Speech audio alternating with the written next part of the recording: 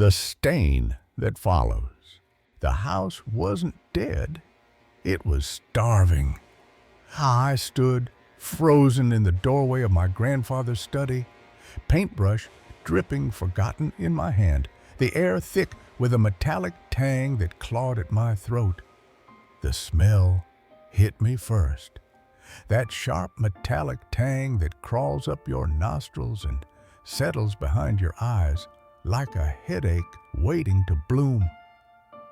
The old house, bought after Grandpa Joe's passing, was meant to be my fresh start, a sanctuary of summer memories. I'd bought this house 6 months after Grandpa Joe passed, drawn by memories of summer visits and the promise of starting fresh somewhere that felt like home. But the study, a cramped cave of books and leather, was the last room I'd tackled. The study had been last on my renovation list, a cramped, book-lined cave that smelled of pipe tobacco and old leather. Now, staring at the corner where floor met wall, I saw it, a dark, wet stain, swollen and unnatural, spreading across boards I'd spent weeks waterproofing. It shouldn't be there, and it knew it. The stain was alive, and it wanted me. The patch was the size of a dinner plate, its edges jagged, like ink bleeding into paper. The stain was roughly the size of a dinner plate, its edges regular and organic, like spilled coffee that had been left to spread and dry. I knelt, pressing my palm against it, and my hand came away slick with cold, viscous moisture. When I knelt and pressed my palm against the darkened wood, my hand came away damp. The smell intensified, acrid and metallic, stinging my eyes. It wasn't water, it was something else. The moisture cold and somehow thicker than water should be. I tore up the floorboards, expecting a leak, but found only dry beams, untouched by the rains hammering the roof. I spent the next hour pulling up floorboards, expecting to find a burst pipe or evidence of some long-forgotten leak. The stain had no source, no reason to exist, yet it pulsed, seeping upward as if drawn by my presence. The house was bleeding, and I was its wound. It called my name, and it wouldn't stop. That night, I dragged my mattress into the study. The rest of the house, too hollow, too full of absent voices. I moved my mattress into the study. The rest of the house still felt too empty, too full of echoes in spaces that remembered voices I'd never hear again. I positioned it far from the stain, hoping distance would dull its pull. I positioned the bed against the far wall, as far from the stain as the cramped space would allow. Sleep came uneasily, broken by a soft voice. My name, Marcus, spoken like a breeze through dead leaves. I woke to the sound of my name, not shouted or called, but whispered with the soft persistence of wind through leaves. I lay still, the radiator ticking, the smell heavier, twisting my stomach. The smell was stronger now, filling the room with that sharp, unpleasant tang that made my stomach twist. Light revealed the stain had grown, its dark tendrils stretching toward me. The stain had grown, not dramatically, just a few inches in each direction, spreading like spilled ink across the floorboards. It followed me, and it was hungry. I fled the study, sleeping in the living room, guest room, master bedroom, anywhere but that cursed corner. I dragged the mattress to the living room, positioning it near the front windows where street light could chase away the shadows. But each morning, a new stain appeared beneath where I'd slept, smaller, but identical, wet and reeking. I found a new stain on the living room floor, directly beneath where I'd slept. Smaller than the one in the study, but unmistakably similar. The voice grew closer, my name whispered beside my ear, cool breath carrying that metallic stench. The whisper came again. I felt breath against my ear, cool and damp, and smelling of that same metallic tang. Contractors found no leaks, no mold, nothing to explain the dampness. I hired a contractor. He found nothing wrong with the foundation, nothing wrong with the plumbing. A specialist test revealed the liquid wasn't water, but contained alien minerals and unidentifiable compounds. The liquid wasn't water, not exactly. It contained traces of minerals that had no business existing in this region. The stains spread beyond sleeping spots, creeping up kitchen cabinets, staining hallway floors, weeping onto bathroom tiles. The stains continued to spread, not just where I'd attempted to sleep, but throughout the house. The whispers became a chorus, my name chanted by unseen mouths within the dampness. The whispers had become a constant murmur. Dozens of voices overlapping in a chorus that spoke my name. I stopped sleeping, pacing in a caffeine-fueled haze, my sanity fraying. I stopped sleeping altogether. For 3 days, I paced the house in a haze of caffeine and desperation. Doctors found only stress, no answers. The house wanted something, and it wasn't letting go. Whatever was in the house, whatever was spreading through the floors and walls with each passing night, it needed something from me. It demanded sleep, and I couldn't resist. On the 7th night, I returned to the study, the original stain now swallowing half the floor. On the 7th night, or what would have been the 7th night if I'd still been sleeping, I found myself back in the study, staring at the original stain that had now consumed nearly half the floor. The smell was suffocating, metallic and alive. The whispers a deafening plea.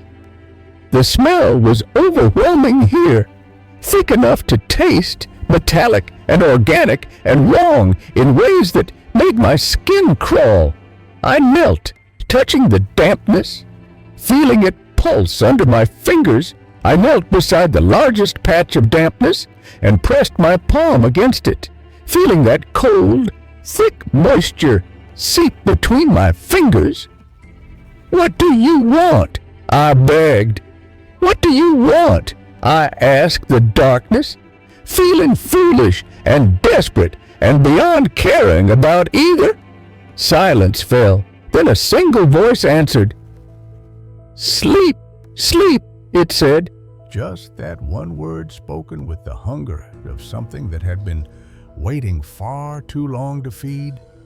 It needed my surrender, my vulnerability in sleep, the vulnerability of unconsciousness, the defenseless state of sleep where barriers between self and other grew thin. It followed me, and it always would. I fled the house, driving to a motel, collapsing on bleach-scented sheets. I ran, not just from the study, but from the house itself, grabbing keys and wallet and nothing else, fleeing into the October night. But morning brought a new stain beside the bed, whispering my name. I found a small dark stain on the carpet beside the bed, still damp, still carrying that familiar metallic tang, still whispering my name in the morning light. Now, in a rest stop parking lot, 200 miles from anywhere, I sit in my car, the upholstery damp, the whispers louder.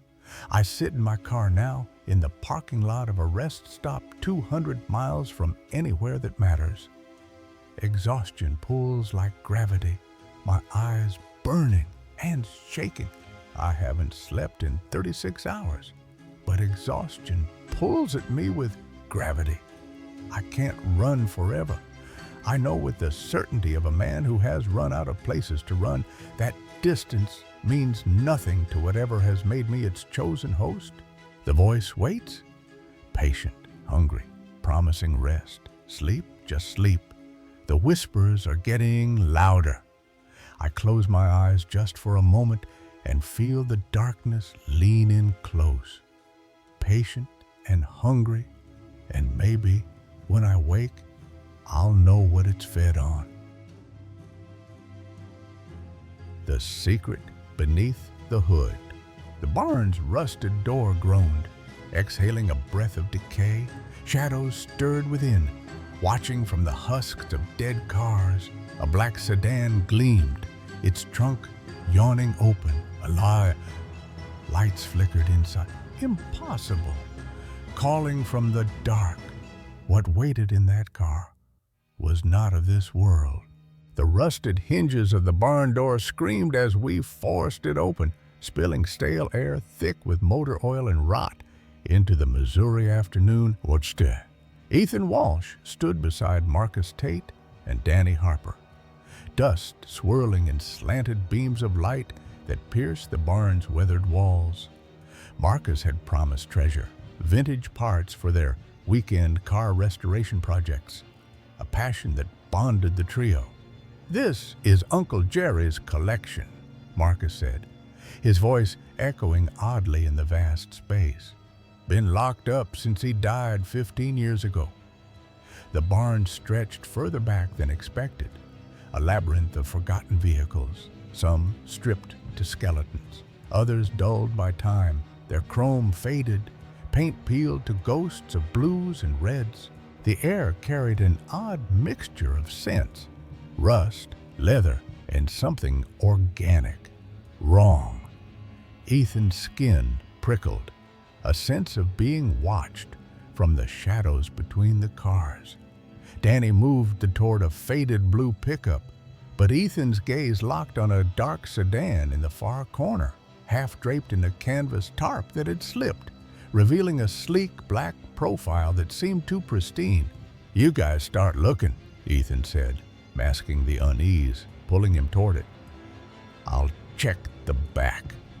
His footsteps echoed hollow on the concrete floor as he wove through the rows. The sedan growing larger, its late 1950s lines, maybe a Buick, gleaming unnaturally. The tarp had fallen, pooling like shed skin, the trunk slightly ajar. Ethan paused, the silence pressing against his eardrums. Marcus and Danny's voices faded, muffled by the maze of metal. The world outside, birds, wind, distant traffic vanished. The trunk lid was open maybe 6 inches, a sliver of darkness within. As his eyes adjusted, he saw something gleaming, chrome or glass. He reached for the lid, hesitating. The metal was warm, not sun-warm, but body-warm, like it had been touched. He lifted the lid, revealing 2 flashlights, their chrome bodies glowing with clean, white light. Impossible after decades in the humid barn. "Marcus," he called, eyes fixed on the flashlights. "Danny, you need to see this." No reply. The barn was silent, his heartbeat pounding in his ears. A low rumble broke the quiet, an engine coughing behind him. Ethan spun, the sedan at his back, its trunk still open, flashlights glowing. The sound came again, to closer, a motor struggling to life. "Marcus! Danny!" he called louder. The engine stopped, replaced by slow, deliberate footsteps circling among the cars, keeping their distance. Ethan's flashlight beam caught nothing but rust. The rear window of the sedan was clear, dust-free, unlike the others. Something moved inside, a silhouette against the dashboard's green glow. The hum of the flashlights grew, not electrical, but alive, whispering his name. Ethan slammed the trunk shut, the sound a gunshot in the silence. The engine roared again, not behind but ahead, near the barn's entrance, pulling him deeper into its heart. Ethan's young pulse raced as he moved toward the engine's roar, the barn shadows twisting around him.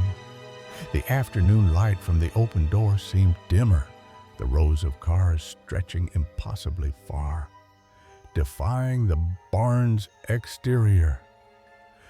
"Marcus! Danny!" he shouted, his voice warping, swallowed by the maze. The sedan's hum lingered in his ears. Its flashlight's glow burned into his mind. He emerged to find the front section empty. The blue pickup Danny had admired gone, only oil stains marking the floor like burned shadows. Beyond the open door was darkness, not daylight, a void that pulsed with intent. Headlights blazed through the maze, the sedan's engine purring smoothly now, no trace of its earlier struggle. Ethan ran toward the door, but the sedan rolled into view, blocking his path, its black paint gleaming like liquid. The trunk was open again, a yawning maw. Through the clear rear window, Ethan saw a silhouette in the driver's seat, hands on the wheel, waiting. The interior was pristine, white leather, polished chrome, dashboard aglow. Something gleamed in the trunk, organic and wet. Ethan backed away, his heel hitting a rusted bumper. The cars had closed in, their grills twisted into hungry snarls, headlights like dead eyes. The sedan's engine revved, a command. Ethan approached the trunk, his feet moving against his will, the chrome warm under his palms. The interior stretched impossibly deep, a chasm lit by bobbing flashlights. Marcus's voice echoed, "You need to see this. More cars down here." Danny's followed. "How deep does it go?" They were inside the trunk, their lights fading into the void. Ethan called, but his voice sank, absorbed. Dozens of lights moved below, other explorers trapped in the sedan's secret heart. The engine purred, patient, eternal. Ethan's hand gripped the trunk's edge, the hum whispering promises of discovery. He could climb in, join his friends, see what lay beyond. But instinct screamed louder. He stepped back, the headlights flickering, disappointed. The barn door was gone, replaced by a solid wall, the space endless, filled with cars whose trunks yawned open, revealing their own depths. The sedan's engine revved, insistent. Ethan returned, the trunk a mouth. Marcus and Danny's voices fainter, calling from a place that wasn't real. He hoisted himself onto the trunk's edge, the metal body warm, welcoming. The descent looked natural, a return. But a question cut through. How long had Marcus mentioned this barn? The memory blurred, dreamlike, as if Ethan had always been here, facing this choice. The lights pulsed hypnotically, a home he'd never known. The sedan's hum was a language ancient, familiar. Ethan hung on the edge, torn between worlds, realizing he'd stood here before, countless times, the barn a loop, the sedan his cage. It would wait forever, its hunger patient, until he chose to fall. Ethan clung to the trunk's edge, the sedan's hum a siren pulling him downward. The barn's cars hummed too, their open trunks glowing with distant lights, each a portal to nowhere. Marcus and Danny's voices grew fainter, their flashlights mere sparks in the void below.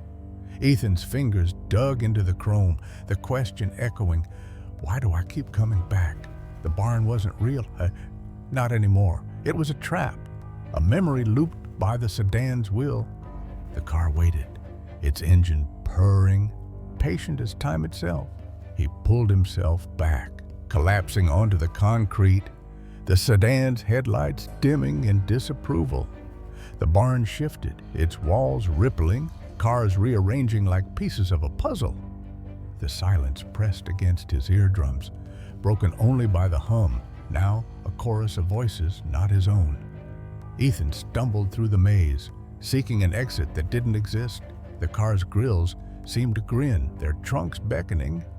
He heard footsteps circling, not Marcus or Danny, but something else, pacing, keeping him in its orbit. A new sound emerged, a low rumble, not an engine, but deeper, from the barn's core. Ethan followed it, weaving through rusted hulks, until he reached a clearing. A second sedan stood there, identical to the first, its trunk open, flashlights glowing within. The rear window was clear, revealing another silhouette. Waiting, Ethan's breath caught. He slammed the trunk shut. But another car appeared, then another, each with open trunks, each with lights. The barn was alive, its cars multiplying, closing in. Ethan ran, the hum swelling, voices chanting his name. He found a wall, its wood pulsing with glyphs, faint, organic, like veins. He clawed at it, splinters tearing his hands, until a crack opened, spilling cold air. He squeezed through, emerging into a field, the barn behind him, its door sealed. The sky was wrong, starless, a tear of light pulsing above. The sedan's engine roared, not from the barn, but everywhere. The ground trembling. Ethan fled, the hum chasing, its song in his blood.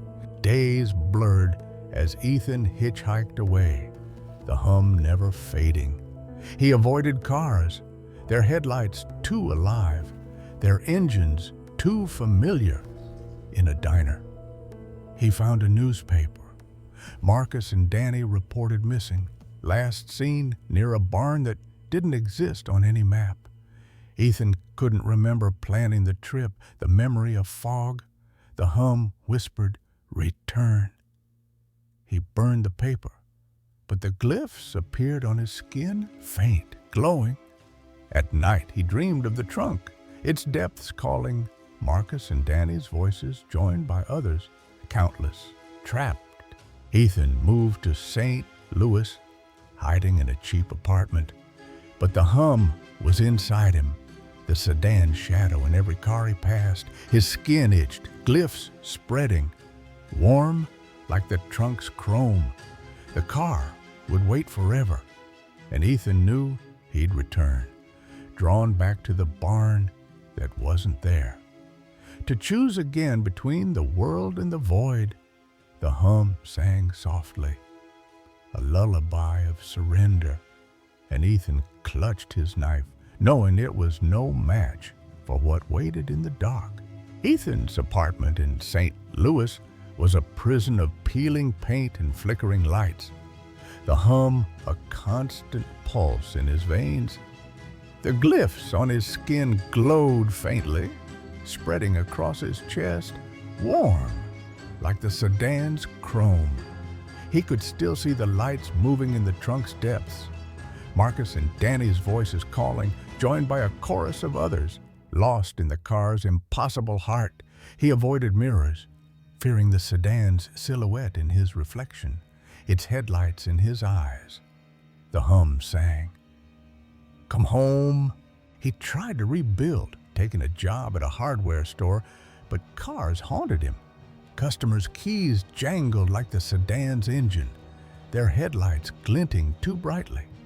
The barn stretched endlessly, its memory warping time. Ethan couldn't recall his life before the trip, as if the sedan had rewritten him. At night, he'd wake to footsteps circling his room, slow, deliberate, like those in the barn. He heard Marcus's voice, "There's more down here." The apartment walls pulsed with glyphs, faint but growing, their warmth a lure. Ethan researched, scouring libraries for answers, The barn's land was cursed, a forgotten crossroads where travelers vanished, their cars found empty. A 20's account described a black sedan, its trunk a gateway swallowing families. The hum mocked his efforts, its song louder, drowning reason. The car's patience was eternal, waiting for Ethan to return. He burned his notes, but the glyphs on his skin flared, searing. Emma, his sister, called, worried. "You're not you," she said. Ethan hung up, the hum chanting, "You are ours." One night, the hum surged.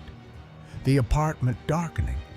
The sedan appeared, not outside, but in his living room, its trunk open, flashlights glowing. Ethan slammed the trunk shut, but the room stretched, walls rippling like the barn's. Footsteps circled, a silhouette in the driver's seat, waiting.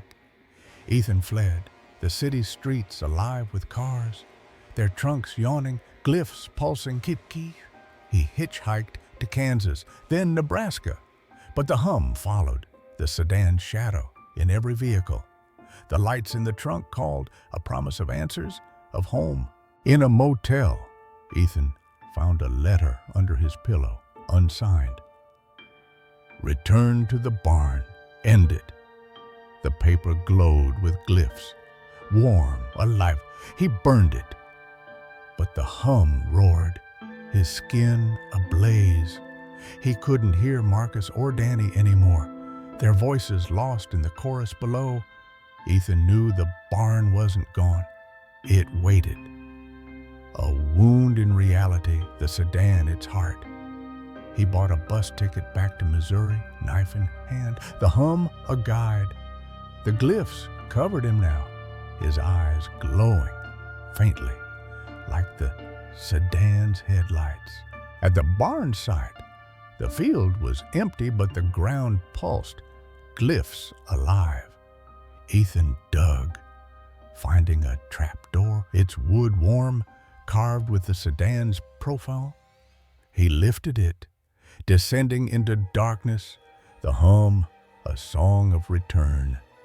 The barn was below, endless, cars humming, trunks open. The sedan waited, its trunk a chasm, lights bobbing within.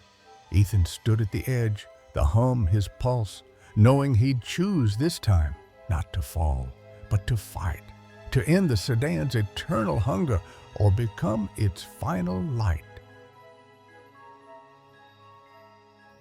The attic's echo.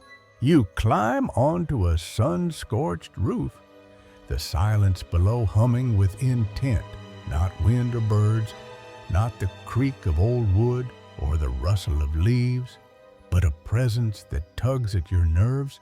In 3 minutes, you'll hear footsteps where no one walks, a rhythm that matches your fear. This isn't a tale of flickering lights or cold spots. It's a slow unraveling of reality in a place you thought you knew. What if the house you mend remembers you, and it's not alone? Welcome to a repair job where every nail drives deeper into dread. The hammer slipped, and the attic answered. I was fixing my grandparents' roof, a task meant to fill a quiet weekend, now stretched by unseen hands. The hammer slipped from my sweat-slicked palm for the third time that morning, clattering down the steep pitch of my grandparents' roof before catching in the gutter with a metallic shriek. Sweat stung my eyes under an October sun, but it was the unease that chilled me. The house had been empty for 6 months now, ever since Grandpa's stroke landed him in assisted living, and Grandma followed reluctantly behind. The emptiness felt crowded, as if the walls held their breath. Then came the sound, thunk, deliberate, from below. I positioned the shingle carefully, lining up the edges with obsessive precision. My mind sought calm in the rhythm, but my ears caught whispers of the impossible. Thunk! The sound came from directly beneath me, somewhere in the attic space below. Heavy, deliberate, like a boot settling onto old floorboards. Not a squirrel, not the house settling. Something walked. I froze. Hammer raised mid-swing. My pulse raced, instincts screaming where logic faltered. The footsteps moved, a purpose in their tread. Another step, then another. The footsteps moved with purpose across the length of the attic, from the far end where Grandma's sewing room had been toward the center of the house. Too heavy for an animal, too steady for wood shifting, they sounded distinctly human. Yet the house below me was empty. I'd checked every room, locked every door, but the attic pulsed with life. My breathing became shallow as I lowered myself flat against the shingles, pressing my ear to the roof. They stopped beneath me, waiting. A crack split the air and reality bent. Crack. The sound was wooden, sharp, like a tree branch snapping under too much weight. I recorded it, my phone trembling as the roof dipped. I watched in horrified fascination as a section of shingles just 3 feet to my left sank almost imperceptibly, as if something heavy had suddenly pressed down from below. The depression vanished, but the footsteps circled, tracking me. The footsteps resumed their patient circling, and I realized with growing horror that they were following me. What followed wasn't just sound, it was a connection. The heat grew oppressive, the air shimmering with more than sun. Every move I made, the presence mirrored below. I forced myself to continue working, partly out of stubborn determination, and partly because I didn't know what else to do. Sweat blurred my vision, but the roof's groans told a story my eyes couldn't see. The afternoon wore on and the heat became oppressive. I tested it, called out a brake, drove off, then crept back. I set down my hammer with exaggerated care and called out loudly that I was taking a break, that I'd be back tomorrow. The footsteps paced, urgent now, scratching at the wood. That night, the video revealed more. The video on my phone showed everything exactly as I remembered. The depression in the roof, the subtle movements, the impossible weight of something that wasn't there. Shadows moved wrong, and whispers, my name, hid in the audio. But watching it back, I noticed details I'd missed in the moment. The shadows were wrong. Even under the direct sunlight of us, there seemed to be patches of darkness that moved independently of the clouds. I enhanced the sound, and a voice, familiar yet alien, called me. The whispers weren't random sounds. They were my name, repeated over and over in a voice that sounded comfortably familiar. The next day, I returned, the footsteps aggressive from the start. The roof dipped more, the house alive with vibration. The moment I climbed onto the roof, the footsteps began again. But this time, they were different, faster, more aggressive. I tracked a pattern, 23 steps, 15 back, 3 short, shrinking with time. The footsteps weren't random. They followed a specific sequence, repeating every few minutes with mathematical precision. 23 steps across the length of the attic. A pause, then 15 steps in the opposite direction. The scratching and a thrumming heartbeat synced with my fear. The vibration had a rhythm, like a massive heartbeat. And as impossible as it seemed, the tempo was syncing with my own pulse. I called out, and the silence answered with taps. 3 strikes, then more, a code I couldn't crack. With my phone recording, I called out to whatever was in the attic. I told it I knew it was there, that I could hear it moving around. I asked what it wanted, why it was following me. The response was immediate and terrifying. The tapping followed, a response, but my hands shook too much to record clearly. Then, slowly, deliberately, something began tapping on the attic floor directly beneath me. Tap, tap, tap. 3 measured strikes, followed by a pause, then 3 more. The attic's frenzy peaked, cracks widening, breathing rising. I entered the house. The air thick, the silence heavy, the floral walls and lavender scent masked a deeper wrongness. The front door opened easily. I still had the spare key from when I'd helped Grandpa move his things. The interior was exactly as I remembered from my childhood. Footsteps tracked me inside, the attic's presence now roaming free. The footsteps had left the attic and were now tracking through the house itself. Keeping pace with my retreat, I climbed to the attic, the ladder creaking under my weight. I pulled the ladder down. The attic space was larger than I expected, stretching nearly the full length of the house.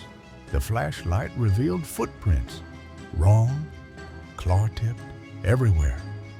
Except for the footprints, they were everywhere, pressed deep into the layer of dust that coated the floor, dozens of them, maybe hundreds, overlapping and crisscrossing in complex patterns, but they weren't quite right. The proportions were wrong, too long, too narrow. With what looked like claw marks at the toe ends, they led to carved words, help, and more, trapped, forgotten, waiting. In the center of the disturbed area, I found something that made me drop my flashlight in shock. Scratched deep into the wooden floor were letters carved with patient precision. Shapes darted, wings rustled, the breathing a choir. And mixed with it, I heard something new, a sound like fabric rustling, as if large wings were folding and unfolding in the darkness above me. The final message chilled me. Thank you for listening. I fled, but the sounds followed. To my truck, to my apartment.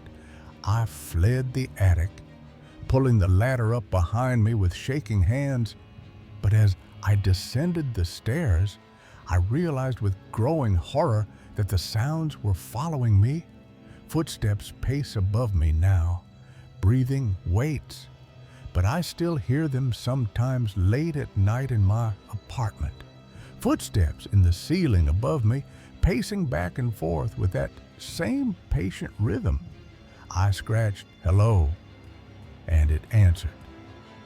Last night, I found myself scratching a single word into the surface of my nightstand with a screwdriver. Hello.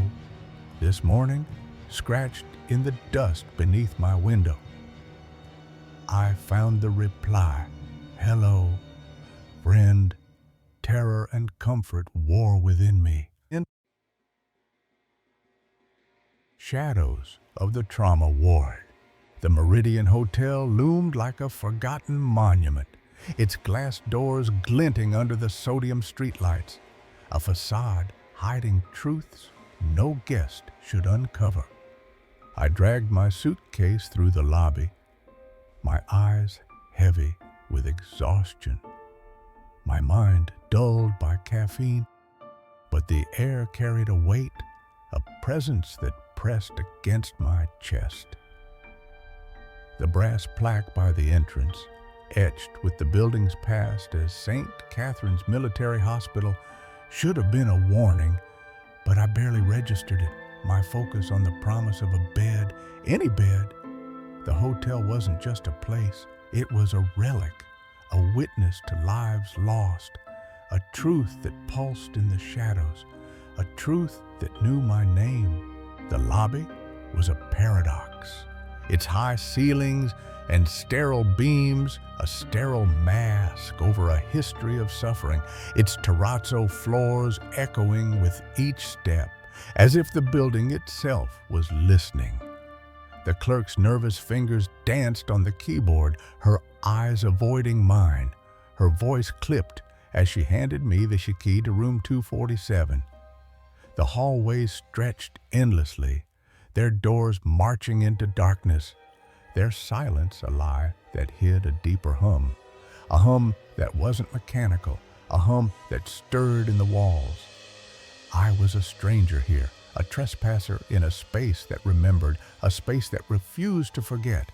The elevator groaned, its ascent marked by shutters that set my engineer's mind calculating load tolerances. But the numbers didn't add up, the vibrations too deliberate, too alive. The second-floor corridor was narrower than it should be, its carpet swallowing sound, its faded green walls evoking memories I didn't own, surgical scrubs, sterile blades, faces I couldn't place. Room 27 waited at the hall's end, isolated, its door a challenge, its air heavy with a scent I couldn't name, antiseptic, rust, something older. The hotel wasn't mine, it belonged to something else, something that stirred in the dark, something that knew I was here. I stepped inside. The keycards clicked too loud. The room's vastness unsettling. Its tall windows framing a barren field, skeletal trees clawing at the sky. The bed was a repurposed relic, its nightstand scarred by decades of use, their wheels removed but their purpose clear. Hospital equipment, not hotel decor. The ceiling soared too high, its shadows pooling in corners, their edges shifting as if alive, as if watching. I unpacked my thermal imaging camera, a tool for a project, but its presence felt like a prophecy, a lens to see what I shouldn't, a truth I couldn't unsee. The night was a weight, the hotel a prison, its secrets a chain that bound me, its truths a pulse that followed me. I was no stranger to old buildings, to their groans and creaks, but this was different. This was alive. This was a mystery that pulsed in the dark. The Meridian wasn't just a hotel, it was a record, a canvas of lives spent and lost, its walls holding echoes of those who'd suffered here, those who'd never left. I was a witness, a trespasser, a man marked by a secret I couldn't unknow, a secret that haunted my steps. The brass plaque by the entrance should have been my first warning. The Meridian Hotel, Esto, renovated 28, originally St. Catherine's Military Hospital. But I was tired, running on 3 hours of sleep and enough caffeine to power a small town. So I barely registered the words as I dragged my luggage through the heavy glass doors. The corporate retreat had been mandatory, and somehow I'd drawn the short straw for accommodations. While my colleagues enjoyed the comfort of the Hilton downtown, I found myself assigned to this converted relic on the outskirts, a last-minute booking due to what my assistant called budget constraints. The irony wasn't lost on me. A structural engineer staying in a building that had likely seen more death than most cemeteries. The lobby was a shadow, its high ceilings a vault, its terrazzo floors a mirror reflecting a past that refused to fade, a past that pulsed in the silence. The young clerk behind the desk seemed eager to finish our transaction, her fingers drumming nervously against the keyboard as she processed my information. "Room 27, she said, sliding the keycard across the marble counter without meeting my eyes. Elevators just around the corner. Breakfast is served from 6 o'clock to 10 o'clock. The elevator's groan was a warning. Its shudders a pulse, a truth that stirred in the walls, a truth that knew I was here. The elevator groaned as it climbed, each floor marked by a slight shudder that made me instinctively calculate load tolerances and structural integrity. When the doors finally opened on the second floor, I was greeted by a corridor that felt narrower than the lobby suggested, with carpet so thick it absorbed sound like a sponge. The walls were painted a faded green that reminded me uncomfortably of surgical scrubs. Room 2 sat at the end of the hall, isolated from its neighbors by what seemed like an unusual amount of space. The key card took 3 attempts to work, and when the door finally clicked open, I was hit by a wave of air that felt somehow different. Not colder exactly, but carrying a weight that settled in my lungs like humidity. The room's vastness was a paradox. Its windows a frame for a desolate field, its bed a relic of a past I didn't want to know. The room was larger than I'd expected, with 2 tall windows that overlooked the parking lot, and beyond it, a field that stretched to a line of skeletal trees. The bed sat in the center, flanked by nightstands that looked like they'd been repurposed from hospital equipment. I could see the modifications where wheels had been removed and new legs attached. The ceiling was higher than necessary for a hotel room, and I found myself wondering about the original purpose of this space. I set up my equipment, my laptop a lifeline, my thermal camera a shield, but the room disagreed. Its air heavy, its shadows alive, its truth a pulse that refused to fade. The meridian was a witness, a keeper of secrets, a truth that held me in its grip, a truth I couldn't escape. I moved to the bathroom, the fixtures gleaming under flickering lights, their reflections warped, showing not just me, but fragments of others, faces I didn't know, eyes that weren't mine. The mirror was a trap, its surface bending, its truths a pulse that followed me. I checked the shower, the water's pressure erratic, its temperature shifting without reason, as if the pipes themselves were alive, as if they remembered. The hotel wasn't empty.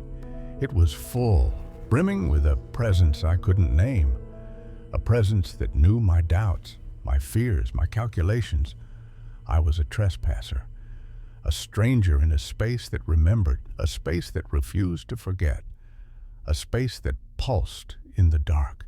The restaurant was a refuge, its few patrons a frail shield against the hotel's weight. But the waitress's words were heavier, her trembling hands a warning, her eyes holding a truth I didn't want. Dinner was a solitary affair in the hotel restaurant where I was one of only 3 patrons. The waitress, an older woman with tired eyes, confirmed what I'd begun to suspect when I asked about the conversion from hospital to hotel. 20 years empty before they renovated, she said, refilling my water glass with the hands that trembled slightly. Some folks say they should have left it that way. Her retreat was swift, her silence a pulse, a truth that lingered in the air, a truth that followed me back to room 2. I tried to work, my laptop's glow a frail defense, but the hotel disagreed. It sounds too deliberate, its pipes groaning like breaths, its lights flickering like a pulse. Back in my room, I tried to focus on work emails, but concentration proved elusive. The building seemed to settle around me with sounds that felt too deliberate to be random. Pipes groaned in sequences that almost resembled breathing. The heating system clicked on and off with a rhythm that reminded me of a heartbeat. The room wasn't mine. It belonged to something else, something that stirred in the shadows, something that knew I was here, something that refused to let me go. I was a witness, a trespasser, a man marked by a secret I couldn't unknow, a secret that haunted my steps, a mystery that pulsed in the dark.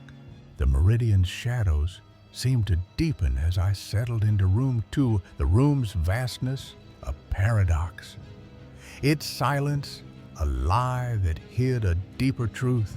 I lay on the bed, its mattress too firm, its surface scarred by decades of use, but my eyes were drawn to the ceiling, where the shadows pooled, their edges shifting as if alive, as if watching.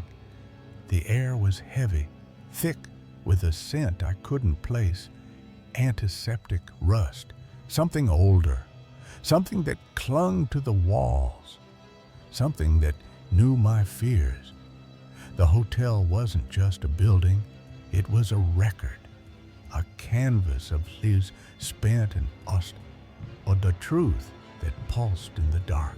I closed my eyes, my mind racing with calculations, load tolerances, structural integrity, but the numbers didn't add up.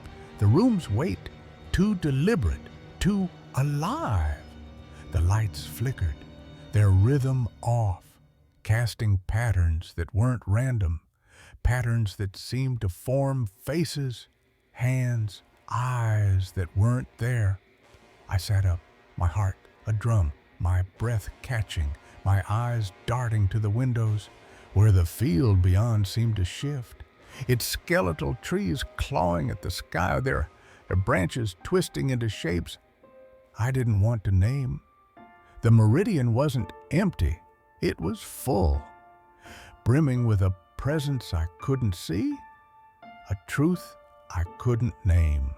The bathroom door creaked, though I hadn't touched it, its hinges groaning like a warning, its mirror glinting under the flickering light, its reflection warped, showing not just me, but fragments of others, faces I didn't know, eyes that burned with a truth I couldn't face.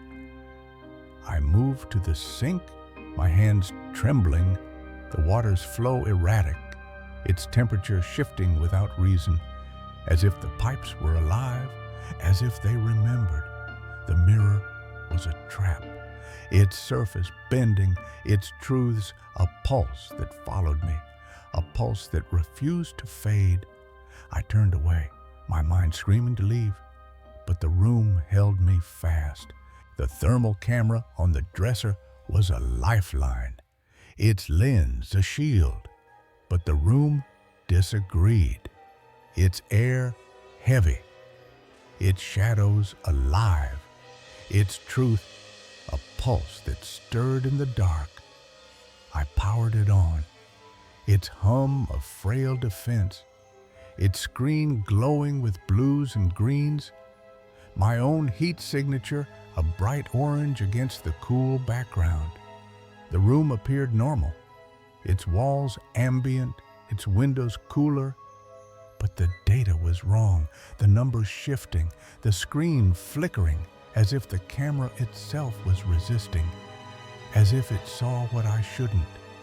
The meridian wasn't mine, it belonged to something else, something that knew I was here, something that refused to forget. The night was a prison, the hotel a labyrinth, its halls twisting, its shadows moving, its truths a pulse that followed me. I was no stranger to old buildings, to their groans and creaks. But this was different. This was alive. This was a mystery that pulsed in the dark. The meridian was a witness, a keeper of secrets, a truth that held me in its grip, a truth that changed me, a truth I couldn't escape. I was a trespasser, A stranger in a space that remembered, a space that refused to let me go, a space that pulsed with a life of its own. Even the ice machine down the hall seemed to cycle with unnatural regularity. By 11 o'clock, I'd given up on productivity and prepared for bed. The shower took longer than usual to produce hot water, and when it finally did, the pressure fluctuated in ways that made me check the fixtures for obvious problems. Everything appeared properly installed, but the water temperature continued to vary between scalding and lukewarm without any apparent pattern. The bathroom's fixtures were a paradox. Their function normal, but their rhythm wrong. As if the hotel itself was breathing, as if it knew my calculations, my doubts, my fears. I lay down, finally, grateful for the darkness that hid the room's institutional details. The mattress was surprisingly comfortable, and I was beginning to drift when I felt it. A subtle depression in the bed near my feet, as if someone had sat down carefully to avoid waking me.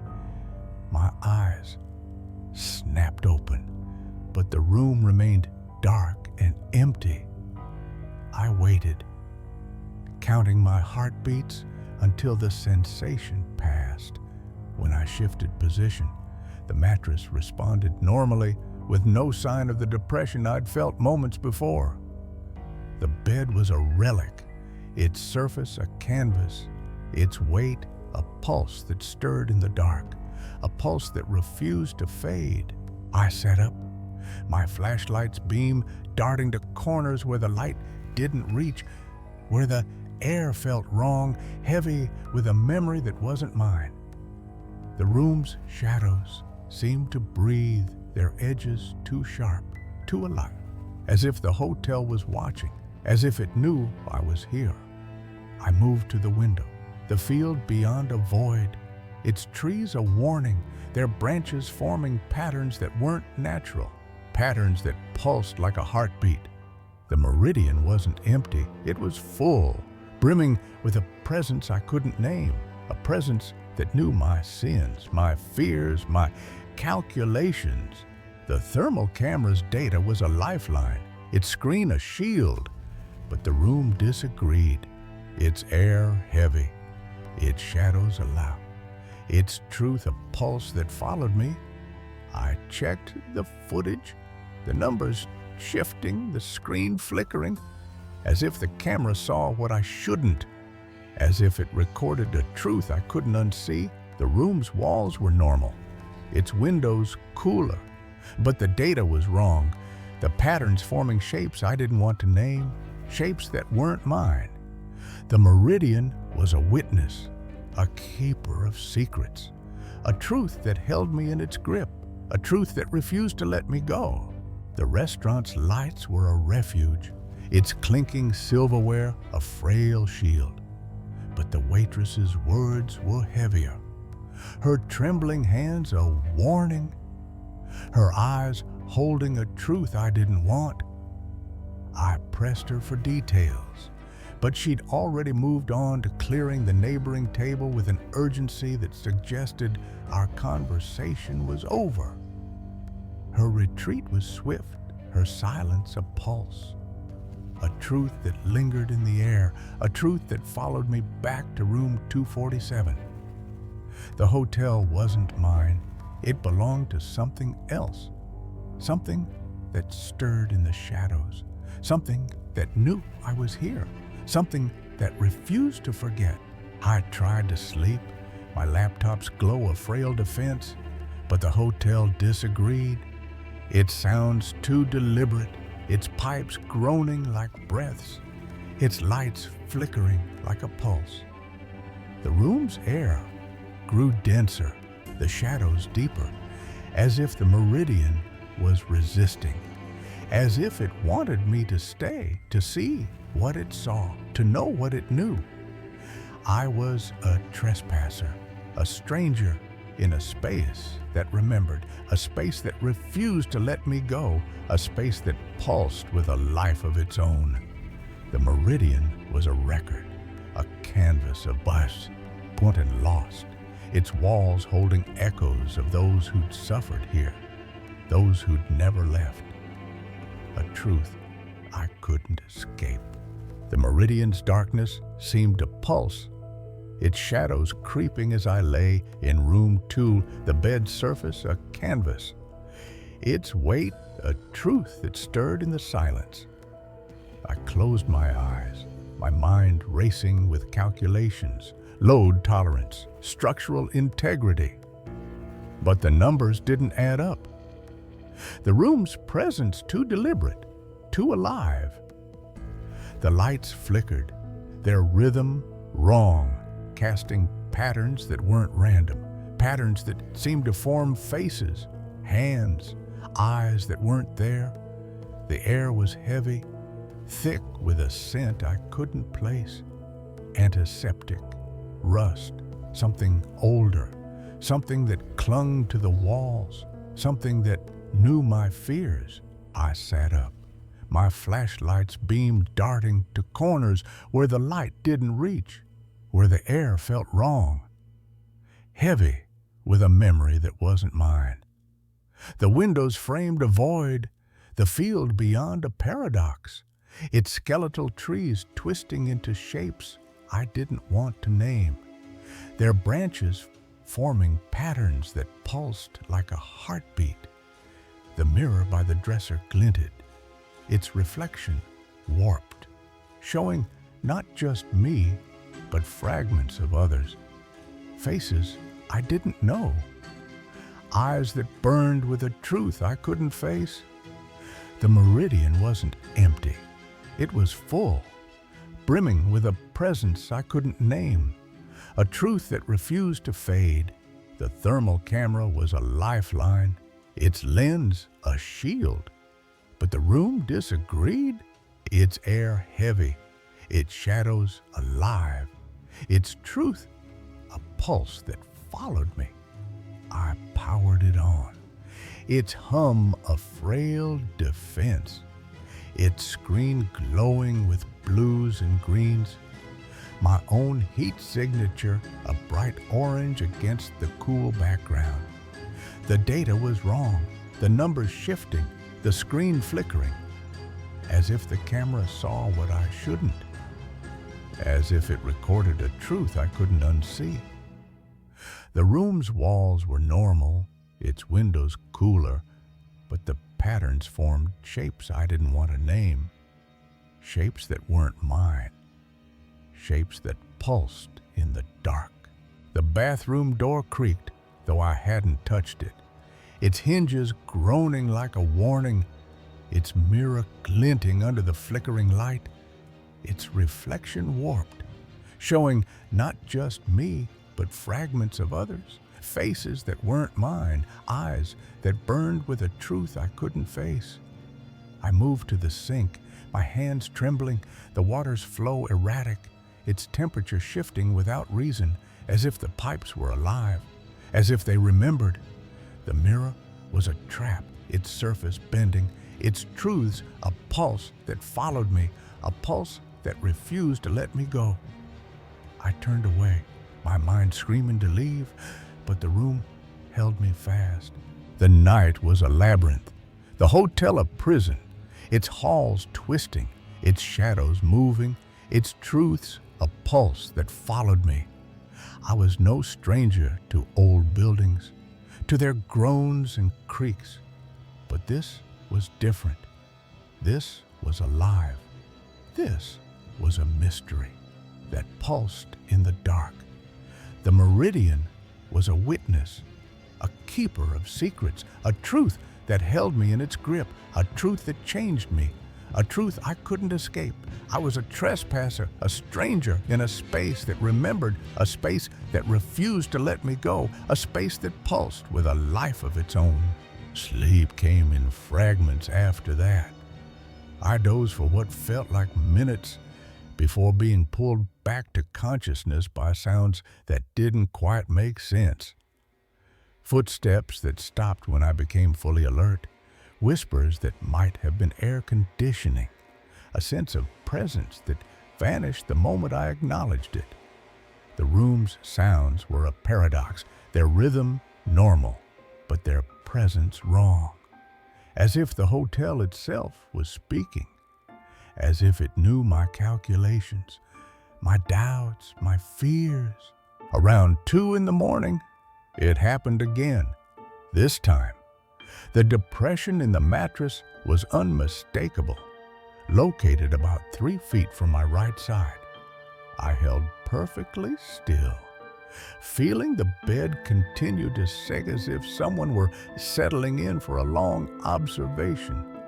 The sensation lasted perhaps 30 seconds before gradually releasing, leaving me staring at the ceiling with my heart hammering against my ribs. The bed was a relic, its surface a canvas, its weight a pulse that stirred in the dark, a pulse that refused to fade. I sat up, my flashlight's beam darting to corners where the light didn't reach, where the air felt wrong, heavy with a memory that wasn't mine.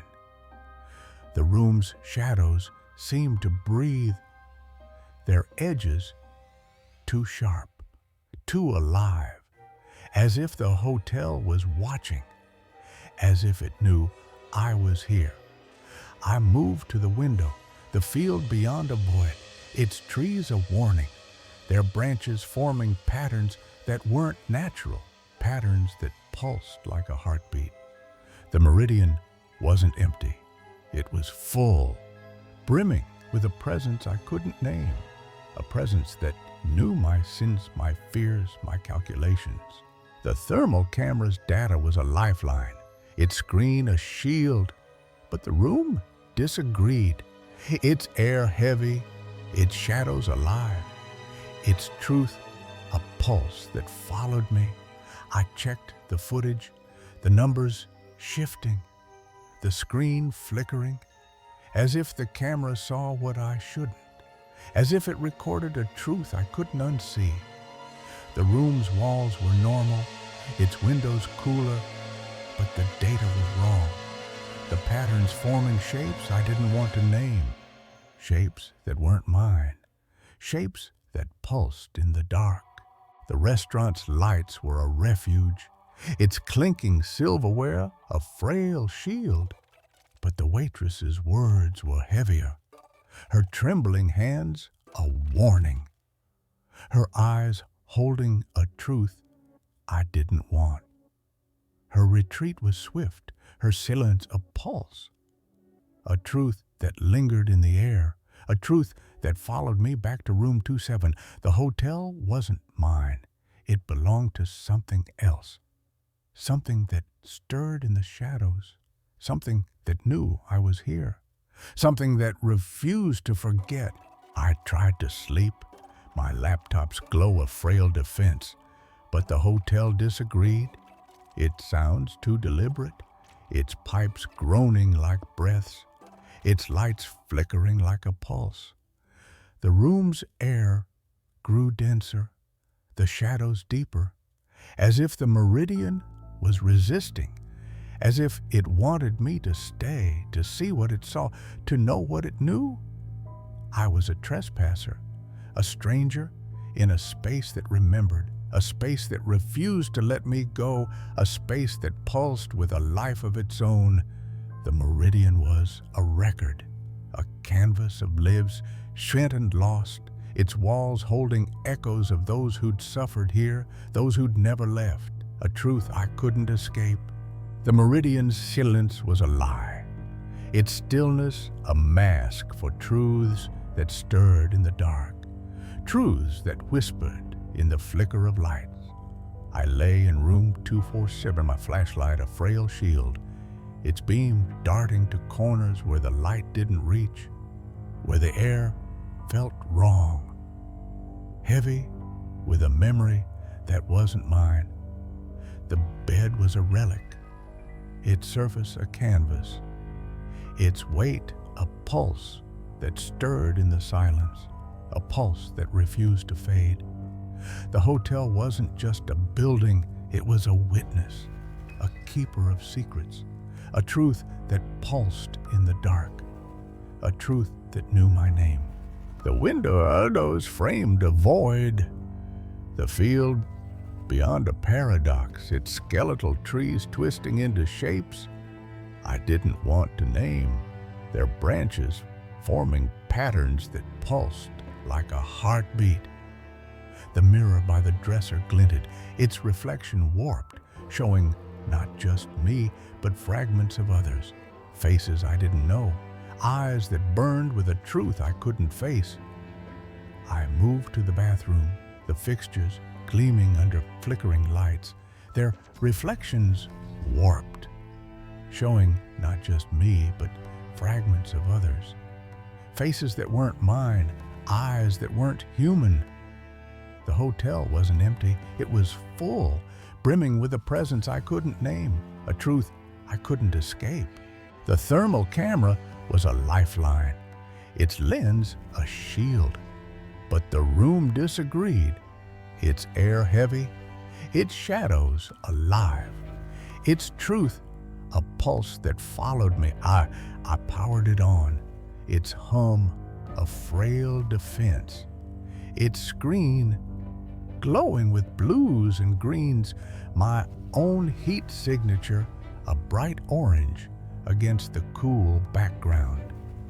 The data was wrong, the numbers shifting, the screen flickering, as if the camera saw what I shouldn't, as if it recorded a truth I couldn't unsee. The room's walls were normal, its windows cooler, but the patterns formed shapes I didn't want to name, shapes that weren't mine, shapes that pulsed in the dark. The bathroom door creaked, though I hadn't touched it, its hinges groaning like a warning, its mirror glinting under the flickering light, its reflection warped, showing not just me, but fragments of others, faces that weren't mine, eyes that burned with a truth I couldn't face. I moved to the sink, my hands trembling, the water's flow erratic, its temperature shifting without reason, as if the pipes were alive, as if they remembered. The mirror was a trap, its surface bending, its truths a pulse that followed me, a pulse that refused to let me go. I turned away, my mind screaming to leave, but the room held me fast. The night was a prison, the hotel a labyrinth, its halls twisting, its shadows moving, its truths a pulse that followed me. I was no stranger to old buildings, to their groans and creaks, but this was different. This was alive. This was a mystery that pulsed in the dark. The meridian was a witness, a keeper of secrets, a truth that held me in its grip, a truth that changed me, a truth I couldn't escape. I was a trespasser, a stranger in a space that remembered, a space that refused to let me go, a space that pulsed with a life of its own. The third occurrence came an hour later, followed by a fourth around 4 o'clock. Each time, the depression appeared in a slightly different location, sometimes near my feet, sometimes closer to my waist, always maintaining a distance that felt calculated. I began to recognize a pattern in the timing, roughly 60 to 90 minutes apart, as if something were keeping a schedule. By the 5th episode, I'd had enough of wondering. I retrieved the thermal imaging camera from the dresser, grateful for its silent operation as I powered it on and adjusted the settings. The device hummed quietly as it calibrated, its screen displaying a false color image of the room in blues and greens, with my own body heat glowing orange-red against the cool background. I pretended to sleep, keeping the camera hidden beneath the covers while monitoring its screen. The room appeared as expected, walls showing ambient temperature, windows slightly cooler where they met the outside air, heating vents registering as warm spots near the ceiling. My body created a bright thermal signature in the center of the bed, surrounded by the gradual heat dissipation that seemed perfectly normal. The data was a paradox, its numbers normal, but its patterns wrong. As if the camera saw what I shouldn't, as if it recorded a truth I couldn't unsee. The room's walls were ambient, its windows cooler, but the screen flickered. The patterns forming shapes I didn't want to name, shapes that weren't mine, shapes that pulsed in the dark. The meridian wasn't empty, it was full, brimming with a presence I couldn't name. A presence that knew my sins, my fears, my calculations. The restaurant's lights were a refuge, its clinking silverware a frail shield. But the waitress's words were heavier, her trembling hands a warning, her eyes holding a truth I didn't want. Her retreat was swift, her silence a pulse, a truth that lingered in the air, a truth that followed me back to room 247. The hotel wasn't mine. It belonged to something else, something that stirred in the shadows, something that knew I was here, something that refused to forget. I tried to sleep, my laptop's glow a frail defense, but the hotel disagreed, its sounds too deliberate, its pipes groaning like breaths, its lights flickering like a pulse. The room's air grew denser, the shadows deeper, as if the meridian was resisting, as if it wanted me to stay, to see what it saw, to know what it knew. I was a trespasser, a stranger in a space that remembered, a space that refused to let me go, a space that pulsed with a life of its own. The meridian was a record, a canvas of life's schmet and lost, its walls holding echoes of those who'd suffered here, those who'd never left, a truth I couldn't escape.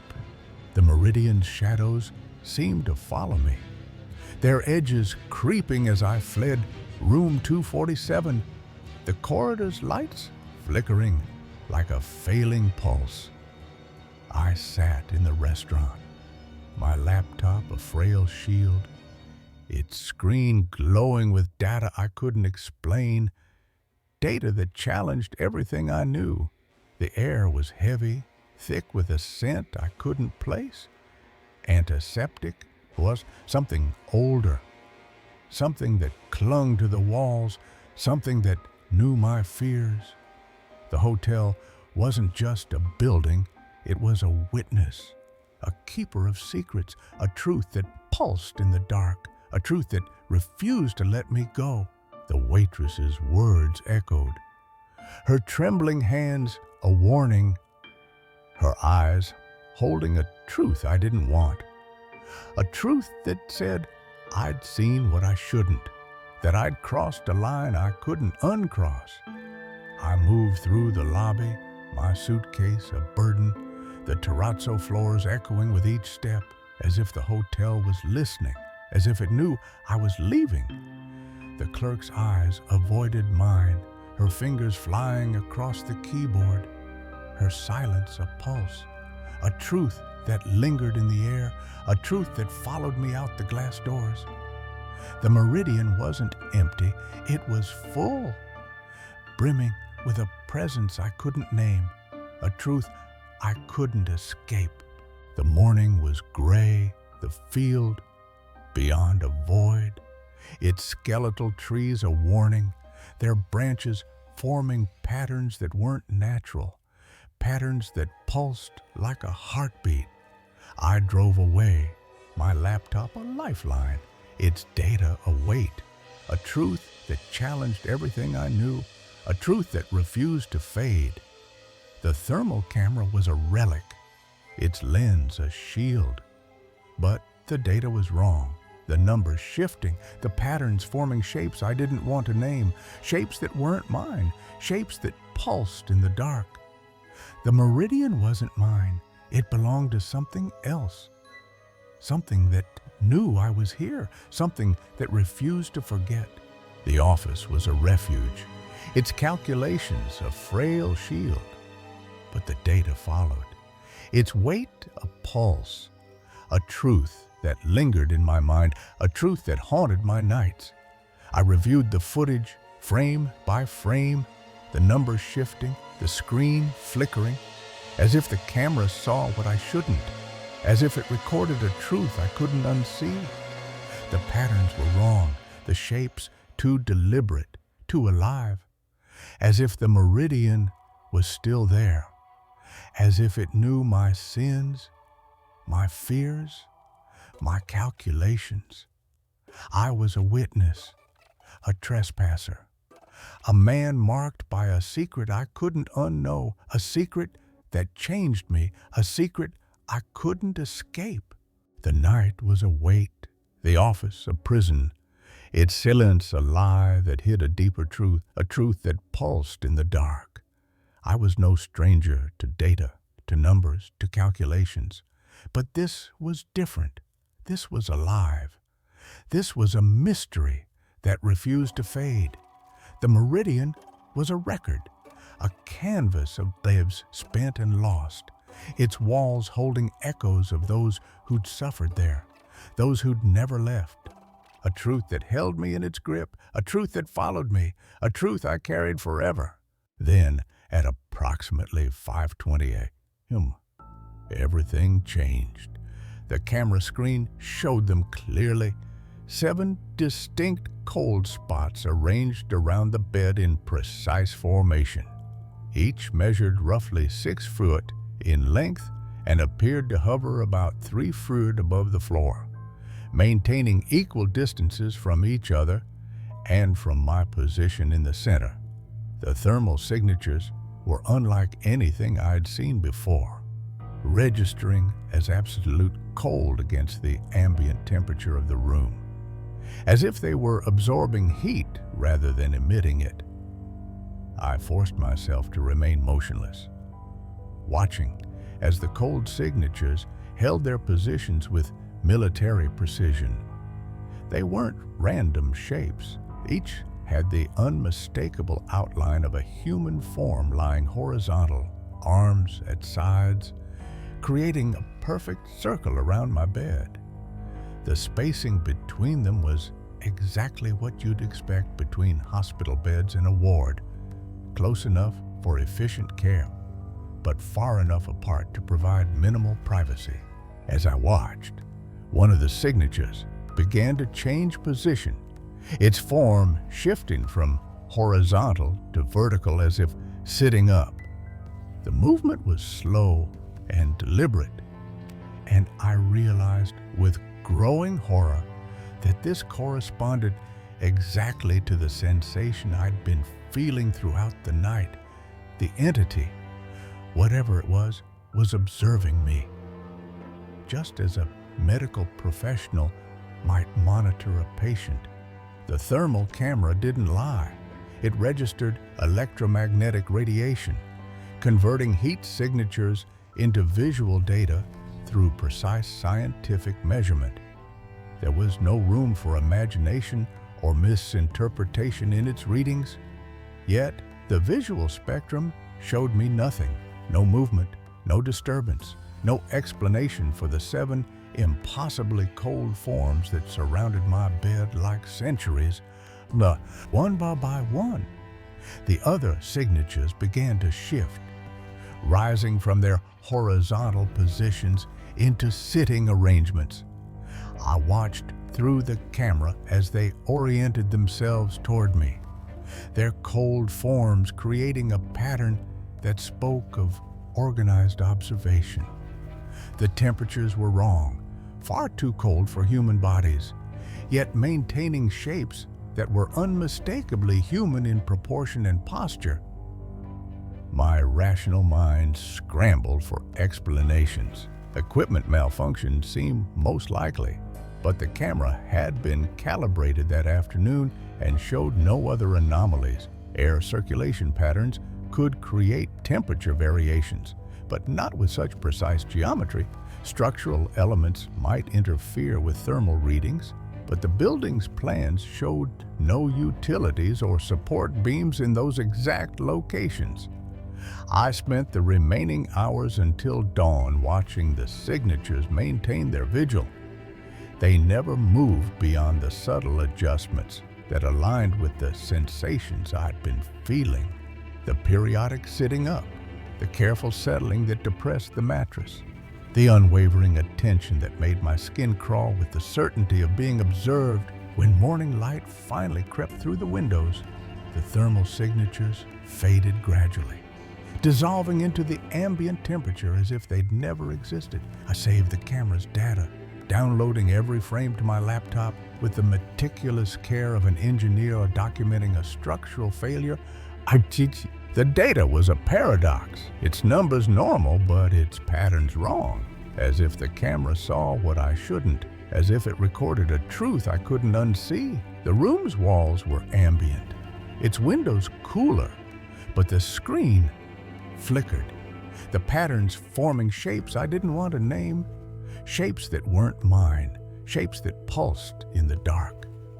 The meridian wasn't empty, it was full, brimming with a presence I couldn't name. A presence that knew my sins, my fears, my calculations. The restaurant's lights were a refuge, its clinking silverware a frail shield. But the waitress's words were heavier, her trembling hands a warning, her eyes holding the truth I didn't want. Breakfast was a surreal experience.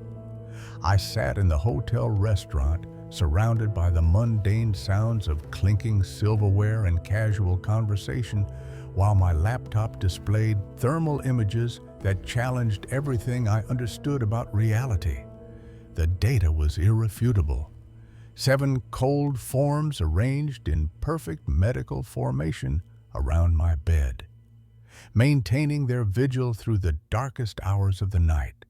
The waitress from the previous evening approached my table with coffee, and I found myself studying her face for signs of knowledge she wasn't sharing.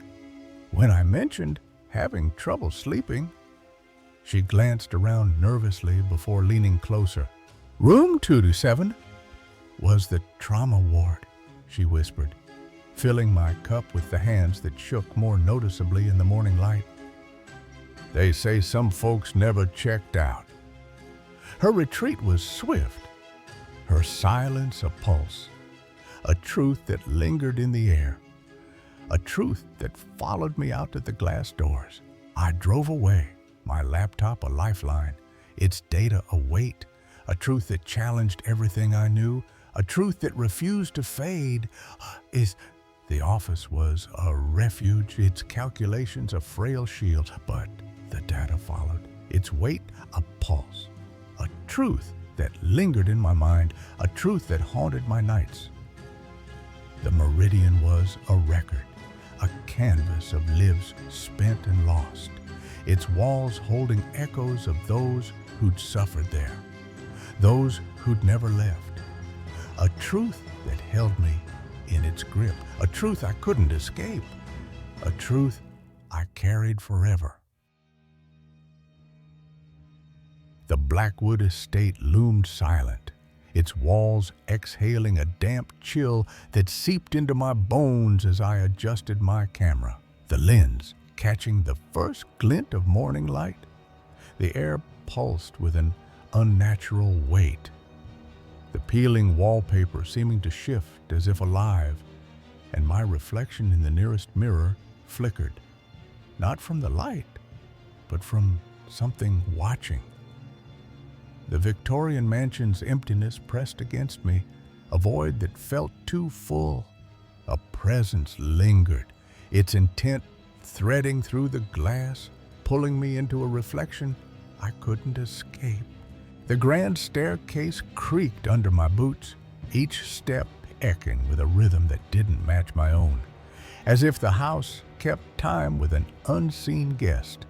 I paused, the camera's weight a comfort, but the air grew thick, a tension that made my breath shallow, my heart thudded as the silence warped, a whisper rising from the mirrors, a sound that carried a threat.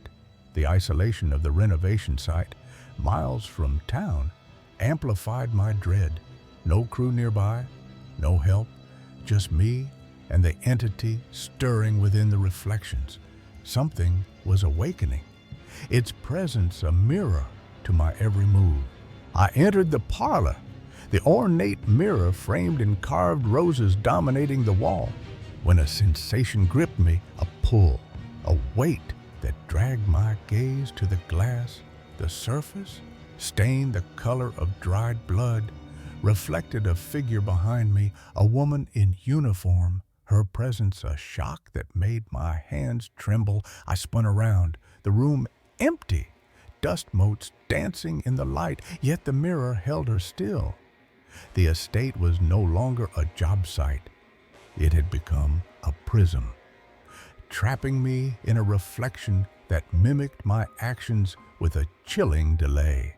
The library's glass-fronted bookcases shimmered, their reflections a maze of light. And the woman reappeared, her movements lagging behind mine like a distorted echo. My pulse raced as I timed the delay, the pattern shrinking with each room, her presence growing bolder. The dining room's tarnished tray, the master bedroom's vanity, all mirrored her. Her uniform a ghost from the past, her intent a riddle I couldn't solve. The house was alive with her, a reflection learning to overtake me, and I was losing ground. The master bedroom's vanity loomed, its mirror a portal, and the air thickened as I faced it, my reflection a twin I didn't control. Her eyes, fixed on something behind me, shifted to meet mine, her face, my face, staring with a warning that stole my breath. The synchronization was perfect, yet her gaze held a terror I'd never felt, a connection I couldn't break. The estate's history was rewriting me, and the mirror's echo was pulling me into a reality where I was the reflection, not the original. Story 5. The first time I saw her, I thought my camera had malfunctioned. I'd been documenting the restoration of the Blackwood estate for 3 weeks, capturing every peeling wallpaper curl and cracked ceiling medallion for the Historical Society's archives. The Victorian mansion had stood empty for 40 years, and the renovation crew needed comprehensive before and after shots. It was routine work, the kind that paid the bills while I waited for something more meaningful to come along. The mirrors had been giving me trouble all morning. Not technically, my equipment was functioning perfectly, but practically, every room seemed to have at least 2, some elaborate gilt-framed monsters that dominated entire walls, others modest vanity pieces tucked into corners. Shooting around reflective surfaces requires careful positioning, constant awareness of angles. I'd grown accustomed to seeing my own reflection pop up unexpectedly in shots, requiring reshoot after reshoot. The initial encounter sparked unease, but in the main parlor's towering mirror, bordered by carved roses, that time had turned the color of dried blood. I saw something that made me lower my camera with trembling hands.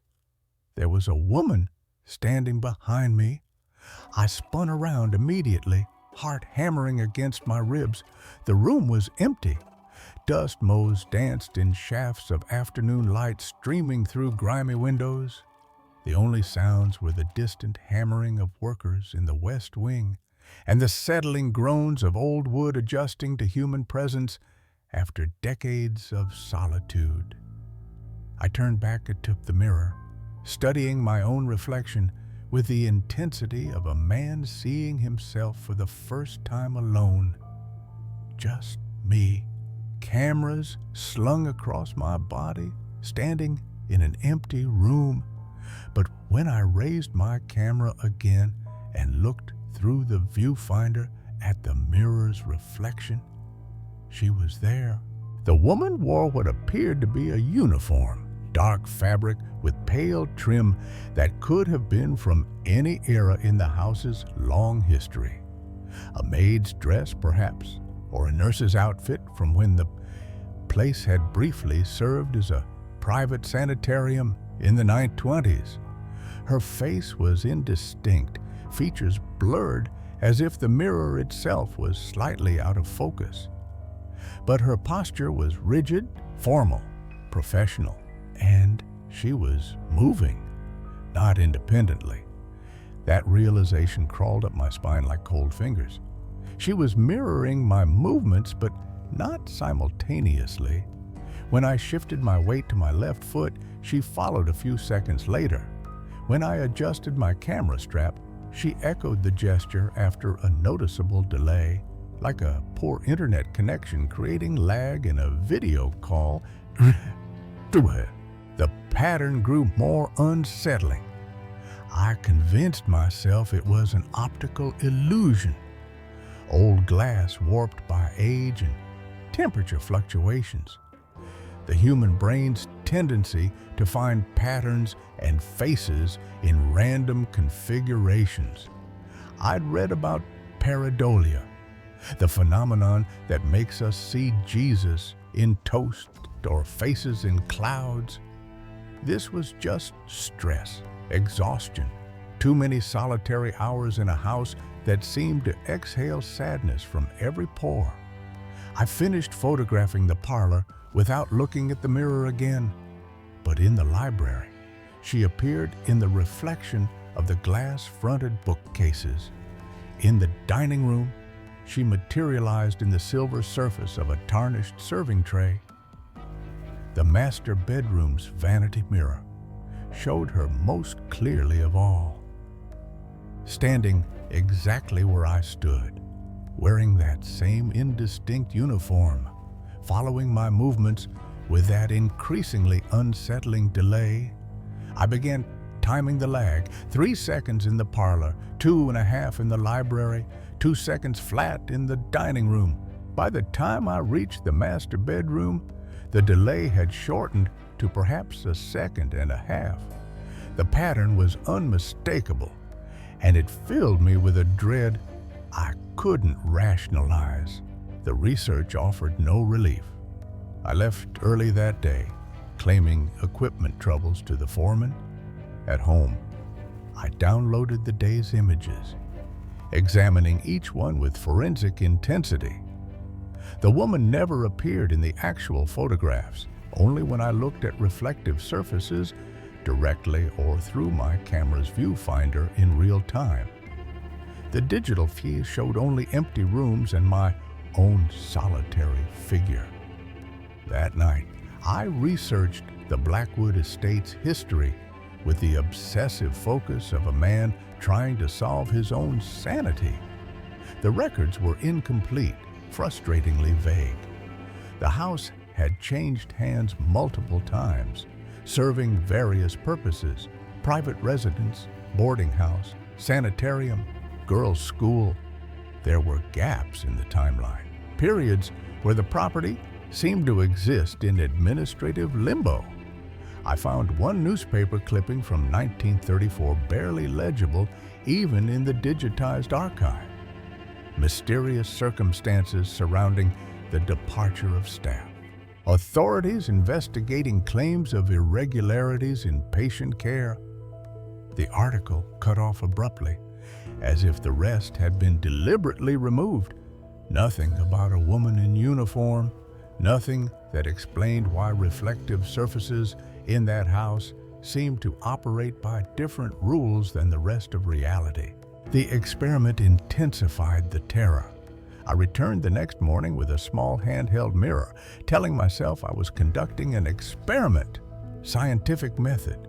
If the phenomenon was real, it would be reproducible. If it was psychological, facing it directly might break whatever spell my mind had woven. In the front hall, I held up the mirror and watched myself watch myself. Nothing unusual, just my own face, stubbled and drawn from a sleepless night, staring back with bloodshot eyes. Then I angled the mirror to reflect the larger mirror hanging on the opposite wall. A mirror reflecting a mirror, infinity stretching backward in diminishing repetitions of the same image. She was there in every iteration, standing behind me in perfect formation, like an army of uniformed women receding into forever. And in each reflection, the delay was different. The nearest image showed her perhaps a full second behind my movements.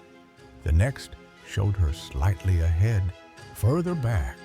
She seemed to move in perfect synchronization with me. And in the very last visible reflection, the one so distant it was barely a speck of movement in the infinite regression she was moving first, the synchronization turned nightmarish. I let the mirror drop from nerveless fingers. It hit the marble floor with a sound like breaking ice. For the rest of that day, I avoided all reflective surfaces. I covered my camera's LCD screen with tape, shot everything in the viewfinder mode, and kept my eyes fixed straight ahead. But avoidance proved impossible in a house where Victorian excess had demanded mirrors in every room, where windows threw back images in daylight hours, where even the brass doorknobs and crystal chandeliers caught and reflected distorted fragments of light and shadow. And she was always there waiting. The delay was shrinking with each encounter. By noon, it was down to perhaps half a second. By afternoon, it was barely perceptible. She moved almost simultaneously with my own actions, like a reflection that was learning to be real time. I started speaking to the foreman about mundane things, weather, construction delays, anything to hear a human voice that wasn't at my own internal monologue, growing increasingly frantic. He mentioned casually that the previous photographer had quit without explanation after only 2 days on the job, and the one before that had completed just 1 day before claiming a family emergency required his immediate departure. Neither had finished the documentation work.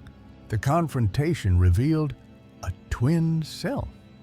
The third day I arrived with a specific purpose. I positioned myself in the master bedroom, facing the vanity mirror directly, and spoke aloud to my reflection, to both of us. The words felt strange in my mouth, addressing something that might not exist to anyone but me. I asked who she was. I asked what she wanted. I asked if she was real. My reflection moved its mouth soundlessly. Hers remained perfectly still. But when I raised my right hand, she raised her left, mirror image perfect. When I tilted my head, she tilted hers in the exact opposite direction. We were synchronized now, moving together with mechanical precision, except for her eyes. While our bodies moved in perfect reflected harmony, her eyes remained fixed on something just over my shoulder, something behind me. I followed her gaze in the mirror, turning to look at what had captured her attention so completely. The room was empty, but when I turned back to the mirror, she was no longer looking behind me. She was looking directly at me through the glass into my eyes with an intensity that made the air in the room feel thick and difficult to breathe. And for the first time, I could see her face clearly. It was my face, not similar, not a resemblance that could be explained by poor lighting or artistic interpretation.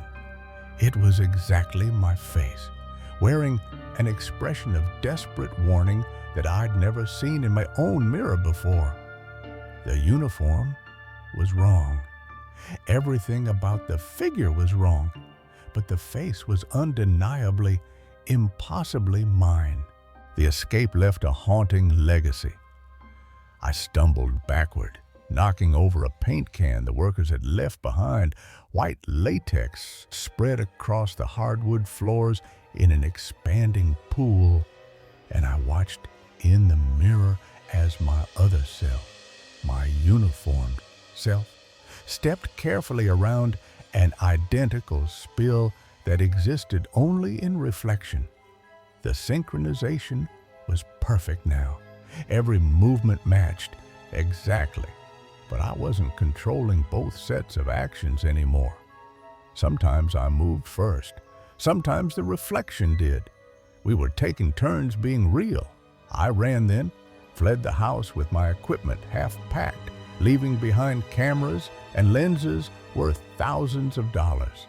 The foreman called after me, concerned about my pallor, my obvious distress, but I couldn't stop to explain what couldn't be explained. At home, I avoided mirrors for days, brushed my teeth staring at the wall, shaved by touch alone. But eventually, inevitably, I caught my reflection in the bathroom medicine cabinet and saw myself wearing a dark uniform with pale trim, moving with the precise professional bearing of domestic staff from another era. I was staring at my own reflection, which was staring back with eyes full of terrified recognition. The discovery confirmed the connection. The Blackwood estate called twice to ask when I'd return to finish the documentation. I let the calls go to voicemail. A week later, they called to ask about retrieving my equipment. I told them to donate it to charity. The final call came from the Historical Society. They'd found something during the renovation hidden in a wall cavity behind the master bedroom's vanity mirror, personal effects from a previous renovation in 1934, including a photographer's plates and camera equipment. The glass plates showed room after room of the house, shot from angles identical to my own work. In every photograph, standing in backgrounds and corners, barely visible in the silver gelatin grain, was a figure in uniform. The same uniform I'd been seeing in mirrors. The same face I'd been seeing in reflections. My face. They wanted to know if I was related to the previous photographer, the one whose name was recorded as my exact name, spelled identically, whose signature on the work order matched my own handwriting with unsettling precision. The realization reshaped my reality. I told them I'd never heard of any relative who shared my name.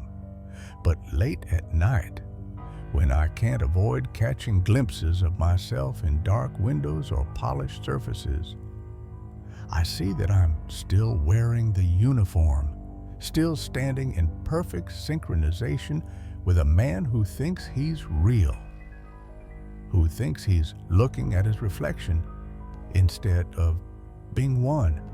And I know that somewhere a photographer is documenting a house renovation growing increasingly disturbed by a figure in mirrors who moves just slightly out of sync with reality. Someone who looks exactly like him, wearing clothes from another era, trapped in reflections that remember everything even when the world forgets. The delay is shrinking for him too soon. It will disappear entirely. And then he'll understand what I've learned. We're all reflections of someone else's life, someone else's choices, someone else's reality. The question isn't whether what we see in mirrors is real. The question is whether we are true. The estate's mirrors became a portal to identity. The woman's uniform, her face mirroring money, tied me to a cycle of photographers, each haunted by their own reflection. the nuptial discovery, the identical angles, the matching signature, suggested a lineage of souls trapped in glass, their lives echoing through time. I avoided my reflection, but the uniform persisted. A mark of a past I couldn't escape. The Blackwood estate, with its mirrors and history, was a prison, and I was both guard and prisoner. My reality, a reflection of another's fate. The synchronization's perfection haunted my nights. Every glance in a window, every polished surface, showed her me staring back with that warning gaze. The foreman's casual mention of past photographers, their abrupt departures, hinted at a pattern I now lived. I wondered if the sanitarium's past, the gaps in records, held the key, a staff member's spirit or a photographer's soul, looping through time. The delays of disappearance loomed, a moment when I'd lose my primacy, becoming the echo rather than the original. The philosophical shift altered my perception. The historical society's call, the glass plates, forced me to question my existence. Was I the first, or a reflection of a predecessor? I researched mirror anomalies, time loops, finding no answers, only theories that mirrored my dread. The uniform, the terrified eyes, suggested a warning from a future self, a plea to break the cycle, yet I remained bound. My reflection a constant reminder of a reality I couldn't fully grasp. The unresolved mystery shaped my life. Every night, the uniform's image returned, its presence a companion I couldn't shake, a reflection that outlasted my denial. I shared the tale with friends, their disbelief fading into unease, urging me to confront it. The Blackwood estate stood silent, its mirrors waiting, and I knew another photographer would soon face the same echo, the same shrinking delay, the same question of who is real. The Forge's unseen smith. The annex above Kellerman's Forge was a trap disguised as a bargain, its low rent a lure for the unwary. I'd moved in, seduced by the price and the promise of quiet in the heart of downtown. But the building had other plans. Built in the 1890s, its creaking floors and unsealed windows carried the weight of a century's labor. A history the landlord hinted at with nervous pride. That first night, the silence was a lie, broken by a sound that wasn't meant for human ears. Metal struck metal below, a rhythm that pulsed through my bones. Deliberate, was it the building settling? Or was something ancient stirring, demanding to be heard? Each strike taught me fear, then curiosity, pulling me into a dialogue with a presence I couldn't name. What did it want? And why did I feel like its student, forging tools for a purpose I dreaded to know? I had moved into the annex, drawn by the rent price that seemed too good for downtown and the landlord's nervous insistence that I wouldn't mind a little character in the building. The place sat atop Kellerman's Forge from the 1890s, and the realtor had made a point of mentioning the historical significance, as if it excused the creaking floors and windows that wouldn't quite seal shut. But she hadn't mentioned the disturbance. It started the first week, always when I needed absolute quiet for work. As a technical writer, crafting user manuals and software documentation demanded focus, the kind that shattered when you realize you're not alone in the silence. Initially, I thought it was construction next door, hearing 3 measured strikes from below, metal on metal, echoing up through the floorboards with a force that vibrated in my chest. Then, pause, followed by 5 rapid taps, followed by 2 deliberate pounds. I checked below, finding the forge space had been converted into storage for the landlord's antique business. Dust swirled in dim light, towers of furniture draped in white sheets, with the massive anvil untouched, its surface scarred by decades of use but coated in a layer of dust, proving no recent activity. Upstairs, the hammering resumed the moment I worked, relentless. By the 3rd week, I'd started to recognize patterns. The sounds weren't chaotic, they followed sequences, deliberate and measured like Morse code, but more complex, a pattern of 3 short, pause, 2 long, pause, 1 sharp crack that cut the air. Sometimes the patterns repeated, sometimes they evolved, as if someone below was teaching me a language I didn't want to learn. I confronted the landlord in the building's cramped lobby. Marcus Kellerman, great-grandson of the original blacksmith, flinched, developed a twitch in his left eye when I brought up the noise. He mumbled, "Old building settle," avoiding my eyes, not quite meeting my gaze, adding, "especially ones with this much history." His hesitation on history stuck with me. I asked, "Have other tenants mentioned anything unusual?" His laugh had come out strangled, revealing, "You're the first tenant to last more than 6 weeks in 20 years. I should have fled, should have packed my laptop and few belongings, but I'd become obsessed with the patterns. I began documenting them, transcribing each sequence into a notebook, noting their logic, like trying to remember a word that sits on the tip of your tongue. The sequences, some brief, others prolonged, held deliberate intent. The turning point came during a grueling session, trying to finish a user manual for enterprise software. The hammering was relentless, complex rhythms that seemed to build toward something, restarting as if I'd failed to respond. In a fit of frustration, I grabbed my own hammer from the toolbox under the kitchen sink and struck back, mimicking the last pattern with 3 measured blows against the hardwood floor. The silence that followed felt different, expectant.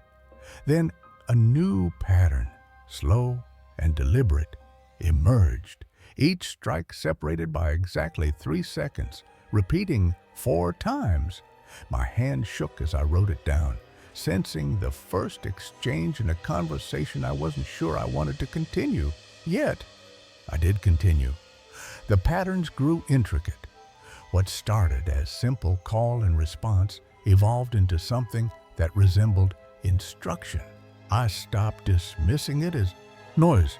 The entity below was real, presenting a sequence, waiting for me to respond, then offering corrections, like lessons in forging something intangible.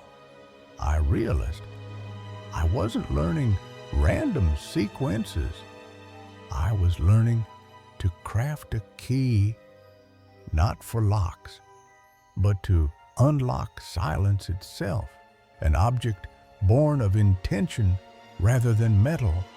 My notebook filled with diagrams, sketches of impossible geometries that defied logic, measurements that seemed to shift when I attempted to forge the key, and the building felt different. The air heavy with a metallic taste that choked me. The silence between hammer strikes stretched, taut with menace. I hammered for hours, following the patterns I'd learned, sequences both alien and instinctive. The key formed not physically, but as a presence in the gaps of time, a skeleton key to banish the noise. Using it, a mental gesture I couldn't explain, brought silence that was pure on lasting days. But the hammering returned, revealing I'd been played. The key hadn't stopped the noise. It had given the entity below what it needed, completing a summoning. The strikes now crushed my chest, each impact reverberating beyond physics, a symphony of intent with hunger barely contained. The entity, waiting for someone to complete the ritual, had used me to breach its prison. I tried to escape, packed my belongings twice, but each time I reached the threshold, the hammering would begin again, urgent, demanding, threatening consequences. The patterns had become commands. By day, I rationalized it as stress. But at night, when the building settled and the membrane between worlds grew thin, I knew the entity below wasn't just communicating, it was teaching me new lessons. The lessons grew darker, more complex forgings for keys that would open doors I couldn't see but knew, led to places where silence wasn't golden, but ravenous. My notebook turned into a grimoire, its sequences alive, the handwriting no longer mine, letters elongating under unseen influence. I abandoned my work. Technical writing felt absurd against crafting implements for purposes I couldn't name. The hammering was constant, no longer confined to moments when I sought silence, shifting from gentle and almost conversational to urgent and demanding, always teaching. I was learning. God help me.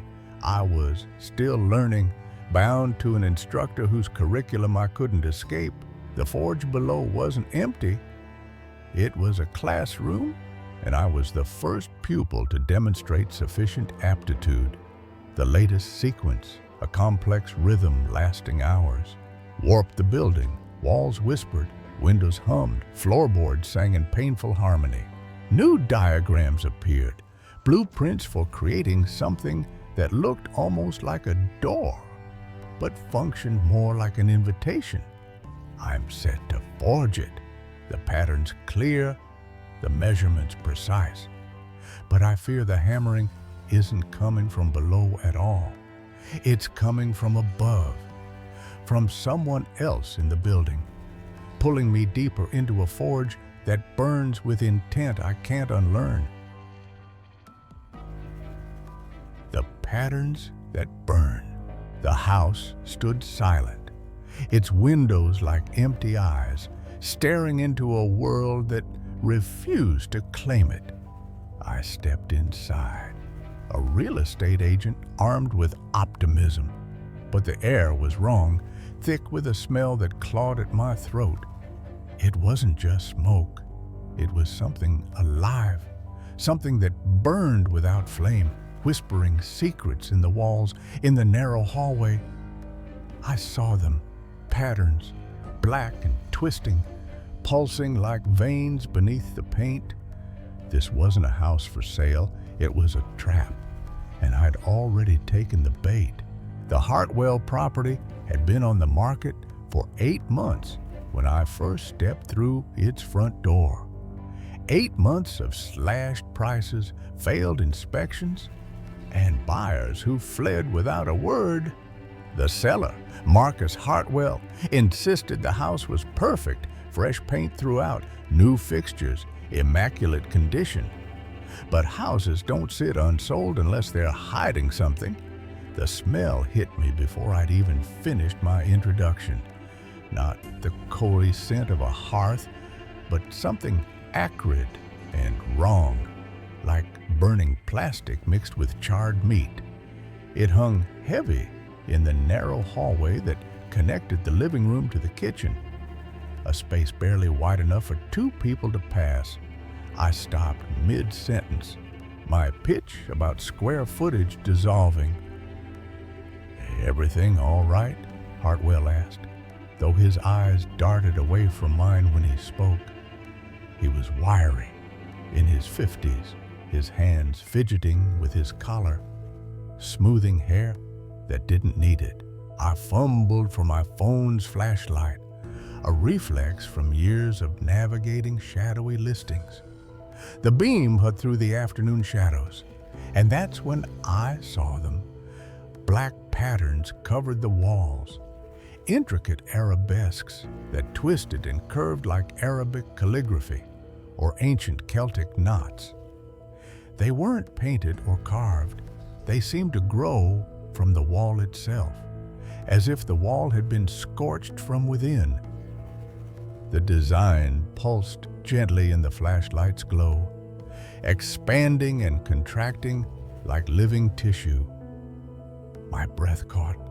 "The walls," I began, but Hartwell was already shaking his head.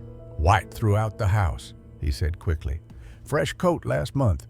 Benjamin Moore's Swiss coffee. You can check the receipt if you want." I blinked, and the walls were pristine, unblemished white. The smell remained. "Must be something in the ventilation," I muttered, though I'd never encountered anything like it. "When did you last have the HVAC serviced?" Hartwell's laugh was too sharp, too quick. "Serviced recently? Everything's perfect." I went through the motions, measuring rooms, testing faucets, praising the hardwood floors. But every time I passed through that hallway, my skin crawled. The acrid smell would intensify, and I'd catch fleeting glimpses of those patterns in the corners of my vision.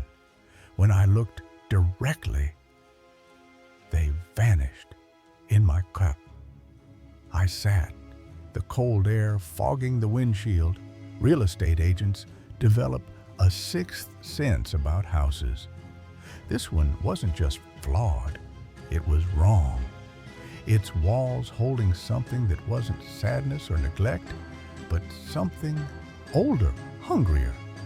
I pulled out my notebook, a leather-bound pad I'd used for years to sketch floor plans and jot down selling points.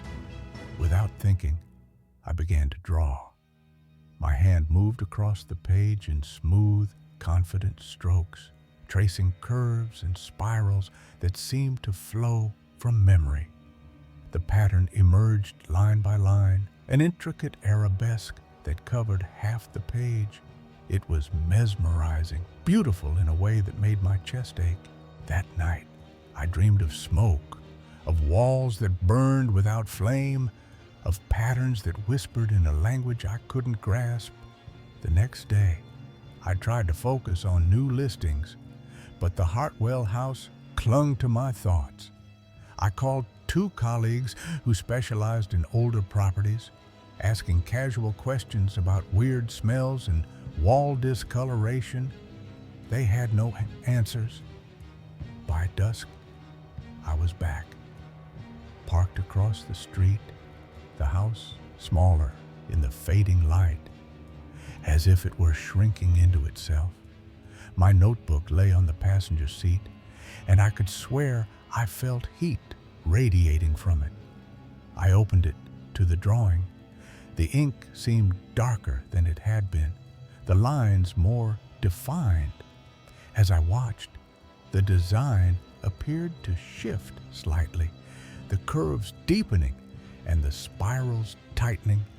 A faint smoky smell began to fill the car. Breaths. I dropped the notebook, rolled down the windows, and gulped the evening air. When I looked back at the page, it was just ink on paper, but the smell lingered. Over the next week, I showed the house to clients, bracing for the hallway's tricks, but nothing happened. The walls stayed white, the air clean. "Why hasn't this sold?" asked a young couple in the living room, their eyes bright with first-time buyer hope. I mumbled about finding the right fit, knowing they'd walk away, the house rejecting them like all the others. That night, I called Hartwell. "I need to ask you something," I said. "Have you ever noticed anything unusual about the hallway? Any smells or—" Silence stretched. "You're the first," he said finally. "The first to mention it." "The first to mention what?" "The fire." My throat tightened. "What fire?" "The one that happened in 1982. Previous owners. Started in the hallway, spread to the kitchen before they got it under control. No cause was found, no wiring issues, no candles. The fire just started in the walls themselves." "Why didn't you tell me this before?" "Because it's not relevant," Hartwell said quickly. "Everything was repaired, rebuilt to code. I've lived here for years without incident." But his voice cracked, and I knew he was lying. The house was alive, its walls a canvas for something that refused to die. After hanging up, I sat in my kitchen with the notebook open before me. The arabesque pattern covered the page completely. The lines were bolder, more complex, branching into fractals that hurt to follow with my eyes. I touched the paper, and it was warm. The smell of smoke filled my kitchen. I slammed the notebook shut, but its presence lingered. A pulse in the dark, a client. Margaret Chen, an art history professor, called to see the house. "I'm particularly interested in Islamic geometric patterns," she explained as we walked through the front door. In the hallway, she froze. "Extraordinary," she whispered. The walls were covered in black arabesques, not the patterns I'd seen, but a labyrinth of designs that shifted as I watched. The smell of smoke was overwhelming. "You can see them?" I asked. She nodded, snapping photos.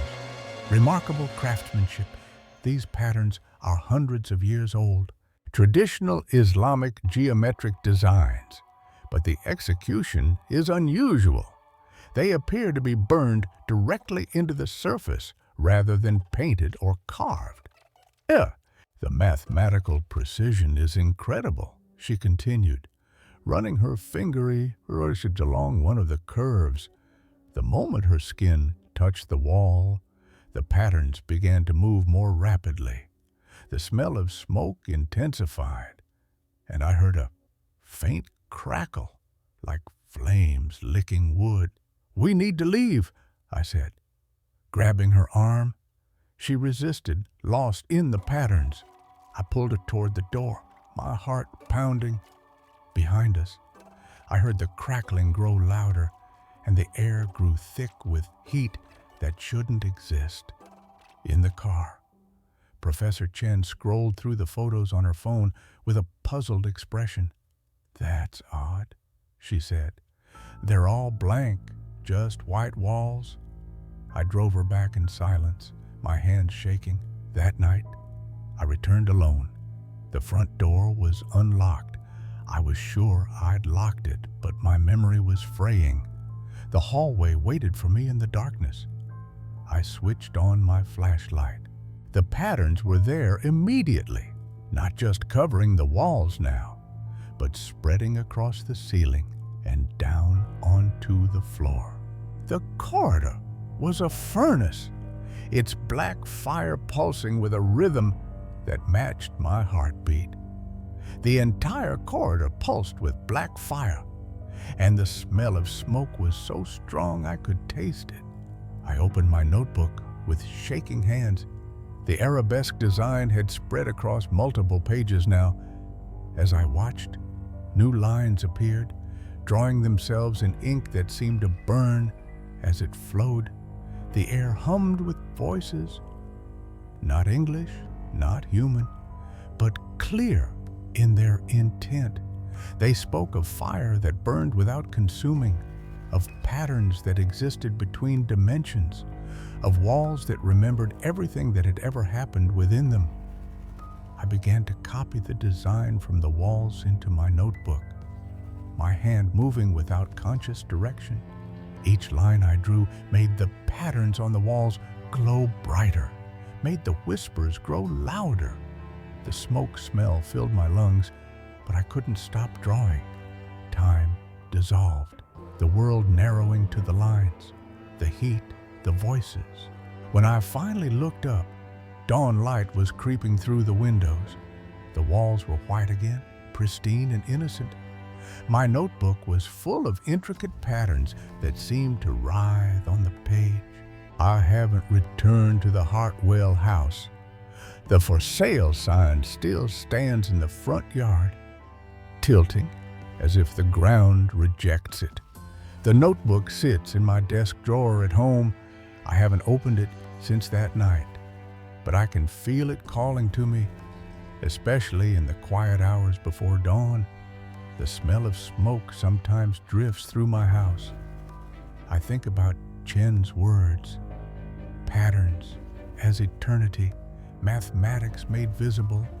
I wonder if the fire ever stopped, if it burned still in spaces we can't see. The Hartwell house is still for sale. It always will be. A vessel for something that doesn't want to be sold, something that waits for those who see too much. The breathing earth. The earth was awake, and it knew our names. Sleepless nights had carved hollows under our eyes, the backyard a silent threat that stirred after dark. Sarah's idea was born of desperation, a camera to catch whatever moved beyond our windows. The cameras were Sarah's idea.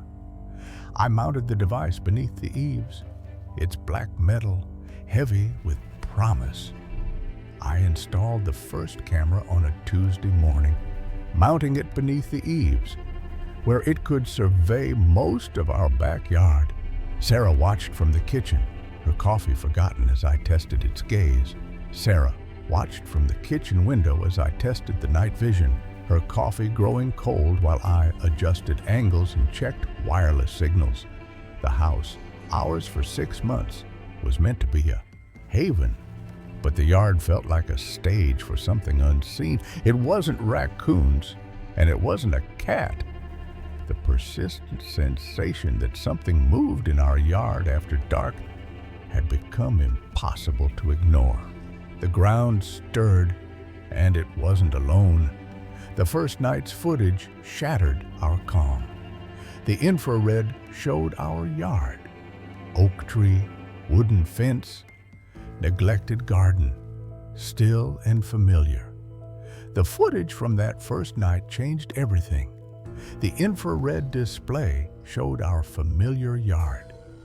Then the earth moved, soil rising near the garden's edge into a breathing mound, 3 feet wide, pulsing like a living thing. The earth began to move. It started as a subtle disturbance near the garden's edge, soil shifting upward as if something pushed from below. The camera caught every ripple, every heave, as if the ground inhaled.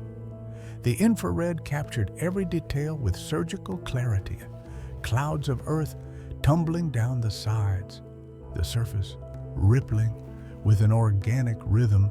Sarah and I watched, speechless, the mound's rhythm haunting us. It was alive, and it wanted us to know. Sarah and I watched the recording 3 times before either of us spoke. We dug, and it answered. Sarah insisted we check the yard, her voice trembling but resolute. She finally suggested we check the yard.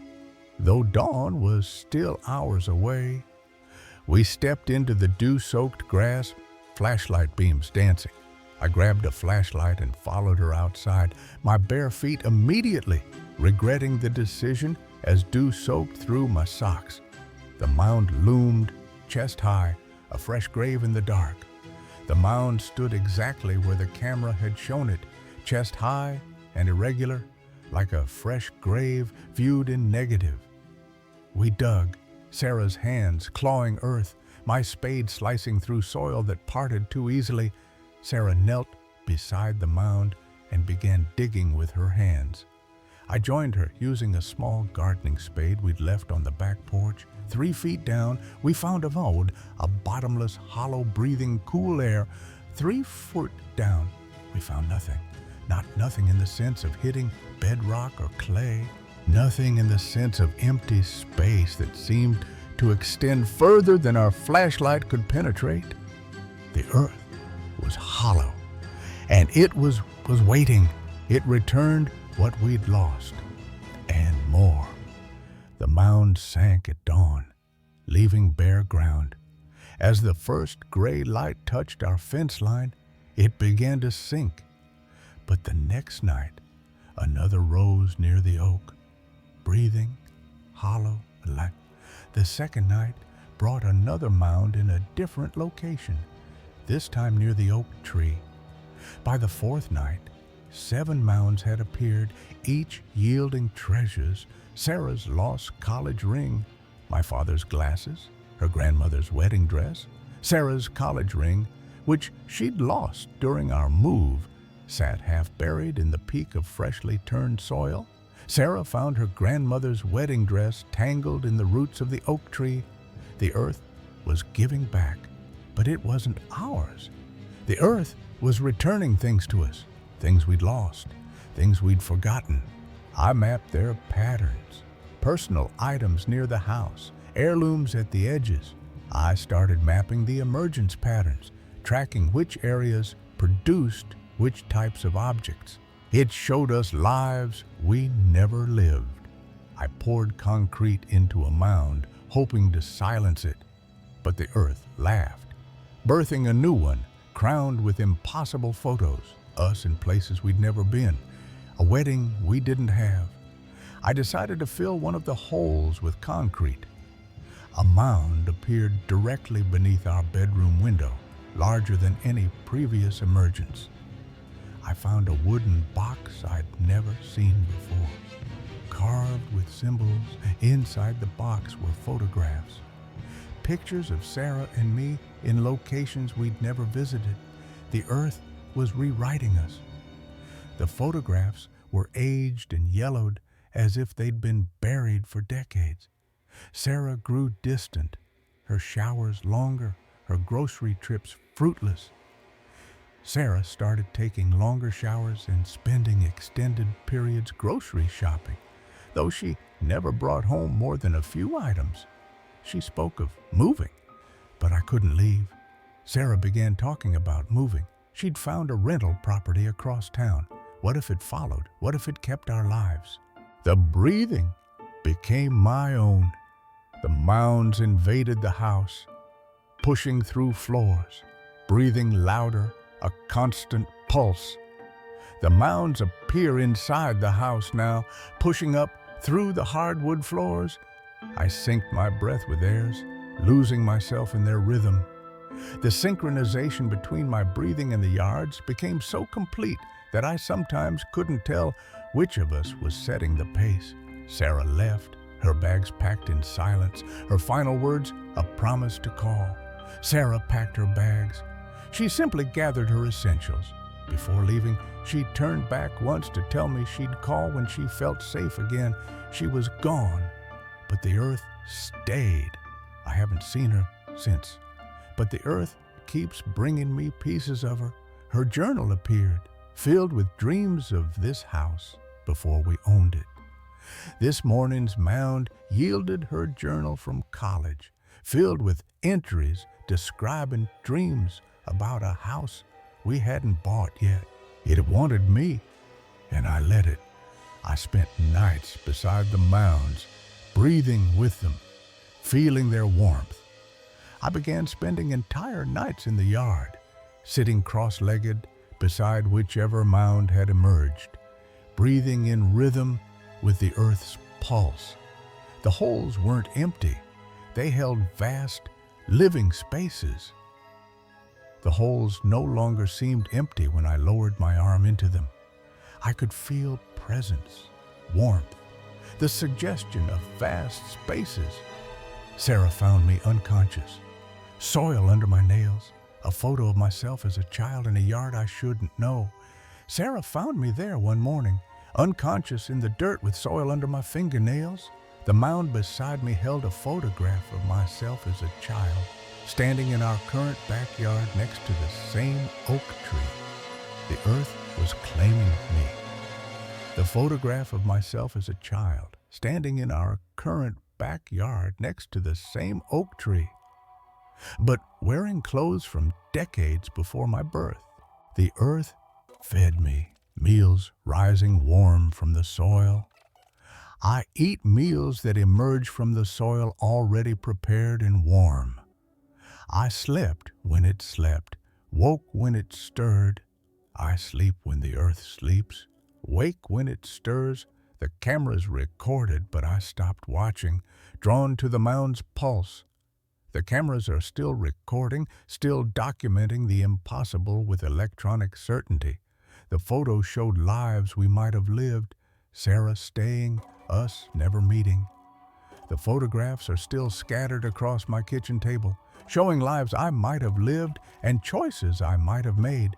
The earth held all truths, and it wanted mine. The earth holds all possibilities, all versions of truth, all the roads that branch and converge in the dark soil beneath our feet. I am its now, and it is me tonight. I'll dig deeper, the earth calling in Sarah's voice, promising secrets. I'm going outside now. The earth is calling my name, speaking in Sarah's voice, promising to show me where all the lost things go before they're ready to return. The mound's pulse faster, excited, ready. The earth has been preparing something special, something that requires my full participation. I'm no longer separate. My breath, its breath. My life, its memory. I am part of the breathing earth, part of its patient excavation of buried time. The house is alive, the soil my home. Some discoveries are meant to be experienced rather than observed. Some truths can only be learned underground. I'll go under and I'll know. I can feel it breathing faster now, excited, anticipating the moment when I finally understand what it's been trying to tell me. The frequency from the void, the hospital corridor stretched, its lights flickering like a dying pulse. A faint static hum seeped from the room, alive with whispers. Voices spoke from nowhere, predicting what hadn't yet come. They knew his name, his thoughts, his future. Once heard, they would never let him go. The smell hit me first. Antiseptic mixed with something organic. A cloying undertone that clung to the back of Nathan Carter's throat as he walked the endless corridor of St. Mary's Hospital in St. Louis. The room sat at the end, under fluorescent lights that buzzed and dimmed, casting shadows that seemed to shift.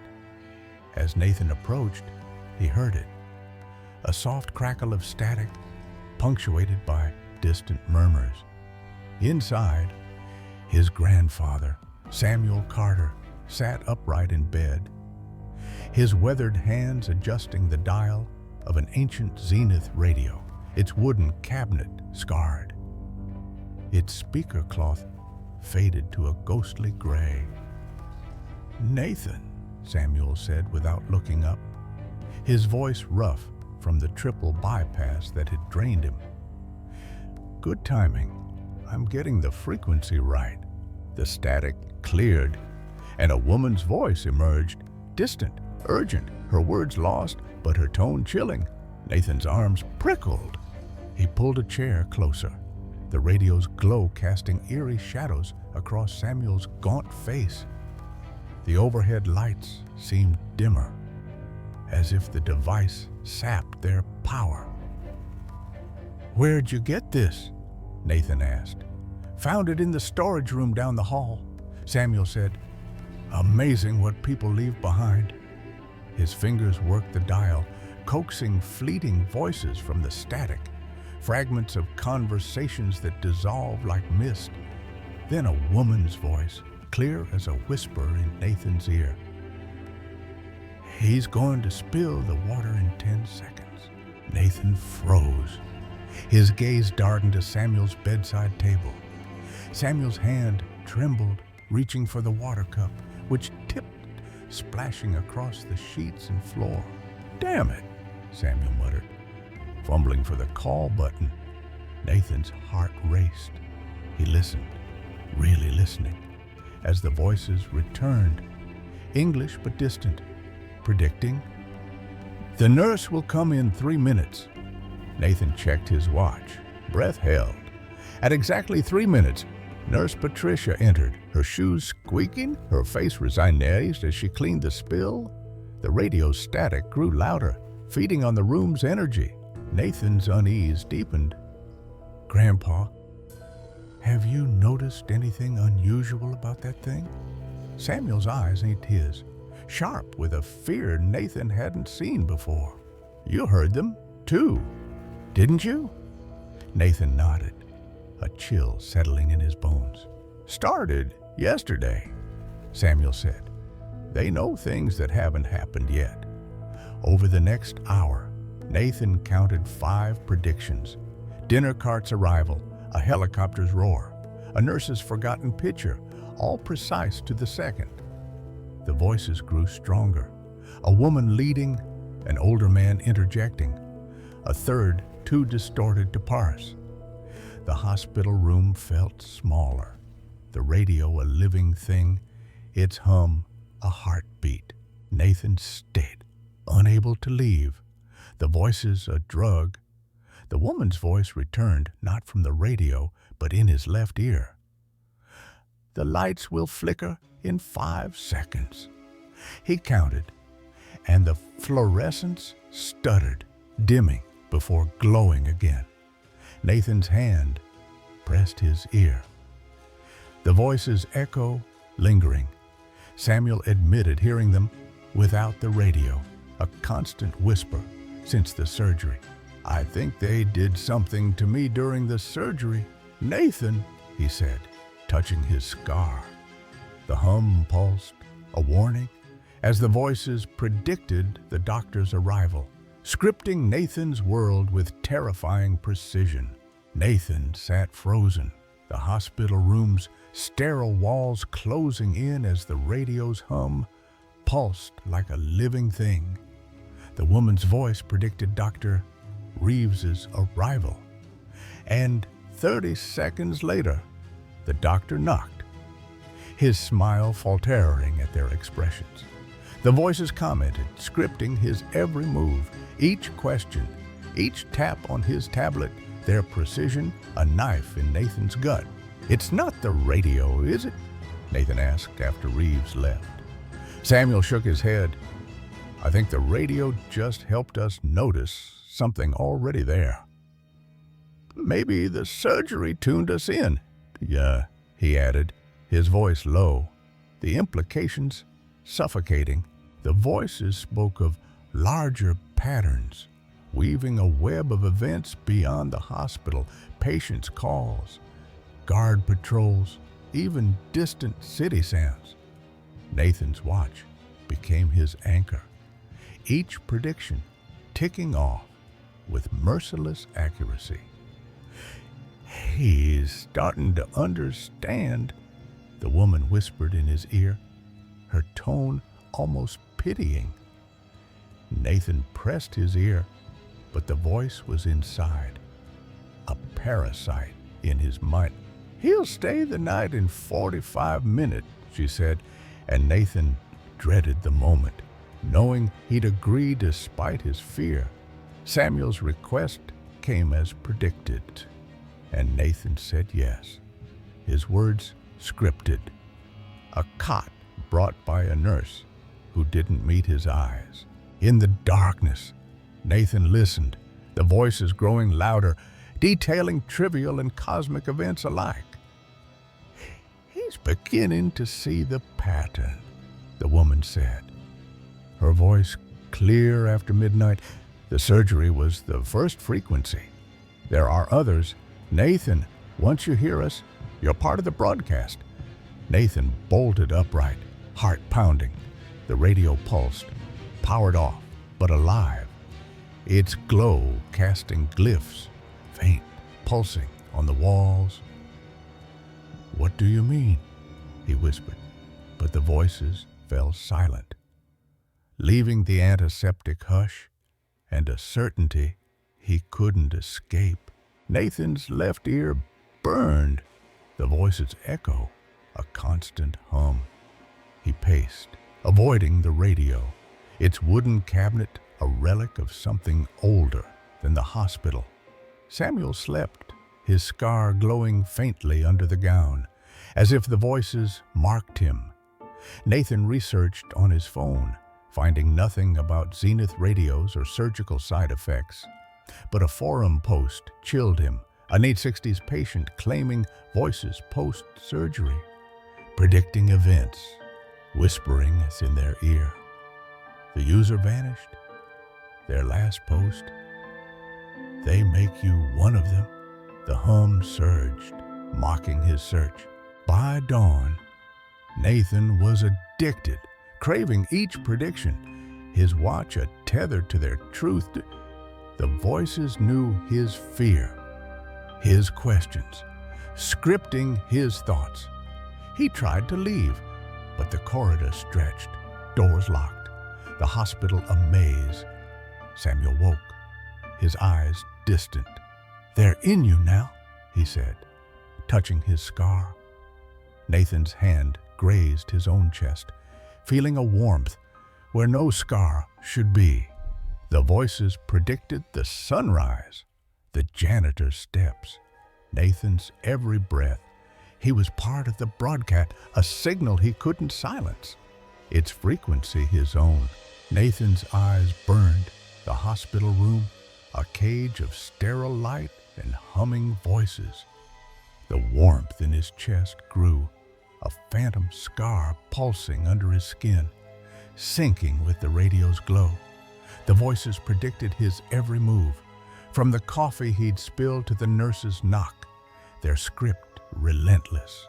Fighting it makes the signal stronger, the woman whispered, her voice now a constant in his left ear, intimate, invasive. Nathan clutched his head, but the hum was inside, a broadcast he couldn't mute. Samuel watched, grim, knowing, "They're always there now," he said, his scar glowing faintly, a beacon of their shared curse. Nathan fled the hospital, but the voices followed, predicting traffic lights, strangers' words, his own stumbles. At home, his apartment felt alien, the walls faintly etched with glyphs, organic, pulsing, like the radio signal made visible. He couldn't tune out. The voices, a drug dud, each prediction, feeding his dread and need. He smashed his radio, a cheap imitation of Samuel's Zenith. But the hum persisted, louder, chanting his name. "You're part of us," the woman said, her tone soothing, cruel. Nathan's mirror showed his eyes glowing faintly, like Samuel's scar marking him. He called his sister, Clara, voice shaking. "Something's wrong with Grandpa," he lied, unable to admit the voices. Clara arrived, her concern sharp, but the voices predicted her questions, her frown, her touch on his arm. "What did they do to you?" Nathan whispered, staring at Samuel's hospital photo, his scar a wound. Clara found a doctor's note, vague about post-surgical anomalies, buried in Samuel's file. The voices laughed, predicting Clara's call to the hospital, their script flawless. Nathan's chest burned, the phantom scar spreading, black veins curling under his skin. He returned to St. Mary's, the corridor endless, lights flickering in time with the hum. Samuel was weaker, his scar glowing brighter, the radio gone, but its signal alive in him. The surgery opened a door, Samuel rasped. We're broadcasting now. Nathan! The voices predicted Samuel's cough, his labored breath, Nathan's tears. There are others, the woman said, her voice a chorus, naming frequencies beyond the hospital, beyond time. Nathan's phone buzzed, a text from an unknown number. Tune in or burn out. The glyphs on his skin flared, searing. Nathan stayed. The voices his world, predicting the janitor's mop, the wind's howl, his own heartbeat. He saw the pattern, a web of scripted lives, his choices an illusion. Some doors can't be closed, the woman said, her voice at his own. Nathan's scar pulsed, black veins reaching his face, his eyes glowing. He was no longer Nathan, but a signal, a frequency in the void, broadcasting forever. The radio was silent, but the hospital hummed, its walls alive. The voices his pulse, promising truths he could never unhear. Nathan's world was the hum, his apartment a shrine of glowing glyphs that pulsed on every surface. Walls, mirrors, his skin. The voices scripted his life, predicting his steps, his breaths, Clara's calls, each event a thread in their endless broadcast. You're part of the pattern, the woman whispered, her voice a needle in his left ear, weaving his thoughts into their signal.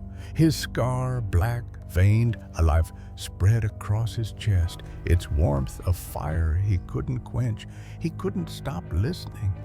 Their predictions a drug, each truth tightening their grip. Clara dragged him to a neurologist, her face pale as the voices predicted her words. He's not himself. The doctor's scans showed nothing, but the voices commented, scripting his questions, the hum drowning the MRI's buzz. The surgery wasn't just medical, Nathan muttered, clutching Samuel's file, its cryptic notes hinting at experimental neural implants.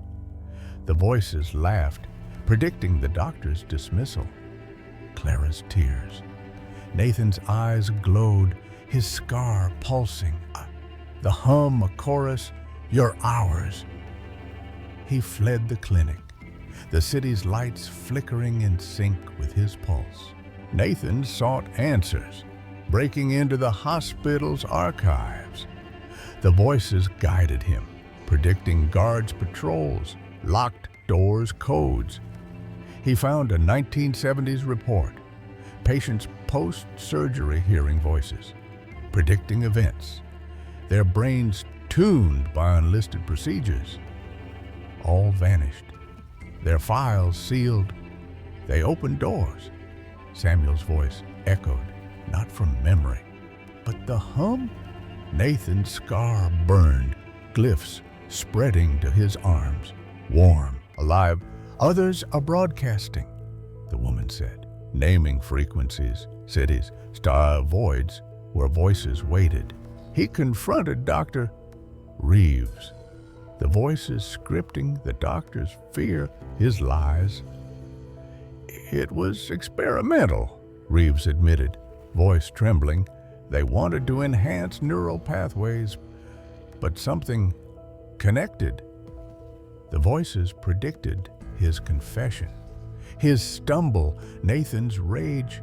Nathan left. The hospital a labyrinth, its walls glowing with glyphs.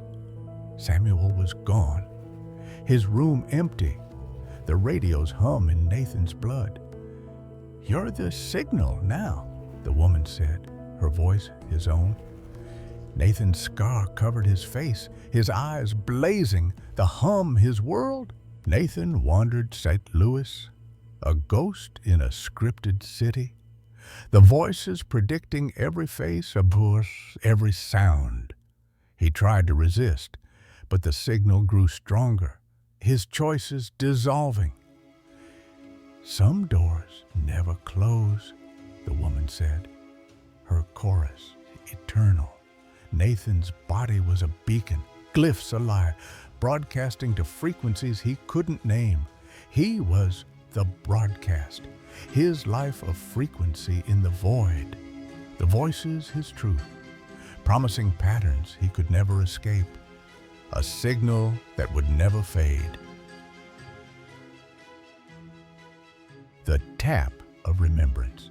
You wipe down a bar, the silence pressing in, not with chatter, but with a weight you can't name. Not the clink of glasses or the hum of a busy night, but a stillness that hides a pulse.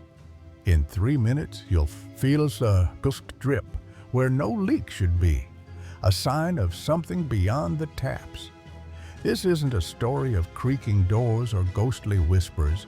It's a ritual born from memory, seeping into the living. What if the dead order drinks, and you're the one to serve them? Step into Murphy's Public House, where the night holds more than shadows. The bar felt wrong, a quiet that clung like damp air. I'd tended bar here for years, mastering the dance of closing, chairs stacked, floors mopped, taps cleaned. The brass tap handles felt colder than usual under my fingers as I wiped down the bar for the 3rd time that night. The usual Friday buzz was gone, replaced by an eerie hush. Murphy's Public House had been quiet since 10 o'clock, unusually quiet for a Friday. The empty stool where Eddie Carmichael sat gnawed at me. The kind of silence that makes you notice things you normally wouldn't. His absence was a presence, heavier than his living shadow. Then the tap wept, black tears where beer should flow. The first drops appeared at 12:47 a.m. I noticed them while counting the register. Tiny dark spots on the white towel I'd spread beneath the taps to catch drips. I chalked it up to condensation, but the liquid was thick, oily, staining like ink. But when I looked closer, the liquid was too dark, too thick. A chill gripped me as I wiped it, only for more to form. The Guinness tap was weeping black tears. It wasn't beer, it was a message, and I was its target. I shut off the CO2, but the flow persisted. My hands trembled as I reached for the CO2 valve behind the bar. The pressure system controlled all the taps, shut it off, and nothing could flow. The hiss of release faded, yet drops kept falling. Another drop formed, then another. This wasn't possible. The tap defied logic, a wound that wouldn't heal. Yet, there it was, thick, dark liquid, continuing to weep from the Guinness tap like blood from a wound. My phone hovered over the call button to Sean, but what could I say? The basement held the truth, a heartbeat in the keg. The basement stairs creaked under my weight as I descended, each step echoing in the confined space. The Guinness keg vibrated, a pulse I felt through my palm. But the keg was vibrating. It was subtle at first, barely perceptible tremors that I felt more than saw. I stumbled back, glass crashing, and heard liquid surge above. And in the sudden silence that followed, I heard something that made my blood freeze. The unmistakable sound of liquid flowing through the line above my head. The bar was alive, and it knew me. Upstairs, the tap ran like a river of shadow. The black liquid coated the bar. a stain that spread with intent. The Guinness tap was running, not dripping, but flowing in a steady stream of thick black liquid that had the consistency of crude oil, the smell metallic. Dick it, kick it, hit like a wave. The smell hit me next, metallic and organic, with undertones of decay that made my gorge rise. I fought to close it, but the handle was useless. I lunged for the tap handle, trying to force it closed, but it was already fully shut. The foam grew, black and malignant, pooling toward Eddie's stool. Then his voice broke the silence. That's when I heard Eddie's voice. It came from everywhere and nowhere, a whisper that seemed to originate from inside my own skull. Friday night special, extra foam, don't forget the toast. Eddie's gravelly tone, his Boston lilt. It was him, yet impossible. The words were unmistakably Eddie's. The same growly tone roughened by 40 years of unfiltered cigarettes. He was gone, but his order lived. But Eddie was gone. Eddie was ashed in an urn somewhere or buried in a plot across town. I poured, my hands shaking, the glass filling with dread. The liquid moved like blood, shadows swirling within. The glass felt unnaturally heavy as I positioned it under the flowing tap. The dark liquid filled it slowly, coating the sides with an oily film. I whispered a toast, and the flow stopped. To Eddie Carmichael, I whispered, my voice barely audible above the sound of my own thundering heartbeat. The moment the words left my lips, the flow from the tap stopped as abruptly as if someone had thrown a switch. The pub shifted to warm light, replacing the harsh glow. The harsh fluorescent lights dimmed to the warm yellow glow of incandescent bulbs. Eddie appeared, real as memory. His eyes held a depth beyond life. Eddie's stool was no longer empty. He sat there as he always had, a man in his late 60s with steel gray hair and calloused hands wrapped around a pint of Guinness. We drank. The taste a mix of tears and decay. The liquid slid down my throat like warm oil, carrying with it the taste of memory and loss. Each swallow brought new flavors, the saltiness of tears, the metallic tang of old blood, the sweet decay of flowers on a grave. His memories flooded me, Margaret, the Red Sox empty nights. I could sense his memories as if they were my own. Margaret's laugh, the feeling of her hand in his. He faded, the pub returning to silence.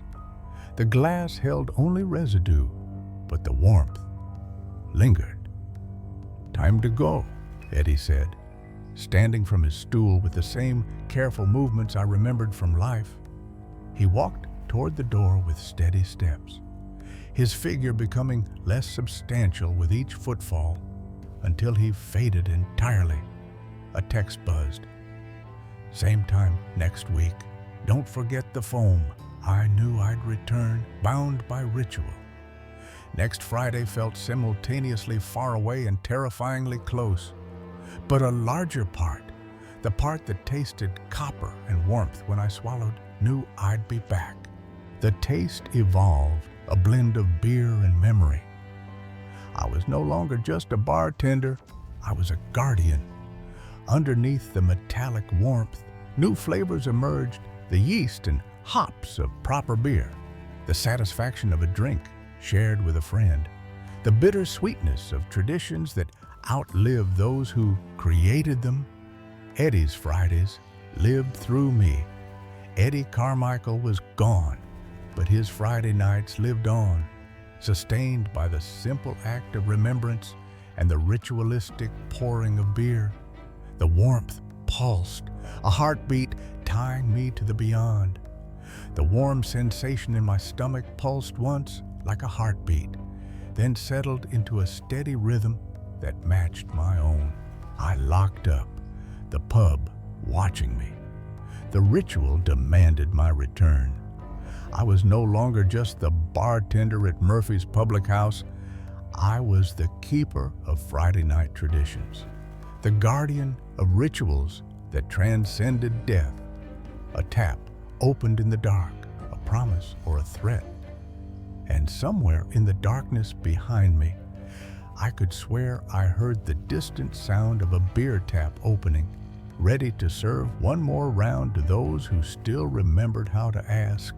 Next Friday, I'd serve again, a bridge between worlds. And when 12:40 arrived, I'd be ready with a clean glass and the words Eddie needed to hear. The mansion's silent caretakers. The Alderton mansion loomed like a forgotten sentinel, its spires piercing the twilight, its stone facade a mask hiding truths no air should uncover.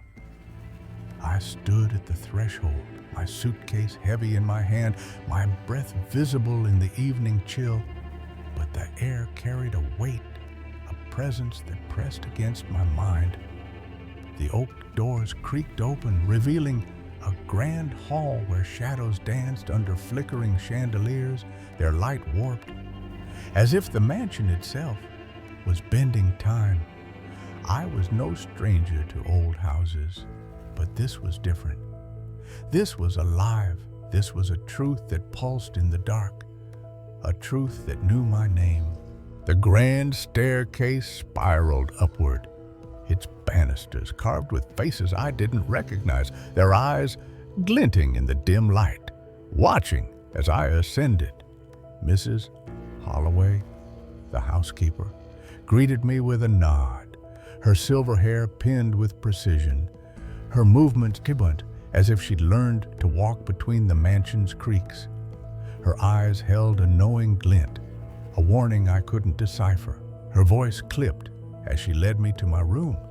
The hallways stretched endlessly, their portraits shifting, their frames tilting as if alive, as if the mansion was listening, as if it knew I was here. I was a trespasser, a stranger in a space that remembered, a space that refused to forget. My bedroom was cavernous, its high ceilings lost in shadow, its windows framed by heavy curtains that seemed to breathe, their edges swaying without wind.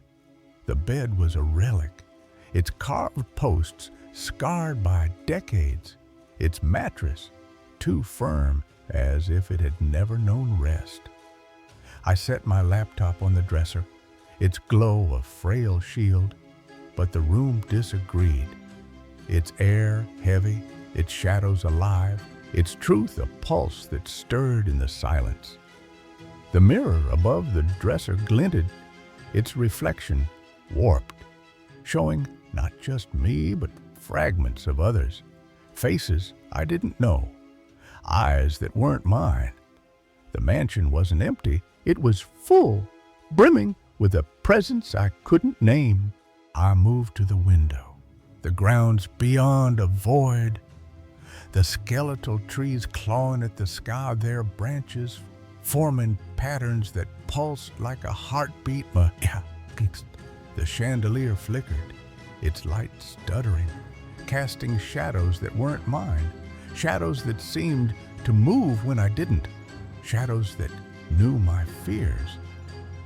I checked the door, its lock stiff, its hinges groaning like a warning, as if the mansion was resisting, as if it wanted me to stay, to see what it saw, to know what it knew. I was no stranger to solitude, to the quiet of writing, but this was different. This was alive. This was a mystery that pulsed in the dark. The night was a weight, the mansion a prison, its secrets a chain that bound me, its truths a pulse that followed me. I was a witness, a trespasser, a man marked by a secret I couldn't unknow, a secret that haunted my steps, a secret that refused to fade. The Alderton wasn't just a house. It was a record, a canvas of lives spent and lost, its walls holding echoes of those who'd lived here, those who'd never left. I was no stranger to old houses, but this was different. This was alive. This was a truth I couldn't escape, a truth that held me in its grip. The cold woke me, not the gentle chill that creeps through old windows or seeps up from basement stones, but something more deliberate, a precise absence of warmth that felt almost surgical in its application. I surfaced from sleep with that peculiar disorientation that comes from waking somewhere unfamiliar, my body registering the wrongness before my mind could process it. The Alderton mansion had been in my family for 3 generations, though none of us had lived here since my great-uncle's death in 1987. The inheritance lawyers had been surprisingly efficient, and within 6 months of Uncle Horace's funeral, I found myself the reluctant owner of a 19th century monument to architectural excess. Moving here seemed logical enough. My lease in the city was ending. My freelance writing career allowed for location independence, and the mansion came with Mrs. Holloway, a live-in housekeeper who'd maintained the property through decades of abandonment. The mansion's air was heavy, its shadows alive, its truth a pulse that stirred in the silence. But logic felt thin and inadequate now in the pre-dawn darkness of my first night, as I reached instinctively for covers that weren't there. My comforter lay at the foot of the bed, folded with impossible precision, not bunched or kicked off in sleep, but arranged in perfect triangular pleats that caught what little moonlight filtered through the heavy curtains. The fabric formed an intricate fan pattern, each fold crisp and deliberate, like the work of someone with infinite patience and mathematical precision. I stood, my breath catching, my eyes darting to the mirror, its reflection warped, showing not just me, but fragments of others, faces that weren't mine, eyes that burned with a truth I couldn't face. The floorboards groaned, their creaks echoing too long, as if the mansion was baking, as if it knew I was here. I sat up slowly, my breath visible in small puffs. The heating system must have failed. That would explain both the cold and my subconscious decision to remove the covers, except I had no memory of folding anything, and the geometric perfection of the arrangement seemed far beyond what I could accomplish even fully awake, let alone in the throes of disturbed sleep. The floorboards creaked as I stood, a sound that seemed to echo longer than it should in the cavernous bedroom. I moved to the window, the grounds beyond a paradox, the trees twisting into shapes I didn't want to name, their branches pulsing like a heartbeat. The chandelier flickered, its light stuttering, casting shadows that weren't mine, shadows that seemed to move when I didn't, shadows that knew my fears. I checked the door, its lock stiff, its hinges groaning like a warning, as if the mansion was resisting, as if it wanted me to stay. The Alderton wasn't empty. It was full, brimming with a presence I couldn't name, a presence that knew my sins, my fears, my words. I was a trespasser, a stranger in a space that remembered, a space that refused to forget, a space that pulsed with a life of its own. The kitchen was a refuge, its warmth a frail shield. But Mrs. Holloway's words were heavier, her knowing eyes a warning, her hands moving with a precision that mirrored the mansion's own. I managed perhaps 2 hours of fitful sleep before dawn leaked gray through the curtains. Mrs. Holloway was already in the kitchen when I descended, her silver hair pinned back with the same precision I'd observed in everything about the house. She moved with the economy of someone who'd spent years learning the mansion's rhythms, her footsteps somehow finding the spots between creaks, her hands knowing exactly where each implement belonged. Her nod was a pulse, her silence a truth that lingered in the air, a truth that followed me back to my room. I tried to write, my laptop's glow a frail defense, but the mansion disagreed. Its sounds too deliberate, its shadows a lie, its truth a pulse that refused to fade. The Alderton was a witness, a keeper of secrets, a truth that held me in its grip, a truth that changed me, a truth I couldn't escape. I was a witness, a trespasser, a man marked by a secret I couldn't unknow, a secret that haunted my steps, a mystery that pulsed in the dark. The Alderton shadows seemed to deepen as I settled into my bedroom. The room's vastness a paradox, its silence a lie that hid a deeper truth. I sat at the desk, my laptop's glow a frail shield, but my eyes were drawn to the mirror, its reflection warped, showing not just me, but fragments of others, faces I didn't know, eyes that weren't mine. The air was heavy, thick with a scent I couldn't place, dust, wax, something older, something that clung to the walls, something that knew my fears. The mansion wasn't just a house, it was a record, a canvas of lives spent and lost, a truth that pulsed in the dark. I closed my eyes, my mind racing with words, sentences, stories, but the letters didn't add up, the pages shifting as if the mansion was rewriting my work, as if it knew my thoughts. The chandelier flickered, its light stuttering, casting patterns that weren't random, patterns that seemed to form faces, hands, eyes that weren't there. I stood, my heart a drum, my breath catching, my eyes darting to the windows, where the grounds beyond seemed to shift, the skeletal trees twisting into shapes I didn't want to name, their branches pulsing like a heartbeat. The Alderton wasn't empty, it was full, brimming with a presence I couldn't name. The door creaked, though I hadn't touched it, its hinges groaning like a warning, its frame glinting under the flickering light, its edges warped, as if the mansion was bending space, as if it wanted me to see what it saw, to know what it knew.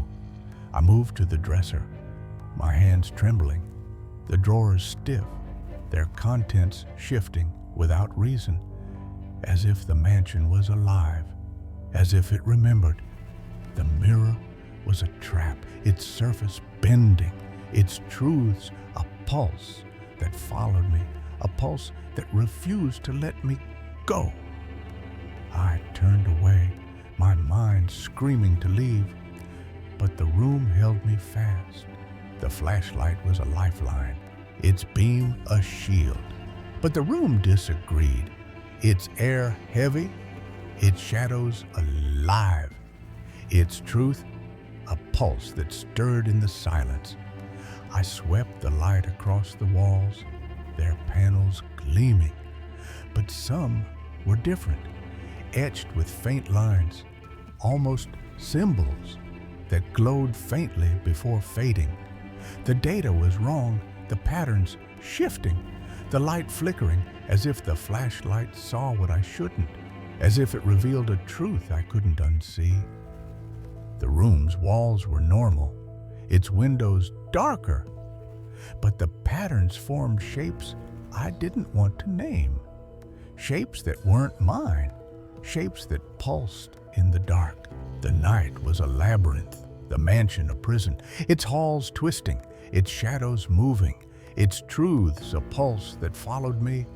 I was no stranger to solitude, to the quiet of writing, but this was different.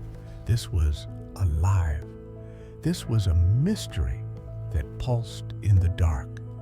The Alderton was a witness, a keeper of secrets, a truth that held me in its grip, a truth that changed me, a truth I couldn't escape.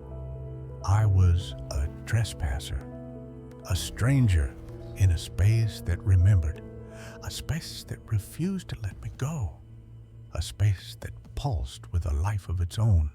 The incident with the comforter felt almost absurd in the morning light, but something about her knowing look suggested she was waiting for me to mention it.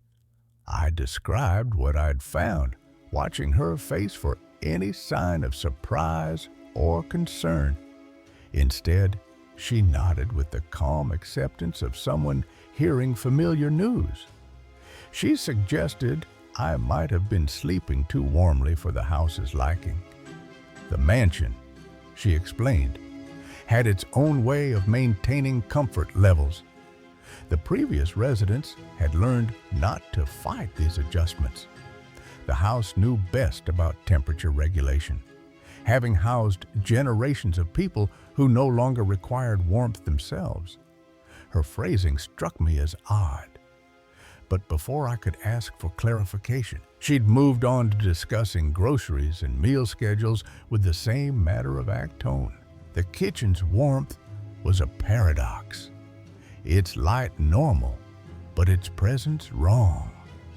As if the mansion was speaking, as if it knew my doubts, my fears, my words.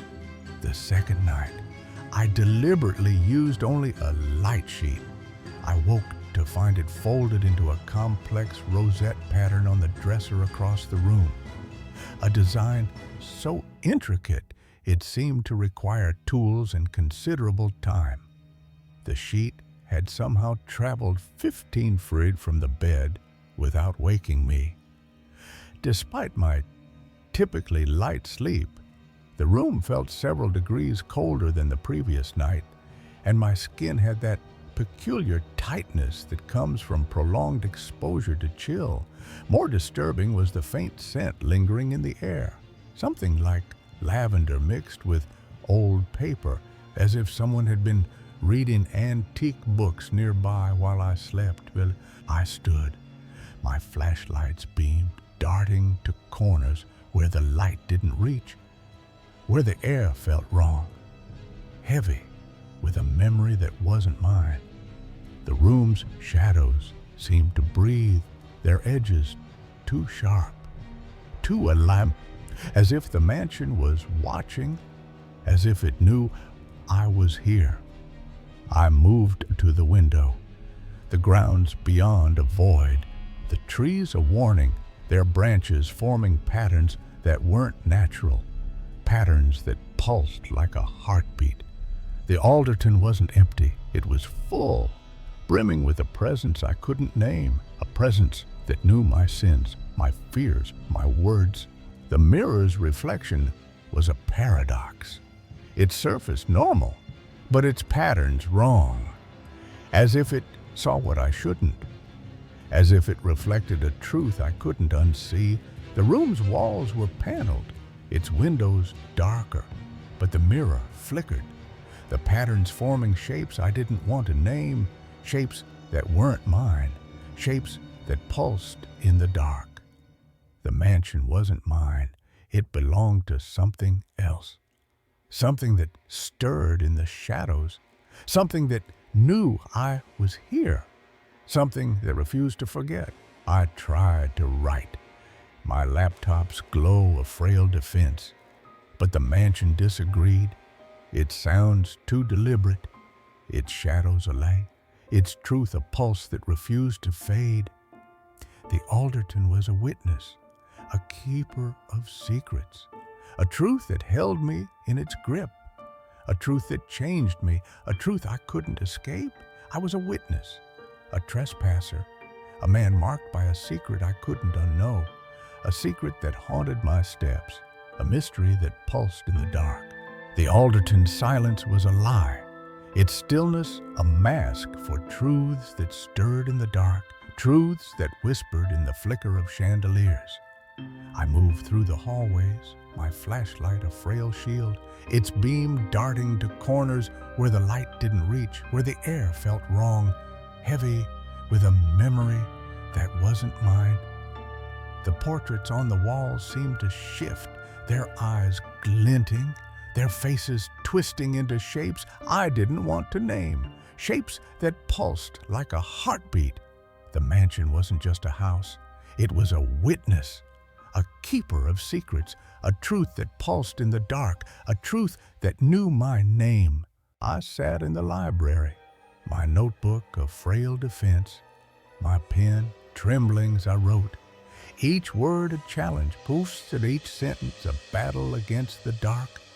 The bookshelves loomed, their volumes gleaming, but some were different, open to pages I hadn't read, their margins etched with faint lines, almost symbols, that glowed faintly before fading. The air grew denser, the shadows deeper, as if the mansion was resisting, as if it wanted me to stay, to see what it saw, to know what it knew. The library wasn't empty, it was full, brimming with a presence I couldn't name, a truth I couldn't escape. The chandelier flickered, its light stuttering, casting patterns that weren't random, patterns that seemed to form faces, hands, eyes that weren't there. I stood, my heart a drum, my breath catching, my eyes darting to the windows, where the grounds beyond seemed to shift, the skeletal trees twisting into shapes I didn't want to name, their branches pulsing like a heartbeat. The mirror by the fireplace glinted, its reflection warped, showing not just me, but fragments of others, faces I didn't know, eyes that burned with a truth I couldn't face. The Alderton wasn't empty, it was full, brimming with a presence I couldn't name. The flashlight was a lifeline, its beam a shield, but the room disagreed, its air heavy, its shadows alive, its truth a pulse that stirred in the silence.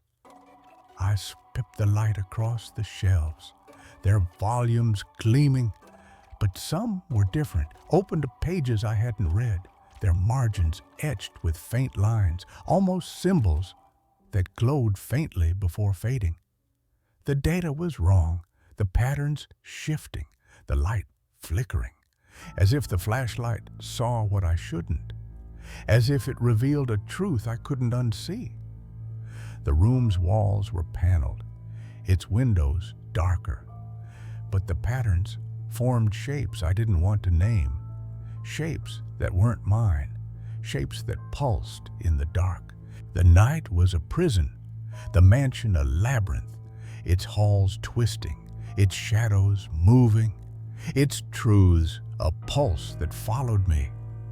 I was no stranger to solitude, to the quiet of writing, but this was different. This was alive. This was a mystery that pulsed in the dark. The Alderton was a witness, a keeper of secrets, a truth that held me in its grip, a truth that changed me, a truth I couldn't escape.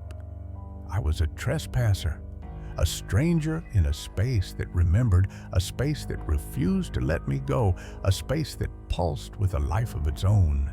By the third night, I'd developed a strategy. I would use minimal covers, but stay alert, listening for any disturbance. I positioned myself so I could see both the door and the windows and kept a small flashlight within easy reach. Sleep came despite my vigilance, and I woke to find my pillowcases removed and arranged in an elaborate spiral on the floor beside the bed. The bare pillows felt cold against my cheek, and I realized I'd been lying on them for hours without covers in a room that couldn't have been warmer than 50 degrees. But what unnerved me most was discovering the bedroom door slightly ajar. I distinctly remembered closing it, yet now it stood open just enough to allow passage for someone moving carefully in the dark. The door's creak was a paradox, its movement normal, but its presence wrong, as if the mansion was speaking, as if it knew my doubts, my fears, my words. Mrs. Holloway's reaction to my growing concern remained unsatisfyingly calm. She spoke about the house's consideration for my comfort, how it was simply trying to prevent me from overheating. When I pressed her about the moved bedding, she suggested that perhaps I was a more active sleeper than I realized. The house, she insisted, was only responding to my apparent discomfort with excessive warmth. Her words were a pulse, her silence a truth that lingered in the air, a truth that followed me back to my room. I stood, my flashlight's beam darting to corners where the light didn't reach, where the air felt wrong, heavy with a memory that wasn't mine. The room's shadows seemed to breathe, their edges too sharp, too alive, as if the mansion was watching, as if it knew I was here. I moved to the window. The ground's beyond a void, the trees a warning, their branches forming patterns that weren't natural, patterns that pulsed like a heartbeat. The Alderton wasn't empty, it was full, brimming with a presence I couldn't name, a presence that knew my sins, my fears, my words. The mirror's reflection was a paradox. Its surface normal, but its patterns wrong. As if it saw what I shouldn't, as if it reflected a truth I couldn't unsee. The room's walls were paneled, its windows darker, but the mirror flickered, the patterns forming shapes I didn't want to name, shapes that weren't mine, shapes that pulsed in the dark. The mansion wasn't mine, it belonged to something else. Something that stirred in the shadows, something that knew I was here, something that refused to forget. I tried to write, my laptop's glow a frail defense, but the mansion disagreed. Its sounds too deliberate, its shadows its truth a pulse that refused to fade. The Alderton was a witness, a keeper of secrets, a truth that held me in its grip, a truth that changed me, a truth I couldn't escape.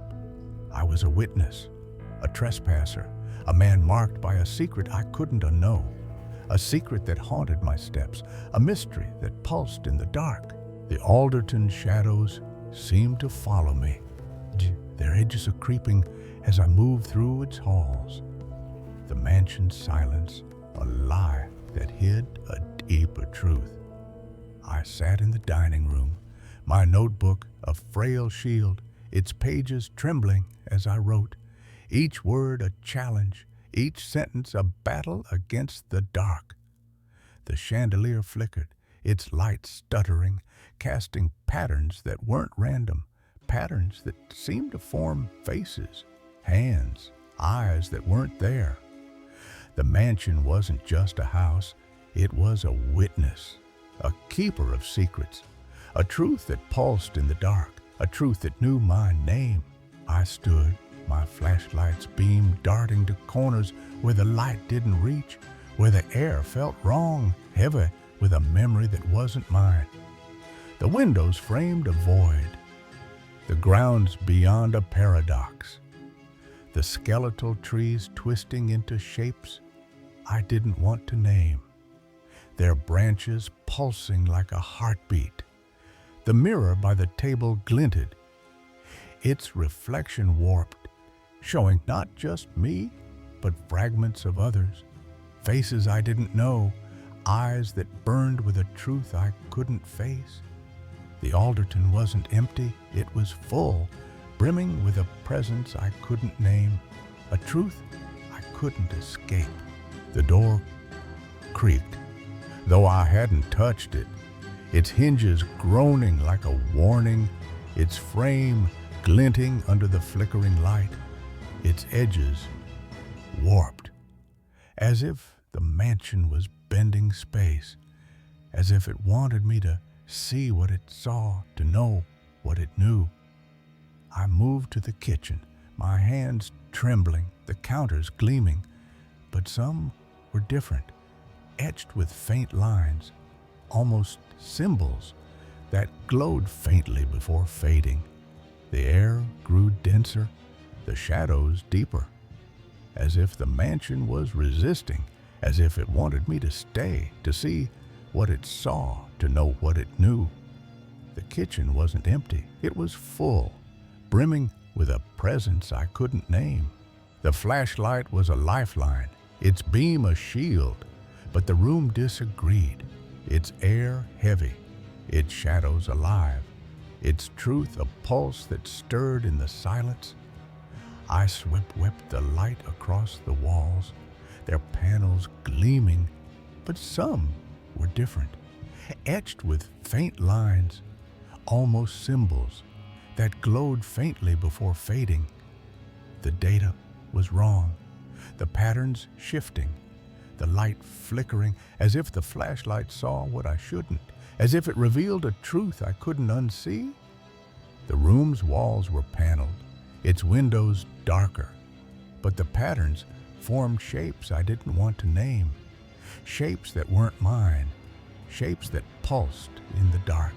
The night was a prison, the mansion a labyrinth, its halls twisting, its shadows moving, its truths a pulse that followed me.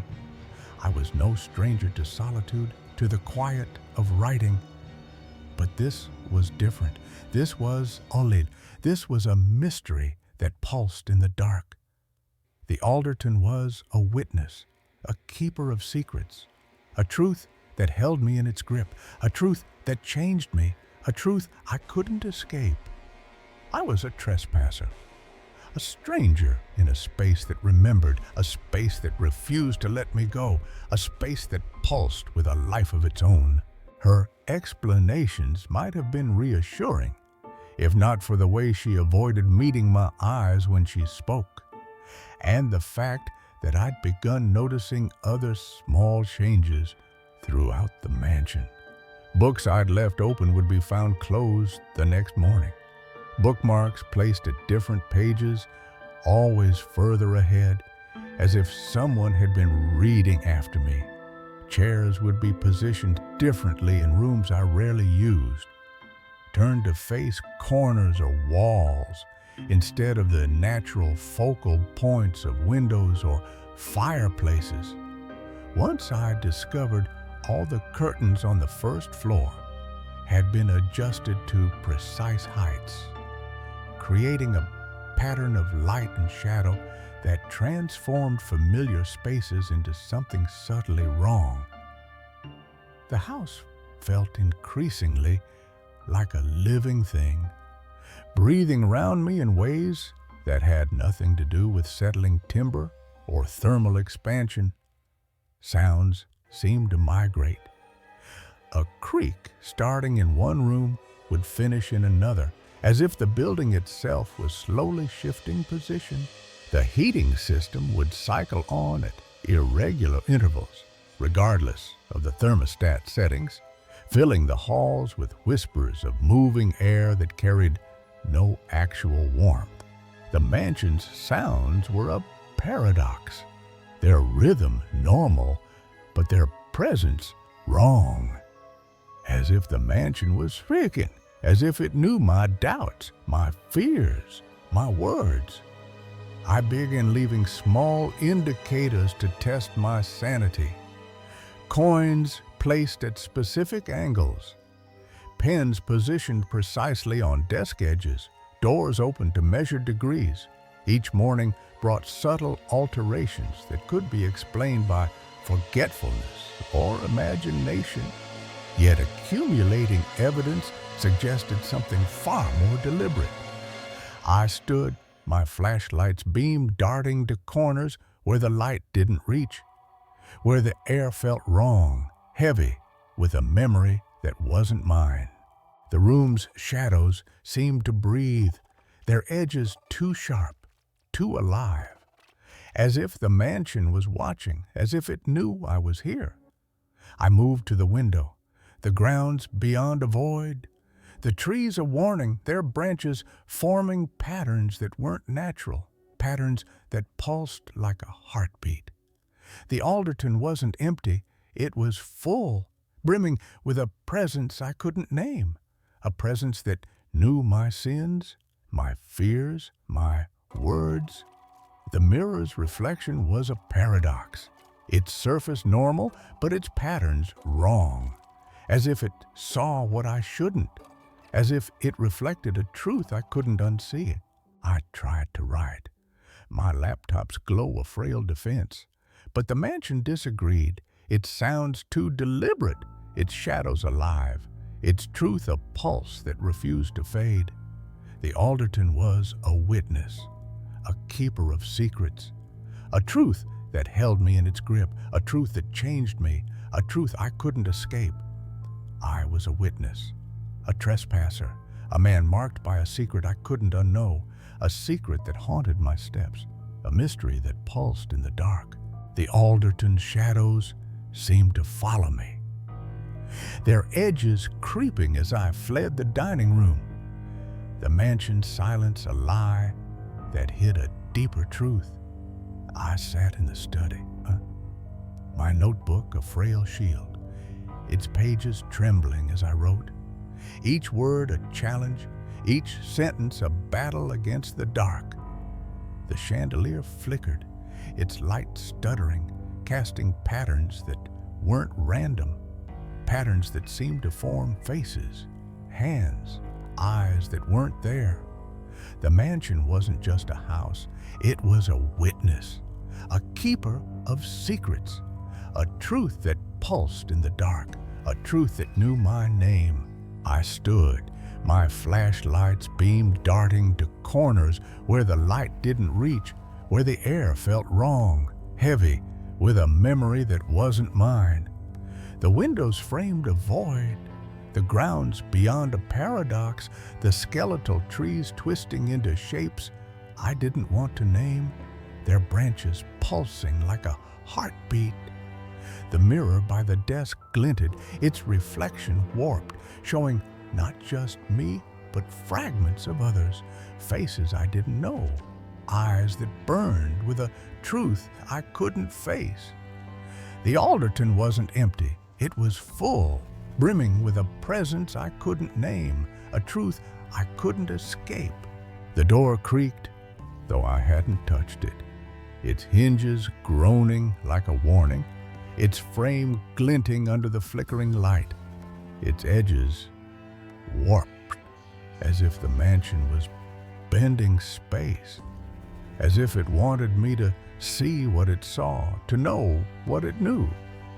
I moved to the library, my hands trembling, the shelves gleaming, but some were different, open to pages I hadn't read, their margins etched with faint lines, almost symbols that glowed faintly before fading. The air grew denser, the shadows deeper, as if the mansion was resisting, as if it wanted me to stay, to see what it saw, to know what it knew. The flashlight was a lifeline, its beam a shield, but the room disagreed, its air heavy, its shadows alive, its truth a pulse that stirred in the silence. I swept the light across the shelves, their volumes gleaming, but some were different, open to pages I hadn't read, their margins etched with faint lines, almost symbols, that glowed faintly before fading. The data was wrong, the patterns shifting, the light flickering, as if the flashlight saw what I shouldn't, as if it revealed a truth I couldn't unsee. The room's walls were paneled, its windows darker, but the patterns formed shapes I didn't want to name, shapes that weren't mine, shapes that pulsed in the dark. The night was a prison, the mansion a labyrinth, its halls twisting, its shadows moving, its truths a pulse that followed me. I was no stranger to solitude, to the quiet of writing. But this was different. This was alive. This was a mystery that pulsed in the dark. The Alderton was a witness, a keeper of secrets, a truth that held me in its grip, a truth that changed me, a truth I couldn't escape. I was a trespasser, a stranger in a space that remembered, a space that refused to let me go, a space that pulsed with a life of its own. The fourth night, I decided to stay awake. I arranged myself in the bedroom's wing chair, facing the bed, wrapped in a heavy bathrobe I brought from my apartment. The mansion settled around me with its catalog of familiar sounds, pipes ticking, wood adjusting, the distant whisper of wind through architecture gaps, normal sounds that should have been comforting, but now seemed like coded messages I couldn't quite interpret. Around 2 a.m., the temperature began dropping noticeably. My breath started misting and the windows developed a thin film of condensation despite the dry autumn air outside. The cold felt directed somehow, not the general chill of a heating failure, but something more focused, as if the room itself was exhaling frost. I watched my covers, a single lightweight blanket draped over the empty bed for any sign of movement. Nothing visible occurred, yet when I blinked, the fabric seemed to be settling differently, as if recently disturbed by hands I couldn't see. The feeling of being observed grew stronger as the night progressed, not the casual awareness of another presence, but the intense scrutiny of something studying me with scientific interest. I found myself tensing at sounds that hadn't registered moments before. A soft rustling like fabric being handled, barely audible footsteps on carpet, the whisper of air movement that suggested someone passing nearby. Around 4 a.m., exhaustion finally claimed me in the chair. I woke at dawn to find the blanket gone from the bed entirely. A systematic search of the room revealed it folded into an impossible geometric sculpture on the bathroom vanity. A construction so complex it seemed to defy the properties of fabric itself. The material had been twisted and pleated into a three-dimensional mandala that cast intricate shadows in the morning light. But what shattered my remaining rationality was the discovery of my bathrobe, removed while I slept in the chair and arranged in a perfect spiral on the floor around my feet, as if something had undressed me with infinite care while I remained unconscious. The mansion's shadows were a paradox, their movement normal, but their presence wrong. As if the mansion was watching, as if it knew my doubts, my fears, my words. Mrs. Holloway found me in the kitchen an hour later, still wearing yesterday's clothes, staring at my coffee with the hollow focus of someone questioning fundamental assumptions about reality. She asked about my night with the same gentle concern she might show for a guest recovering from a minor illness. When I described waking in the chair without my robe, she nodded sympathetically and mentioned that the house sometimes helped with temperature regulation while people slept. regardless of where they chose to rest. Her words were a pulse, her silence a truth that lingered in the air, a truth that followed me out the kitchen door. I stood, my flashlight's beam darting to corners where the light didn't reach, where the air felt wrong, heavy with a memory that wasn't mine. The room's shadows seemed to breathe, their edges too sharp, too alive, as if the mansion was watching, as if it knew I was here.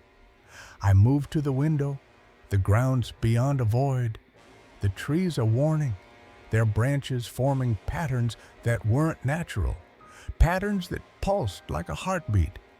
The Alderton wasn't empty, it was full, brimming with a presence I couldn't name, a presence that knew my sins, my fears, my words. The mirror's reflection was a paradox, its surface normal, but its patterns wrong, as if it saw what I shouldn't, as if it reflected a truth I couldn't unsee. The room's walls were paneled, its windows darker, but the mirror flickered. The patterns forming shapes I didn't want to name, shapes that weren't mine, shapes that pulsed in the dark. The mansion wasn't mine, it belonged to something else, something that stirred in the shadows, something that knew I was here, something that refused to forget. I tried to write, my laptop's glow a frail defense, but the mansion disagreed. It sounds too deliberate, its shadows live, its truth a pulse that refused to fade. The Alderton was a witness, a keeper of secrets, a truth that held me in its grip, a truth that changed me, a truth I couldn't escape. I was a witness, a trespasser, a man marked by a secret I couldn't unknow, a secret that haunted my steps, a mystery that pulsed in the dark. The antique shop's air hung thick with the musty scent of mothballs, a silence pressing against my ears as I ran my fingers over a pale green baby monitor, its yellowed plastic a relic of the past. The dim light flickered, casting shadows that seemed to shift with a life of their own, and a chill crept up my spine, not from the cold, but from an unseen presence. The shopkeeper's trembling hands wrapped it, his muttered warning a whisper I dismissed. A voice lingered, its intent threading through the device, marking me as its target in the stillness. The monitor sat on my desk, its retro charm a comfort in my studio apartment, but the air grew heavy, a tension that made my breath catch as I connected it to my phone. The warm static hum filled the room, yet the silence beyond it felt alive, watching. My heart thudded as the lights dimmed, a faint pulse rising from the speaker, a sound that carried a threat. The isolation of my late-night workspace, cut off from the city's noise, amplified my unease. No neighbors, no help, just me and the entity stirring within the monitor's depths. Something was waking, its presence a whisper I couldn't ignore. I leaned over my work, the monitor's red light a steady beacon, when a sensation gripped me, a pull, a weight that dragged my attention to the device. The static crackled, a sob breaking through, so clear it made my skin prickle, as if the room itself wept. My pulse raced as I sat up, the apartment's darkness pressing in, the sound too real, too close. The monitor was no longer a tool. It had become a conduit, pulling me into a realm where voices spoke without source. The sobbing grew, a lullaby weaving through the static, and the air thickened with an unnatural chill as I approached the device. The voice, neither male nor female, sang with a distortion that twisted my gut.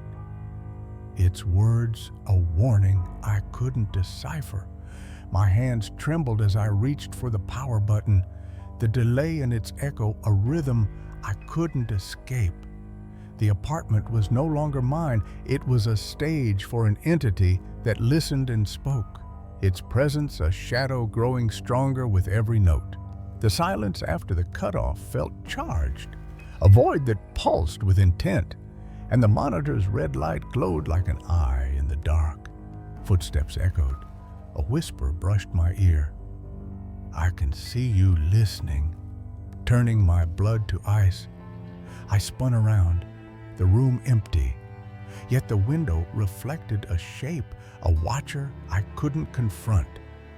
The device had opened a door, and the static whisper was pulling me into a reality where I was the prey, its voice a chain I couldn't break. Story 12. The antique shop smelled of mothballs and forgotten memories when I first spotted it. A pale green baby monitor from the early 8s.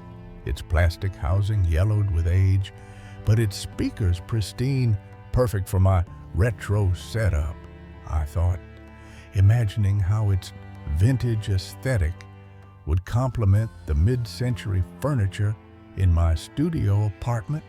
The elderly shopkeeper wrapped it carefully in tissue paper, his weathered hands trembling slightly as he counted my 20 bills. "Works perfectly," he muttered, avoiding my eyes. Well, you'll see." I should have asked what he meant. For the first week, the monitor served its purpose beautifully, connected to my phone via a simple auxiliary cable I'd soldered myself. It filled my workspace with the warm, slightly tiny sound that only analog speakers could produce. The chunky volume dial and frequency tuner gave it an authentic charm that my sleek modern speakers lacked.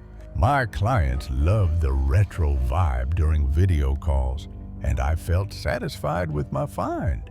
The first incident broke the calm. The first incident happened on a Tuesday night. I'd been working late on a logo design.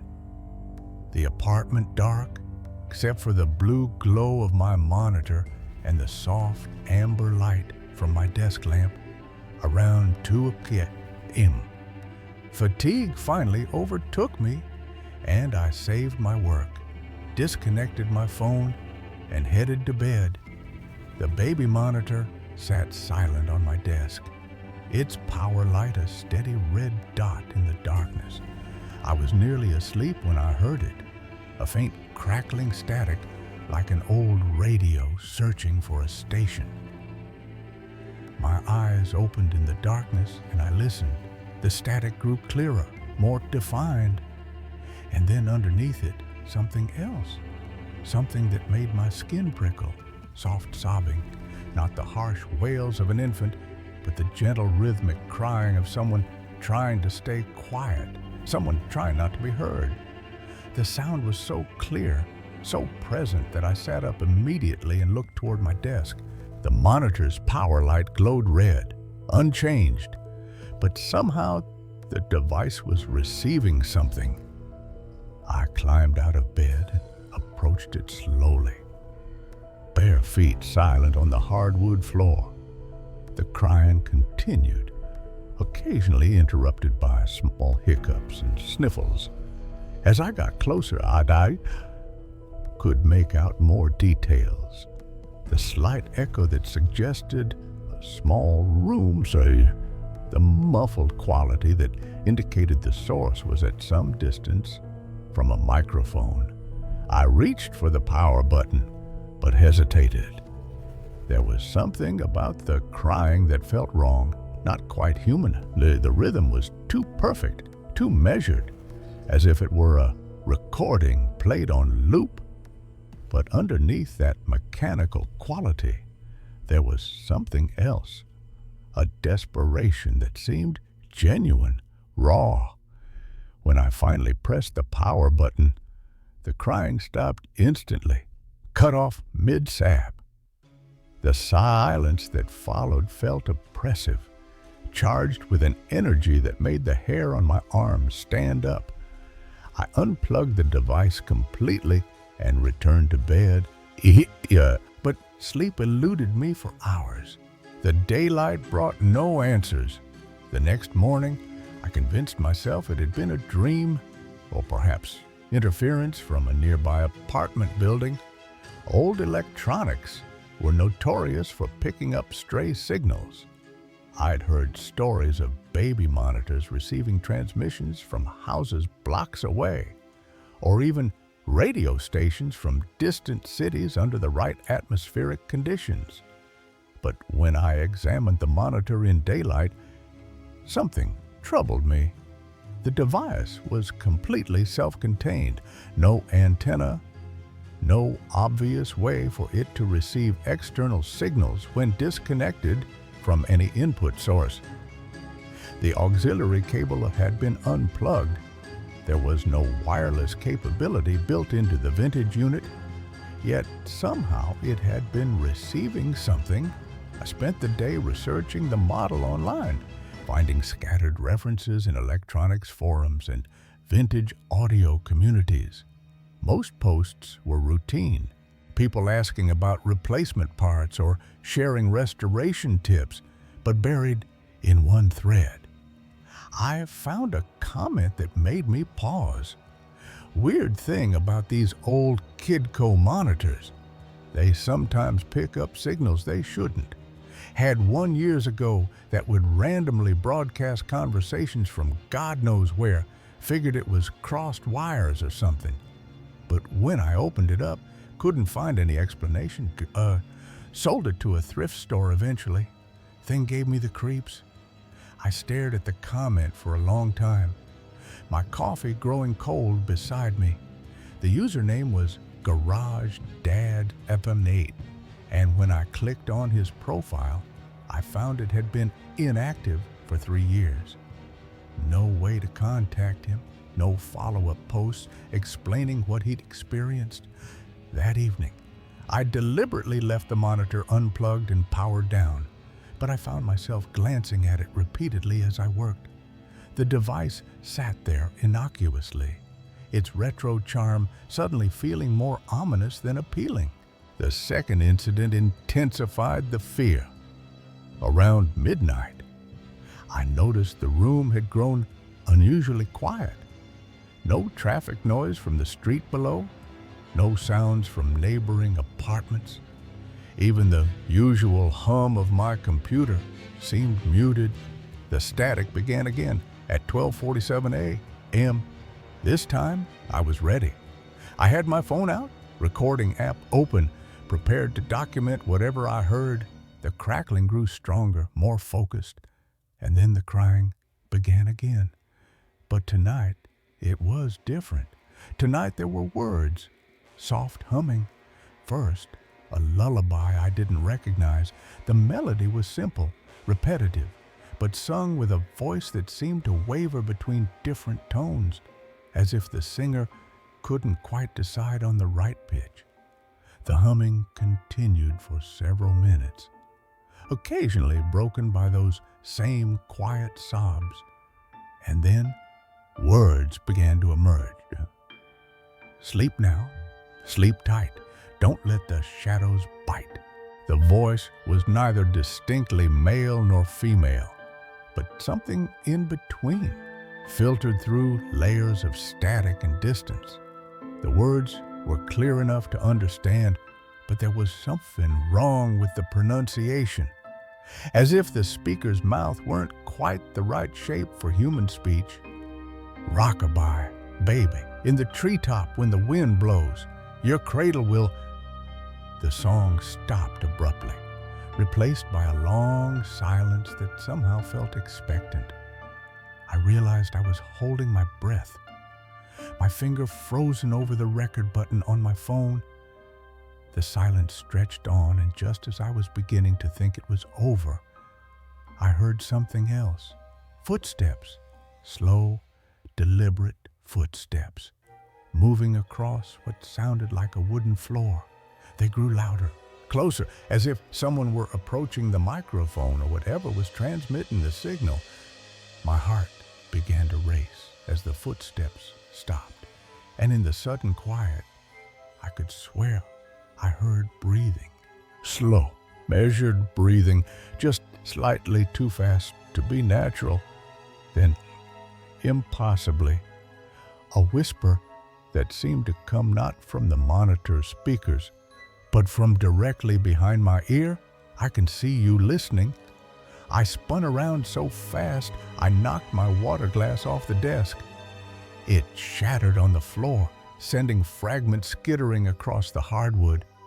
But there was nothing behind me, nothing at all. When I turned back to the monitor, it was silent again, its red power light unwavering. My hands shaking, I unplugged the device and carried it to my closet. Burying it under a pile of old clothes, I spent the rest of the night with every light in the apartment on, jumping at every small sound, my mind racing with explanations that all felt inadequate. The research deepened the mystery. Sleep, when it finally came near dawn, brought dreams of static and whispered lullabies. The next few days passed in a haze of exhaustion and mounting paranoia. I'd removed the monitor from my apartment entirely, taking it to my office downtown and locking it in a storage closet. But the experience had left me changed, hypersensitive to every small sound, every shadow that moved in my peripheral vision. I found myself researching the history of baby monitors, diving deep into technical specifications and patent filings, looking for any explanation for what I'd experienced. The science was straightforward: analog radio transmissions on specific frequencies designed to carry audio from one unit to another within a limited range.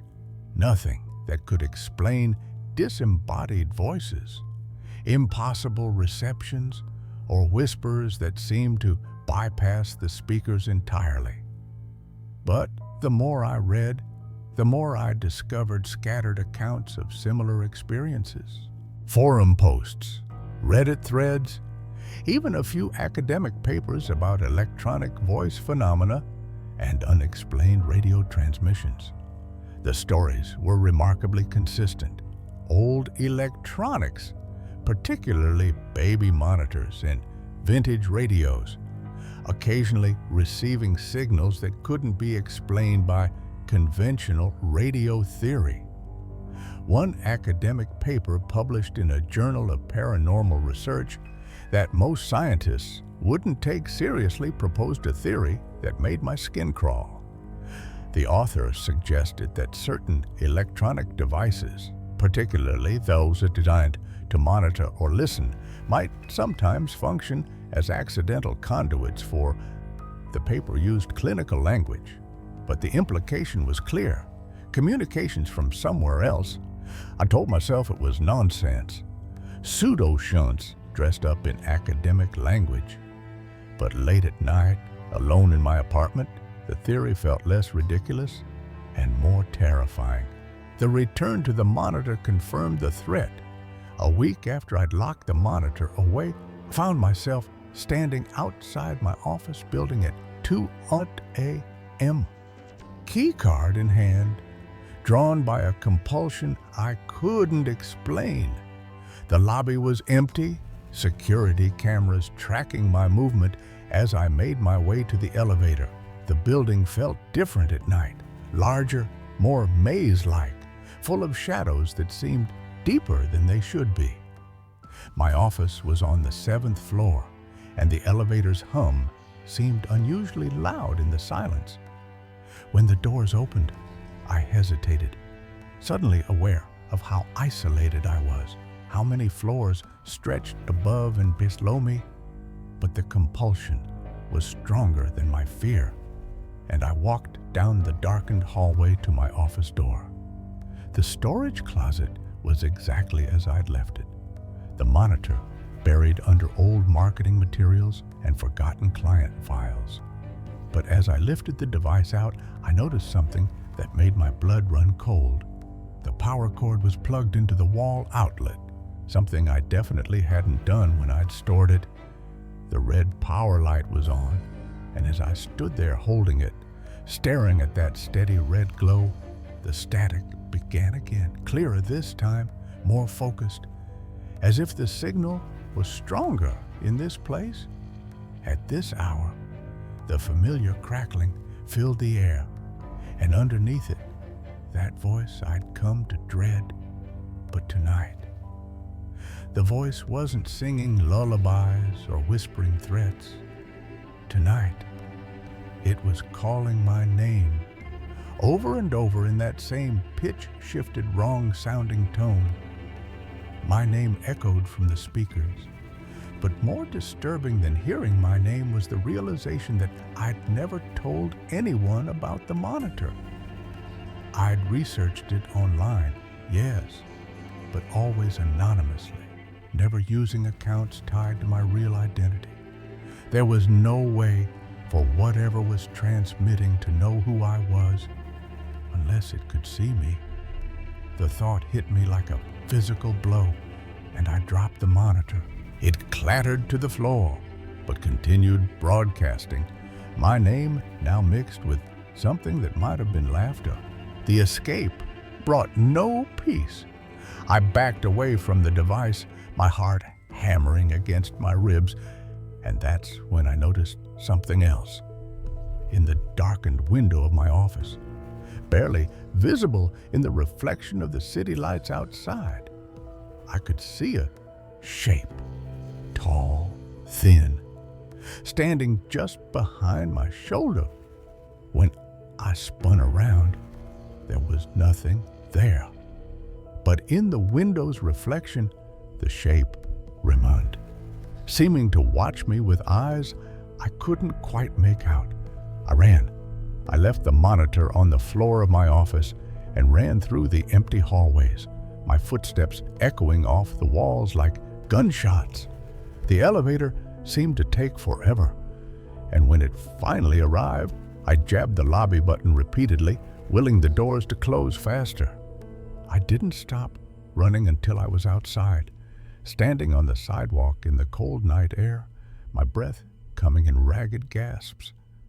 Behind me, 7 floors up, I could see the dim glow of my office window, and in that glow, I could swear I saw movement, a shadow passing back and forth as if someone were pacing inside. So I never went back to that office.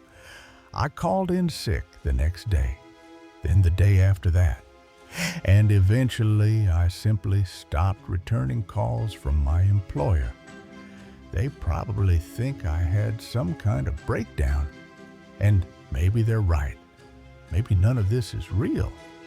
Maybe the stress of freelance work and city living finally caught up with me, and my mind invented elaborate hallucinations to cope with the pressure. But I know what I heard. I know what I saw in that window's reflection. The lingering presence defied explanation. And sometimes late at night in my new apartment across town, I still hear it, faint and distant, as if coming from very far away. I hear that static-filled voice calling my name. I've thrown away every electronic device that could conceivably receive radio signals. I've moved 3 times in the past month. I've seen doctors and therapists and anyone else who might be able to explain what's happening to me. None of them believe me. Of course, they prescribe medication and suggest stress management techniques and recommend that I take a vacation somewhere quiet and restful. They use words like auditory hallucinations and paranoid ideation and sleep deprivation psychosis. Maybe they're right. Maybe I'm losing my mind and the voice exists only in my head. But if that's true, then how do you explain the call I received this morning? Unknown number, no caller ID, nothing but static when I answered. And underneath that static, so faint I might have imagined it, the sound of someone humming a lullaby, the same lullaby I first heard through that vintage baby monitor, the one I swear I left behind in that office building I'll never enter again. The humming stopped when I hung up the phone, but the silence that followed felt wrong, expectant, as if something were waiting for me to pick up again, as if something were trying very hard to reach me and growing frustrated with my refusal to listen. The internal conflict grew unbearable. I keep telling myself it's not real, that voices can't travel through unpowered electronics, that shadows can't watch you from window reflections, that whatever happened in that office was just a stress-induced breakdown with auditory and visual components. But late at night, when the city grows quiet and the darkness presses against my windows, I find myself listening for that familiar static, and despite everything, despite the fear, despite the sleepless nights, despite the growing certainty that my sanity is slipping away piece by piece, part of me wants to hear it again. Part of me wants to know what it's trying to tell me. And that more than anything else is what terrifies me most of all. The antique's legacy reshaped my reality. The baby monitor, a seemingly harmless relic, had become a bridge to an unseen presence. Its static, a lifeline to something that knew my name, the shopkeeper's warning, the unplugged cord, the window's shape, all pointed to a force beyond technology, a voice that followed me across moves and devices. I researched old electronics, finding tales of haunted signals, but the personal call, the lullaby's echo, suggested a connection I couldn't sever. The apartment silence was a trap, and the static whisper was my constant companion, a mystery that blurred the line between madness and truth. The compulsion to listen grew stronger. Each night, the static's faint call drew me back, a siren song I feared yet craved. The doctor's diagnoses, hallucinations, paranoia, offered no comfort, their skepticism a mirror to my doubt. I wondered if the monitor had tapped into a parallel existence, a voice from a lost soul or a fractured mind. Its laughter, a taunt, the office window's shadow, the humming call, hinted at a presence that saw me, knew me, and waited for my surrender. The unresolved terror defined my existence. I avoided electronics, moved relentlessly. Yet the voice persisted, a whisper in the quiet that eroded my sanity. Friends urged me to confront it, but the fear of understanding, of becoming the echo, held me back.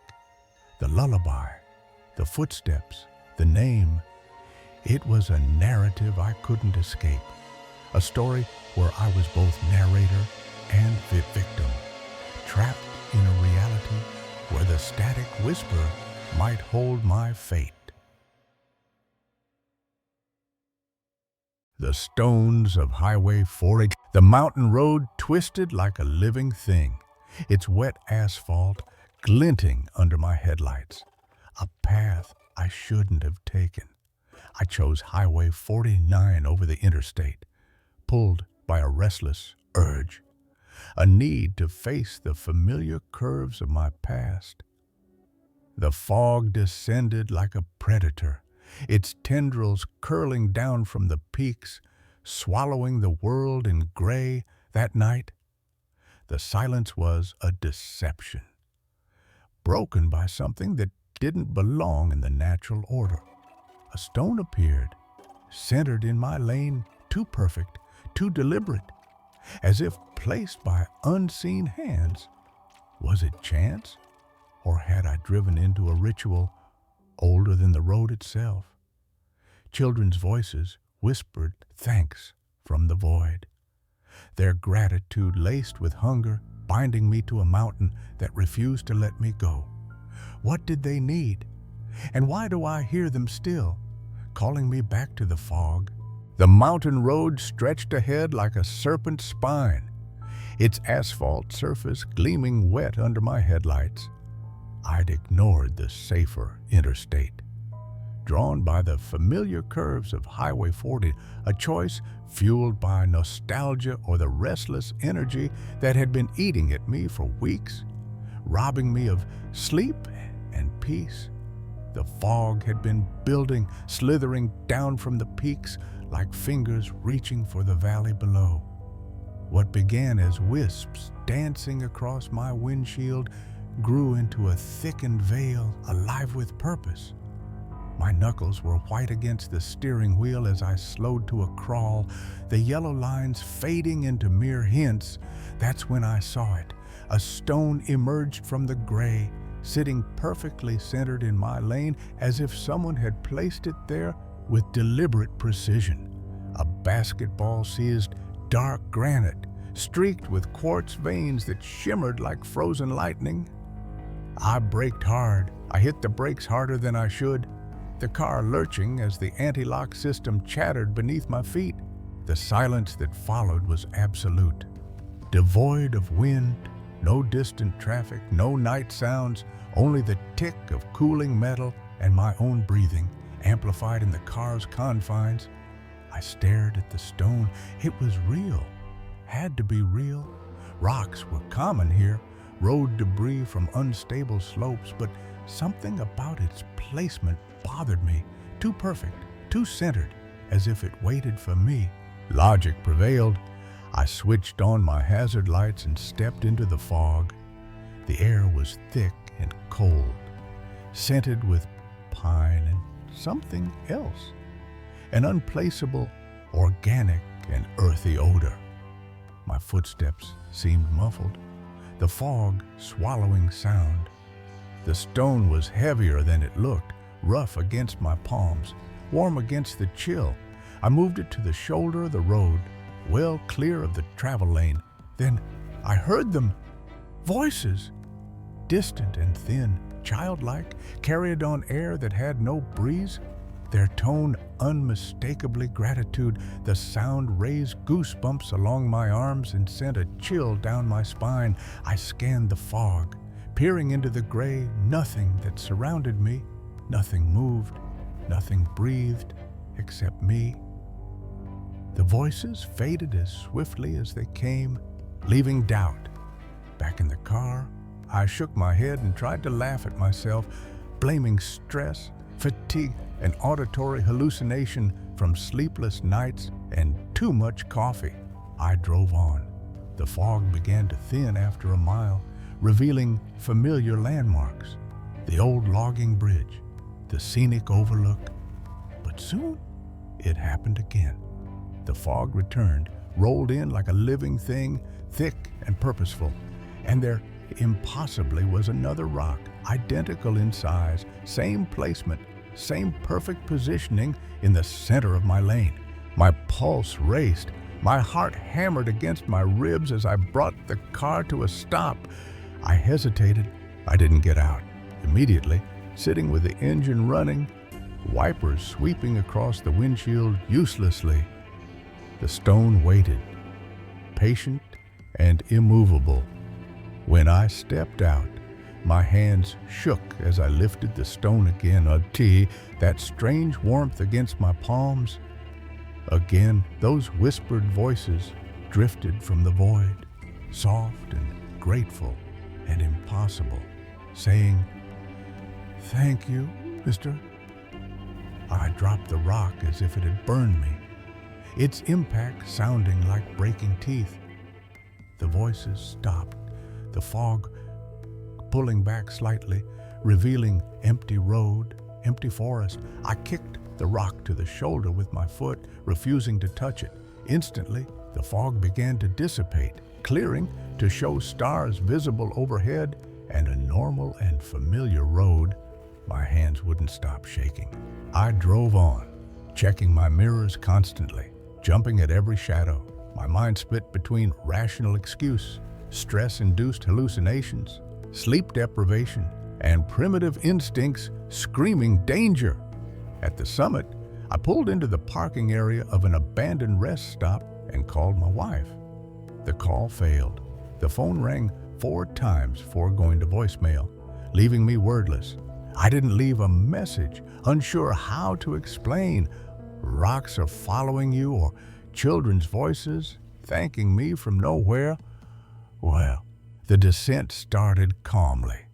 Clear skies, good visibility, but I was checking the road ahead obsessively. At the steepest section of the descent, I saw the fog bank waiting below, stretched across the road like a gray wall. My dread spiked. I realized I had a choice. Stop here and turn around or drive into the mist. I chose to stop. Then the fog began to move, flowing uphill like water running backward, defying logic. I reversed, but the fog was faster, engulfing my car in a gray nothing that pressed against the windows like living things. The engine sputtered and died. In the sudden silence, the children's voices, dozens of them, maybe hundreds, spoke, grateful, waiting, needing something I'd given unknowingly. Through the windshield, I saw the stone, now larger, impossibly large, the size of a compact car, and perfectly spherical, blocking the road. It wasn't rolling, it was floating, inches above the asphalt, moving with fluid grace. The voices intensified, saying, "Thank you. Thank you for moving us. Thank you for helping. Thank you for being kind." But beneath was something hungry. The stone neared, revealing faces, dozens of them, pressed against the granite from the inside. Their mouths moved in synchronization with the voices, their eyes fixed on me, making my skin crawl. I fled. I'd abandoned the car, stumbling through fog so thick I could barely see my own feet, crashing through underbrush and low-hanging branches. The voices followed, fainter but persistent, calling my name now in chorus. "Thank you, David. Thank you for being helpful. Thank you for being so kind." I never told them my name. I ran until collapse, crawled until I found a tree large enough to hide behind. The fog thinned, revealing other trees, a creek bed. My phone showed no signal, only the time. I waited until dawn, listening to the voices fade as the fog gradually dissipated, returning. I found my car exactly where I had left it, engine running normally, no sign of any stone anywhere. The road was clear, the asphalt unmarked. At home, I went straight to the library and started researching. I uncovered that Highway 49 had been built in the 1960s, cutting through what had once been the town of Millfield, abandoned after mine collapses that had killed 37 people, including 16 children from the local school, lost when their bus was caught in a landslide. The tragedy struck on a foggy night at the steepest section of Highway 40. I tried to tell myself it was coincidence, but every night since then, I dream of children's voices thanking me. On foggy nights, I find myself looking for rocks in the road, tempted to help again, fearing what would have happened if I had ignored that first stone. The fog calls. They're thanking me again. Their voices soft and grateful and impossible, urging me to return. The soldier in the frame. The marsh was a breathing thing, its darkness alive with sounds that pressed against my ears like water. My camera's flash tore through the night, a desperate attempt to capture something real in a place that lied to the senses. I thought I was alone, studying wildlife, but the lens saw more, a shape that shouldn't exist, born from mud and time. It wasn't just an image, it was a summoning. A door I'd opened to something waiting in the depths of the swamp. Now it was coming for me, one printed frame at a time. A camera's flash erupted across the marsh like artificial lightning, freezing the moment in stark white brilliance before the darkness swallowed it back. I lowered my Nikon, squinting through the viewfinder's green glow as the autofocus struggled against the murky night. Weeks into my research at the Blackwater Preserve, I'd captured nothing but fleeting glimpses of herons and muskrats. The humid air clung to my skin like wet fabric, the air thick with the drone of insects and amphibians. Somewhere in the distance, an owl called, a haunting note that echoed across the water before dissolving into silence. I packed my gear, the memory card's LED blinking its confirmation. The marsh had a way of playing tricks on perception after dark. Shadows danced without sources, reflections twisted in the water, mocking my attempts to document the truth. The drive back was a winding journey through cypress groves and forgotten fields. My headlights swept across weathered fence posts and overgrown ditches, occasionally catching the reflective eyes of deer that stared with unnerving focus. The radio crackled with distant stations, voices fading in and out like ghosts. At the research station, a repurposed cabinet, I settled into the lab's sterile glow. I downloaded the night's photographs onto my laptop. The screen's blue glow seemed unnaturally bright after hours in the darkness, and I rubbed my eyes as the images loaded. Most were predictable: empty marsh, reeds swaying, moonlight on water. But the final photograph stopped me cold. There, rising from the muddy bank between two stands of cat tails, stood a figure, not human, but a grotesque mimicry. The shape was humanoid, but wrong, as if sculpted from the marsh itself.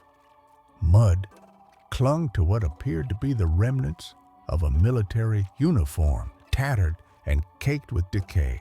A tricorn hat sat askew on a head that seemed more suggestion than substance, and one arm was raised as if in salute or warning. The figure's face, if it could be called a face, was a hollow suggestion of features carved from wet earth. Empty sockets gaped where eyes should have been, a mouth frozen in a scream or laugh. The image quality was crisp, the focus perfect. This wasn't a glitch or shadow play. My hands trembled slightly as I reached for my field notebook, flipping to that evening's entries. I'd shot that spot after noticing odd movement in the reeds, but my notes mentioned nothing unusual. I studied the photograph again, zooming in until the pixels became visible. The figure, my mind called it the mud soldier, stood about 40 feet away, judged by the cattail's height. The detail was extraordinary.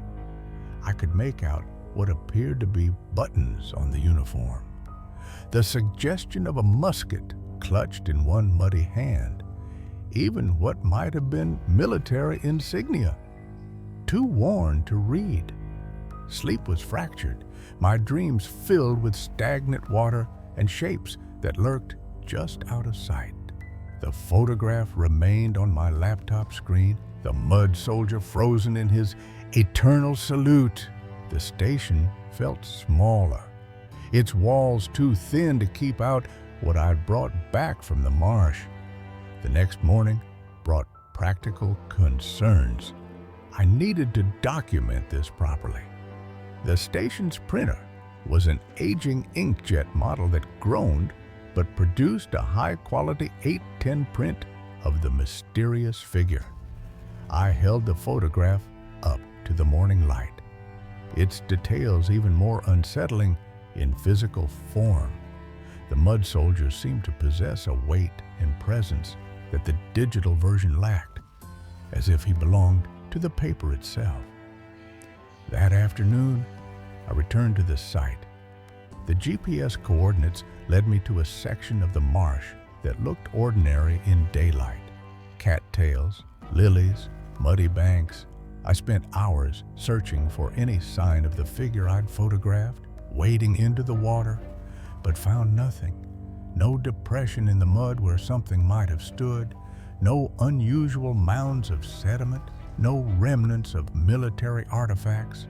Doubt gnawed at me, but the print was waiting for me on the station's desk, undeniable. I pinned the photograph to my bulletin board next to maps and charts, where it seemed to watch me with those hollow sockets. Days later, I printed another copy for my archive. The printer hummed and clicked, feeding the same digital file through its mechanisms. When the photograph emerged, I gripped the desk, dizzy. The mud soldier had moved in the original print. The figure had been positioned between two cattail stands, roughly in the center of the frame. Now, he was closer, maybe by a few feet. The perspective shift was minimal, but definitely present. Details of his uniform were slightly larger, more defined. The raised arm seemed to reach more directly toward the lens. I compared the prints, measuring background points. The movement was real. Whatever I had captured that night in the marsh had somehow advanced between printings of the same digital file. My mind raced for explanations, printer errors, file corruption, but I knew better. The photographs on my bulletin board seemed to pull at my peripheral vision. The mud soldier shifting when I wasn't looking. Sleep, became a battle. The station's Soon's refrigerator hum, clock ticks, mingled with imagined noises. The soft squelch of footsteps in mud, the rustle of wet fabric. The marsh was no longer just a research site. It was a threshold, and I'd crossed it. On the fifth night, I printed a third copy. Watching the printer's every move, the machine's mechanical sound seemed unnaturally loud, the hiss of ink haunting.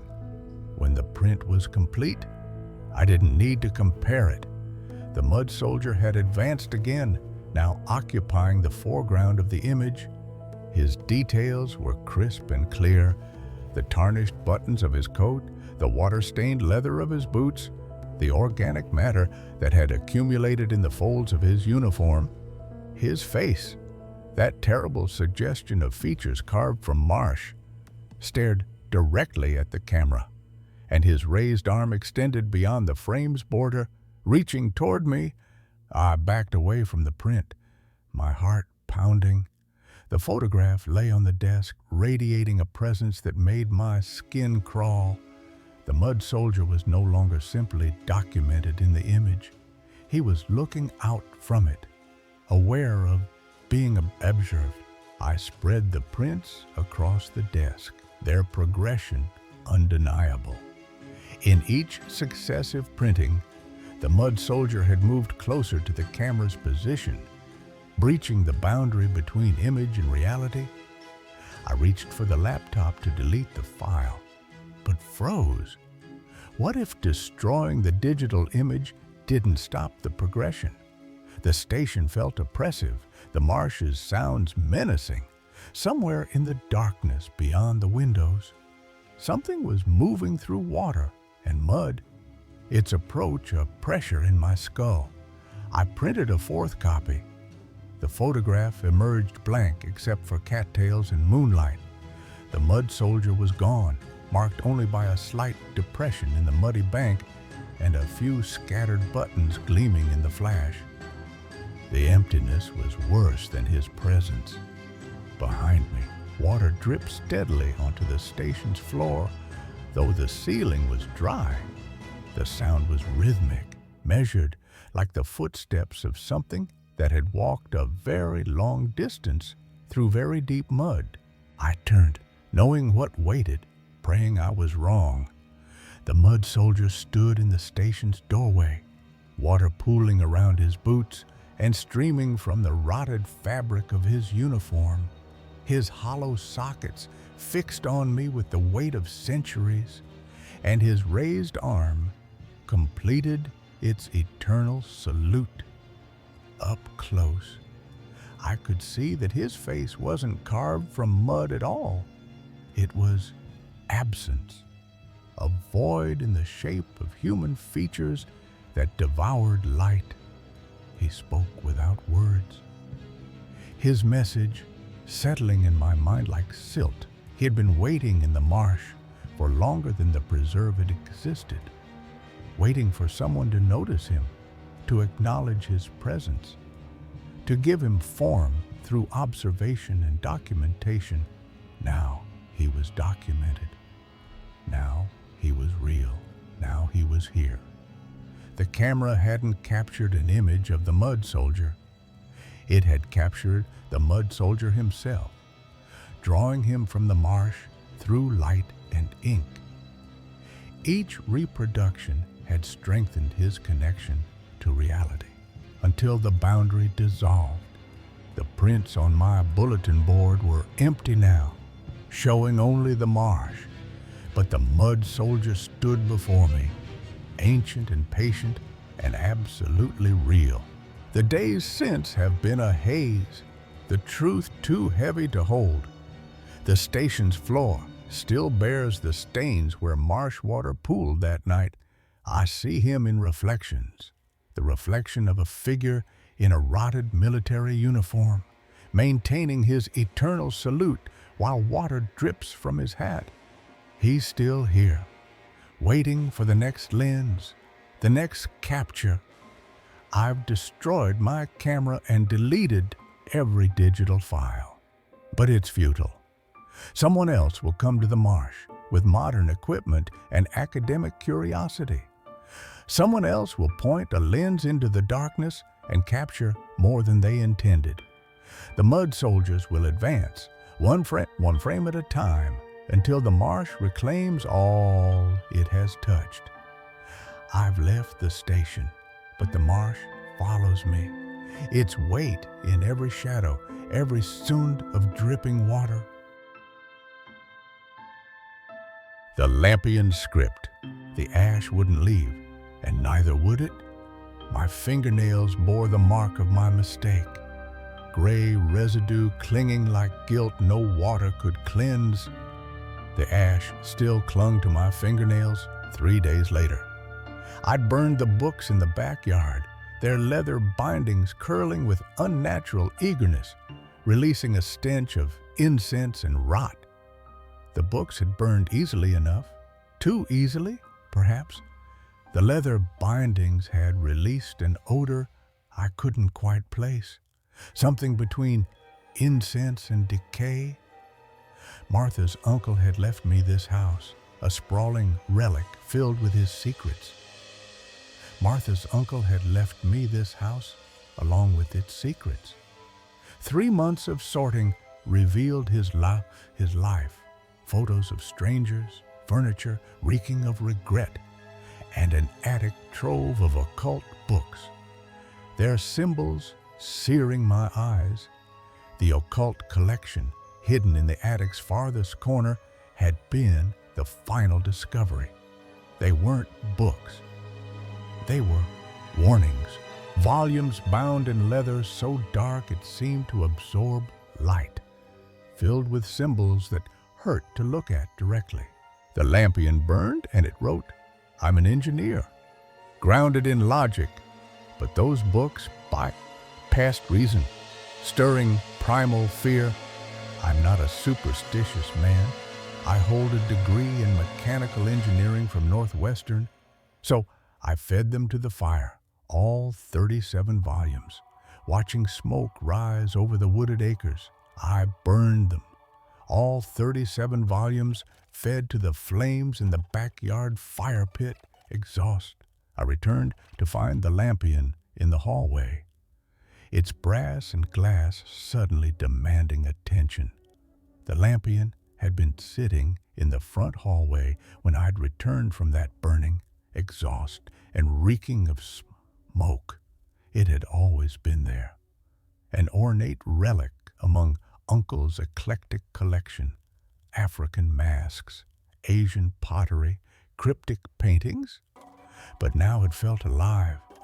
The lampion fit that eclectic pattern, though something about its placement struck me as deliberate rather than casual.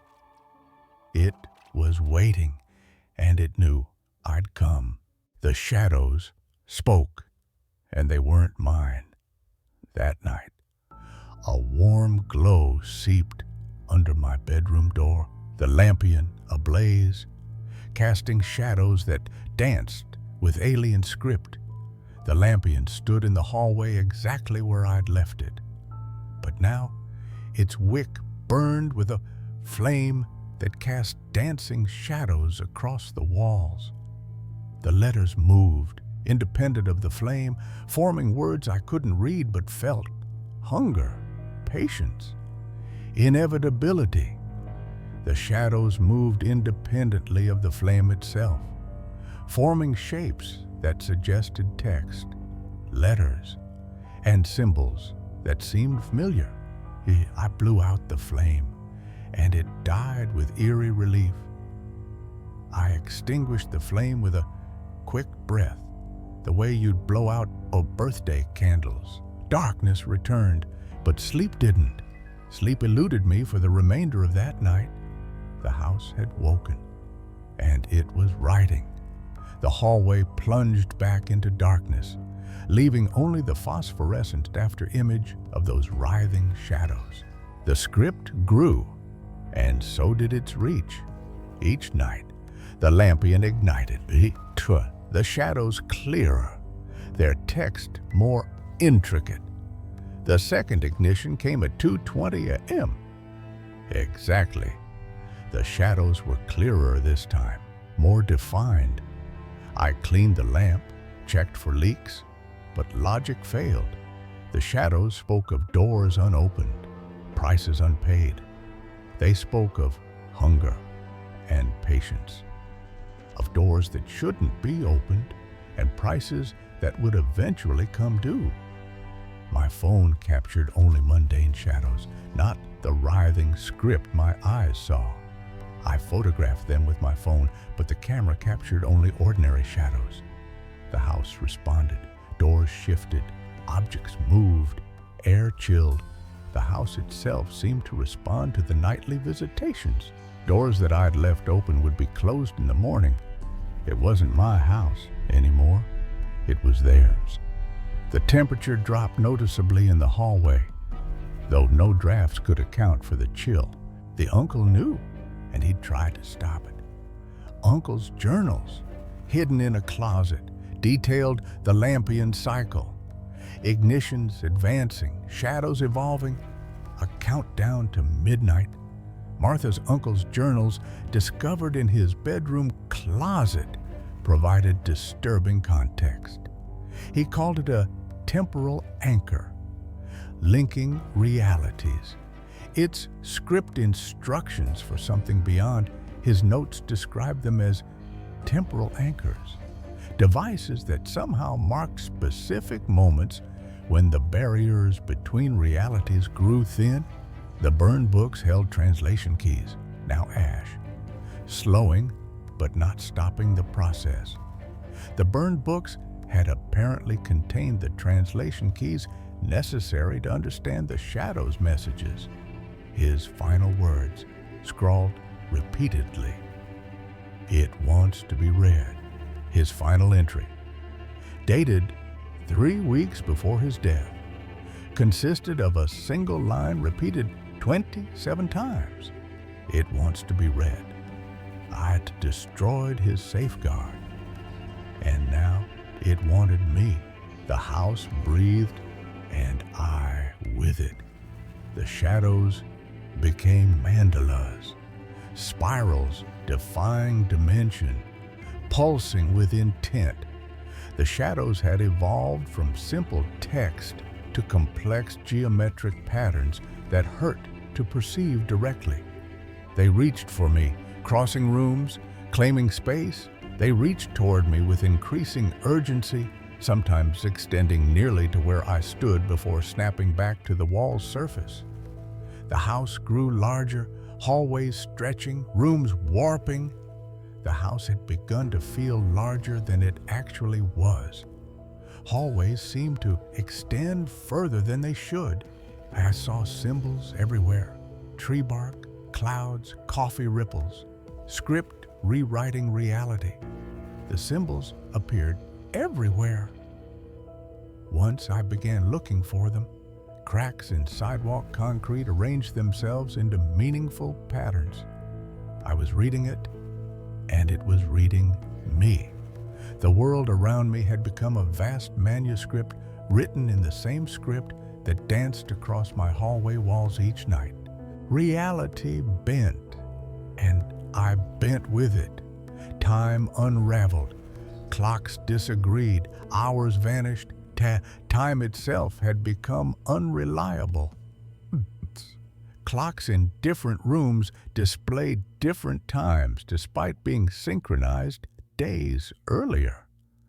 The lampion's brass etched itself with script, its glass reflecting other houses, other lives.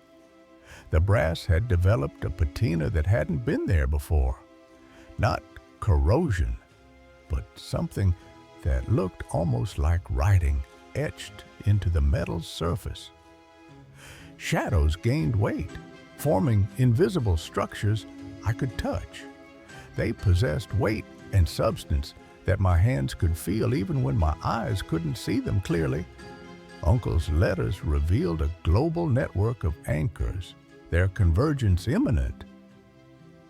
The distribution pattern suggested a vast network spanning continents with concentration points that formed geometric shapes.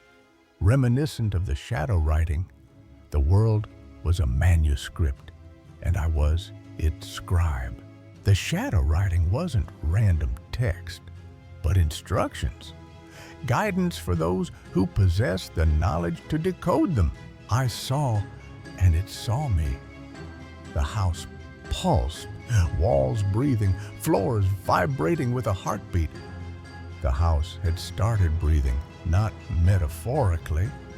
I could feel actual air currents moving through rooms in rhythmic patterns that resembled respiration. Shadows became three-dimensional, mapping realities I almost understood. The shadows had become three-dimensional now, extending outward from surfaces into the space around the lampion. My thoughts shifted, seeing patterns in chaos, truths in flux. I could see connections between events that had seemed unrelated, understand patterns that spanned years of cause and effect. I stopped sleeping, merged with the house's rhythm. I'd stopped sleeping entirely. The house no longer felt safe during dark hours. I wasn't alone. I was part of it. The walls themselves seemed to breathe, expanding and contracting with a rhythm that matched my own heartbeat. It was coming, and I would meet it. The shadows promised doorways to everywhere, realities shaped by will. They spoke of doorways that led everywhere and nowhere, of realities where thoughts became substance and will shape matter according to desire rather than physics. Uncle's warnings were clear. Midnight would bring breakthrough, reality remade. Each night's ignition represented another step in some process that would culminate when the schedule reached midnight. I could leave, sell the house, donate the lampion. I'd begun preparations to leave, the house would be sold, the lampion donated to a museum or collector. But curiosity burned, a hunger to see what lay beyond, a curiosity that felt almost like hunger, a need to witness whatever transformation was approaching. I'd burned the books, and now I'd burn with it. I'd done my part by burning the books. Anything beyond that exceeded my responsibility. The script was mine, and I was its. Symbols followed me. Sidewalks, streetlights, dreams whispering truths I couldn't voice. Shadows cast by streetlights formed letters that spell words in languages I didn't recognize, but somehow understood. The lampion grew ethereal, a key to unseen worlds. The lampion itself had become almost transparent during the day, its solid brass construction appearing increasingly ethereal. I saw figures in its reflections, not human, watching me. They seemed aware of my observations, sometimes turning toward the reflective surfaces as if looking back at me through the dimensional barrier. The house was no longer mine. It was a manuscript, rewriting itself. The house was becoming a kind of living manuscript, its surfaces inscribed with text I couldn't read. I was its reader and its writer. They spoke of choices that had already been made and futures that had already been written in script. The world was theirs, and I was ready. The shadows flowed beyond the hallway, claiming the house, then the woods. They'd begun to extend beyond the hallway, creeping into adjacent rooms during the ignition periods. I felt their texture, their intent guiding me deeper. I could feel them pressing against the air in the hallway, creating currents and eddies that ruffled my hair and clothing. Uncle's maps showed anchors worldwide, their script converging. The distribution pattern suggested a vast network spanning continents. I understood now. The shadows weren't writing, they were building. The shadows weren't text to be read, but blueprints for reconstruction. Reality was theirs, and I'd help them make it. Instructions for rebuilding reality according to specifications that originated elsewhere. Midnight was near, and I'd see 17 nights remained, the lampion's flame advancing toward midnight. In 7 nights, when the clock struck midnight and the flame burned without end, I would finally understand which version of reality was true. I documented, filled notebooks with truths I couldn't share. I documented everything compulsively, filling notebooks with observations and theories. The world grew fluid, my mind with it, seeing beyond physics. The world was far stranger than I'd ever suspected, far more fluid and responsive to consciousness. I'd face the breakthrough not as victim, but as witness. The approaching deadline wasn't an ending, but a beginning. I'd see, and I'd know. I would finally understand which version of reality was true. The lampion burned, and I burned with it tonight. I stand in the hallway, the lampion's flame eternal, shadows weaving realities I'm ready to join.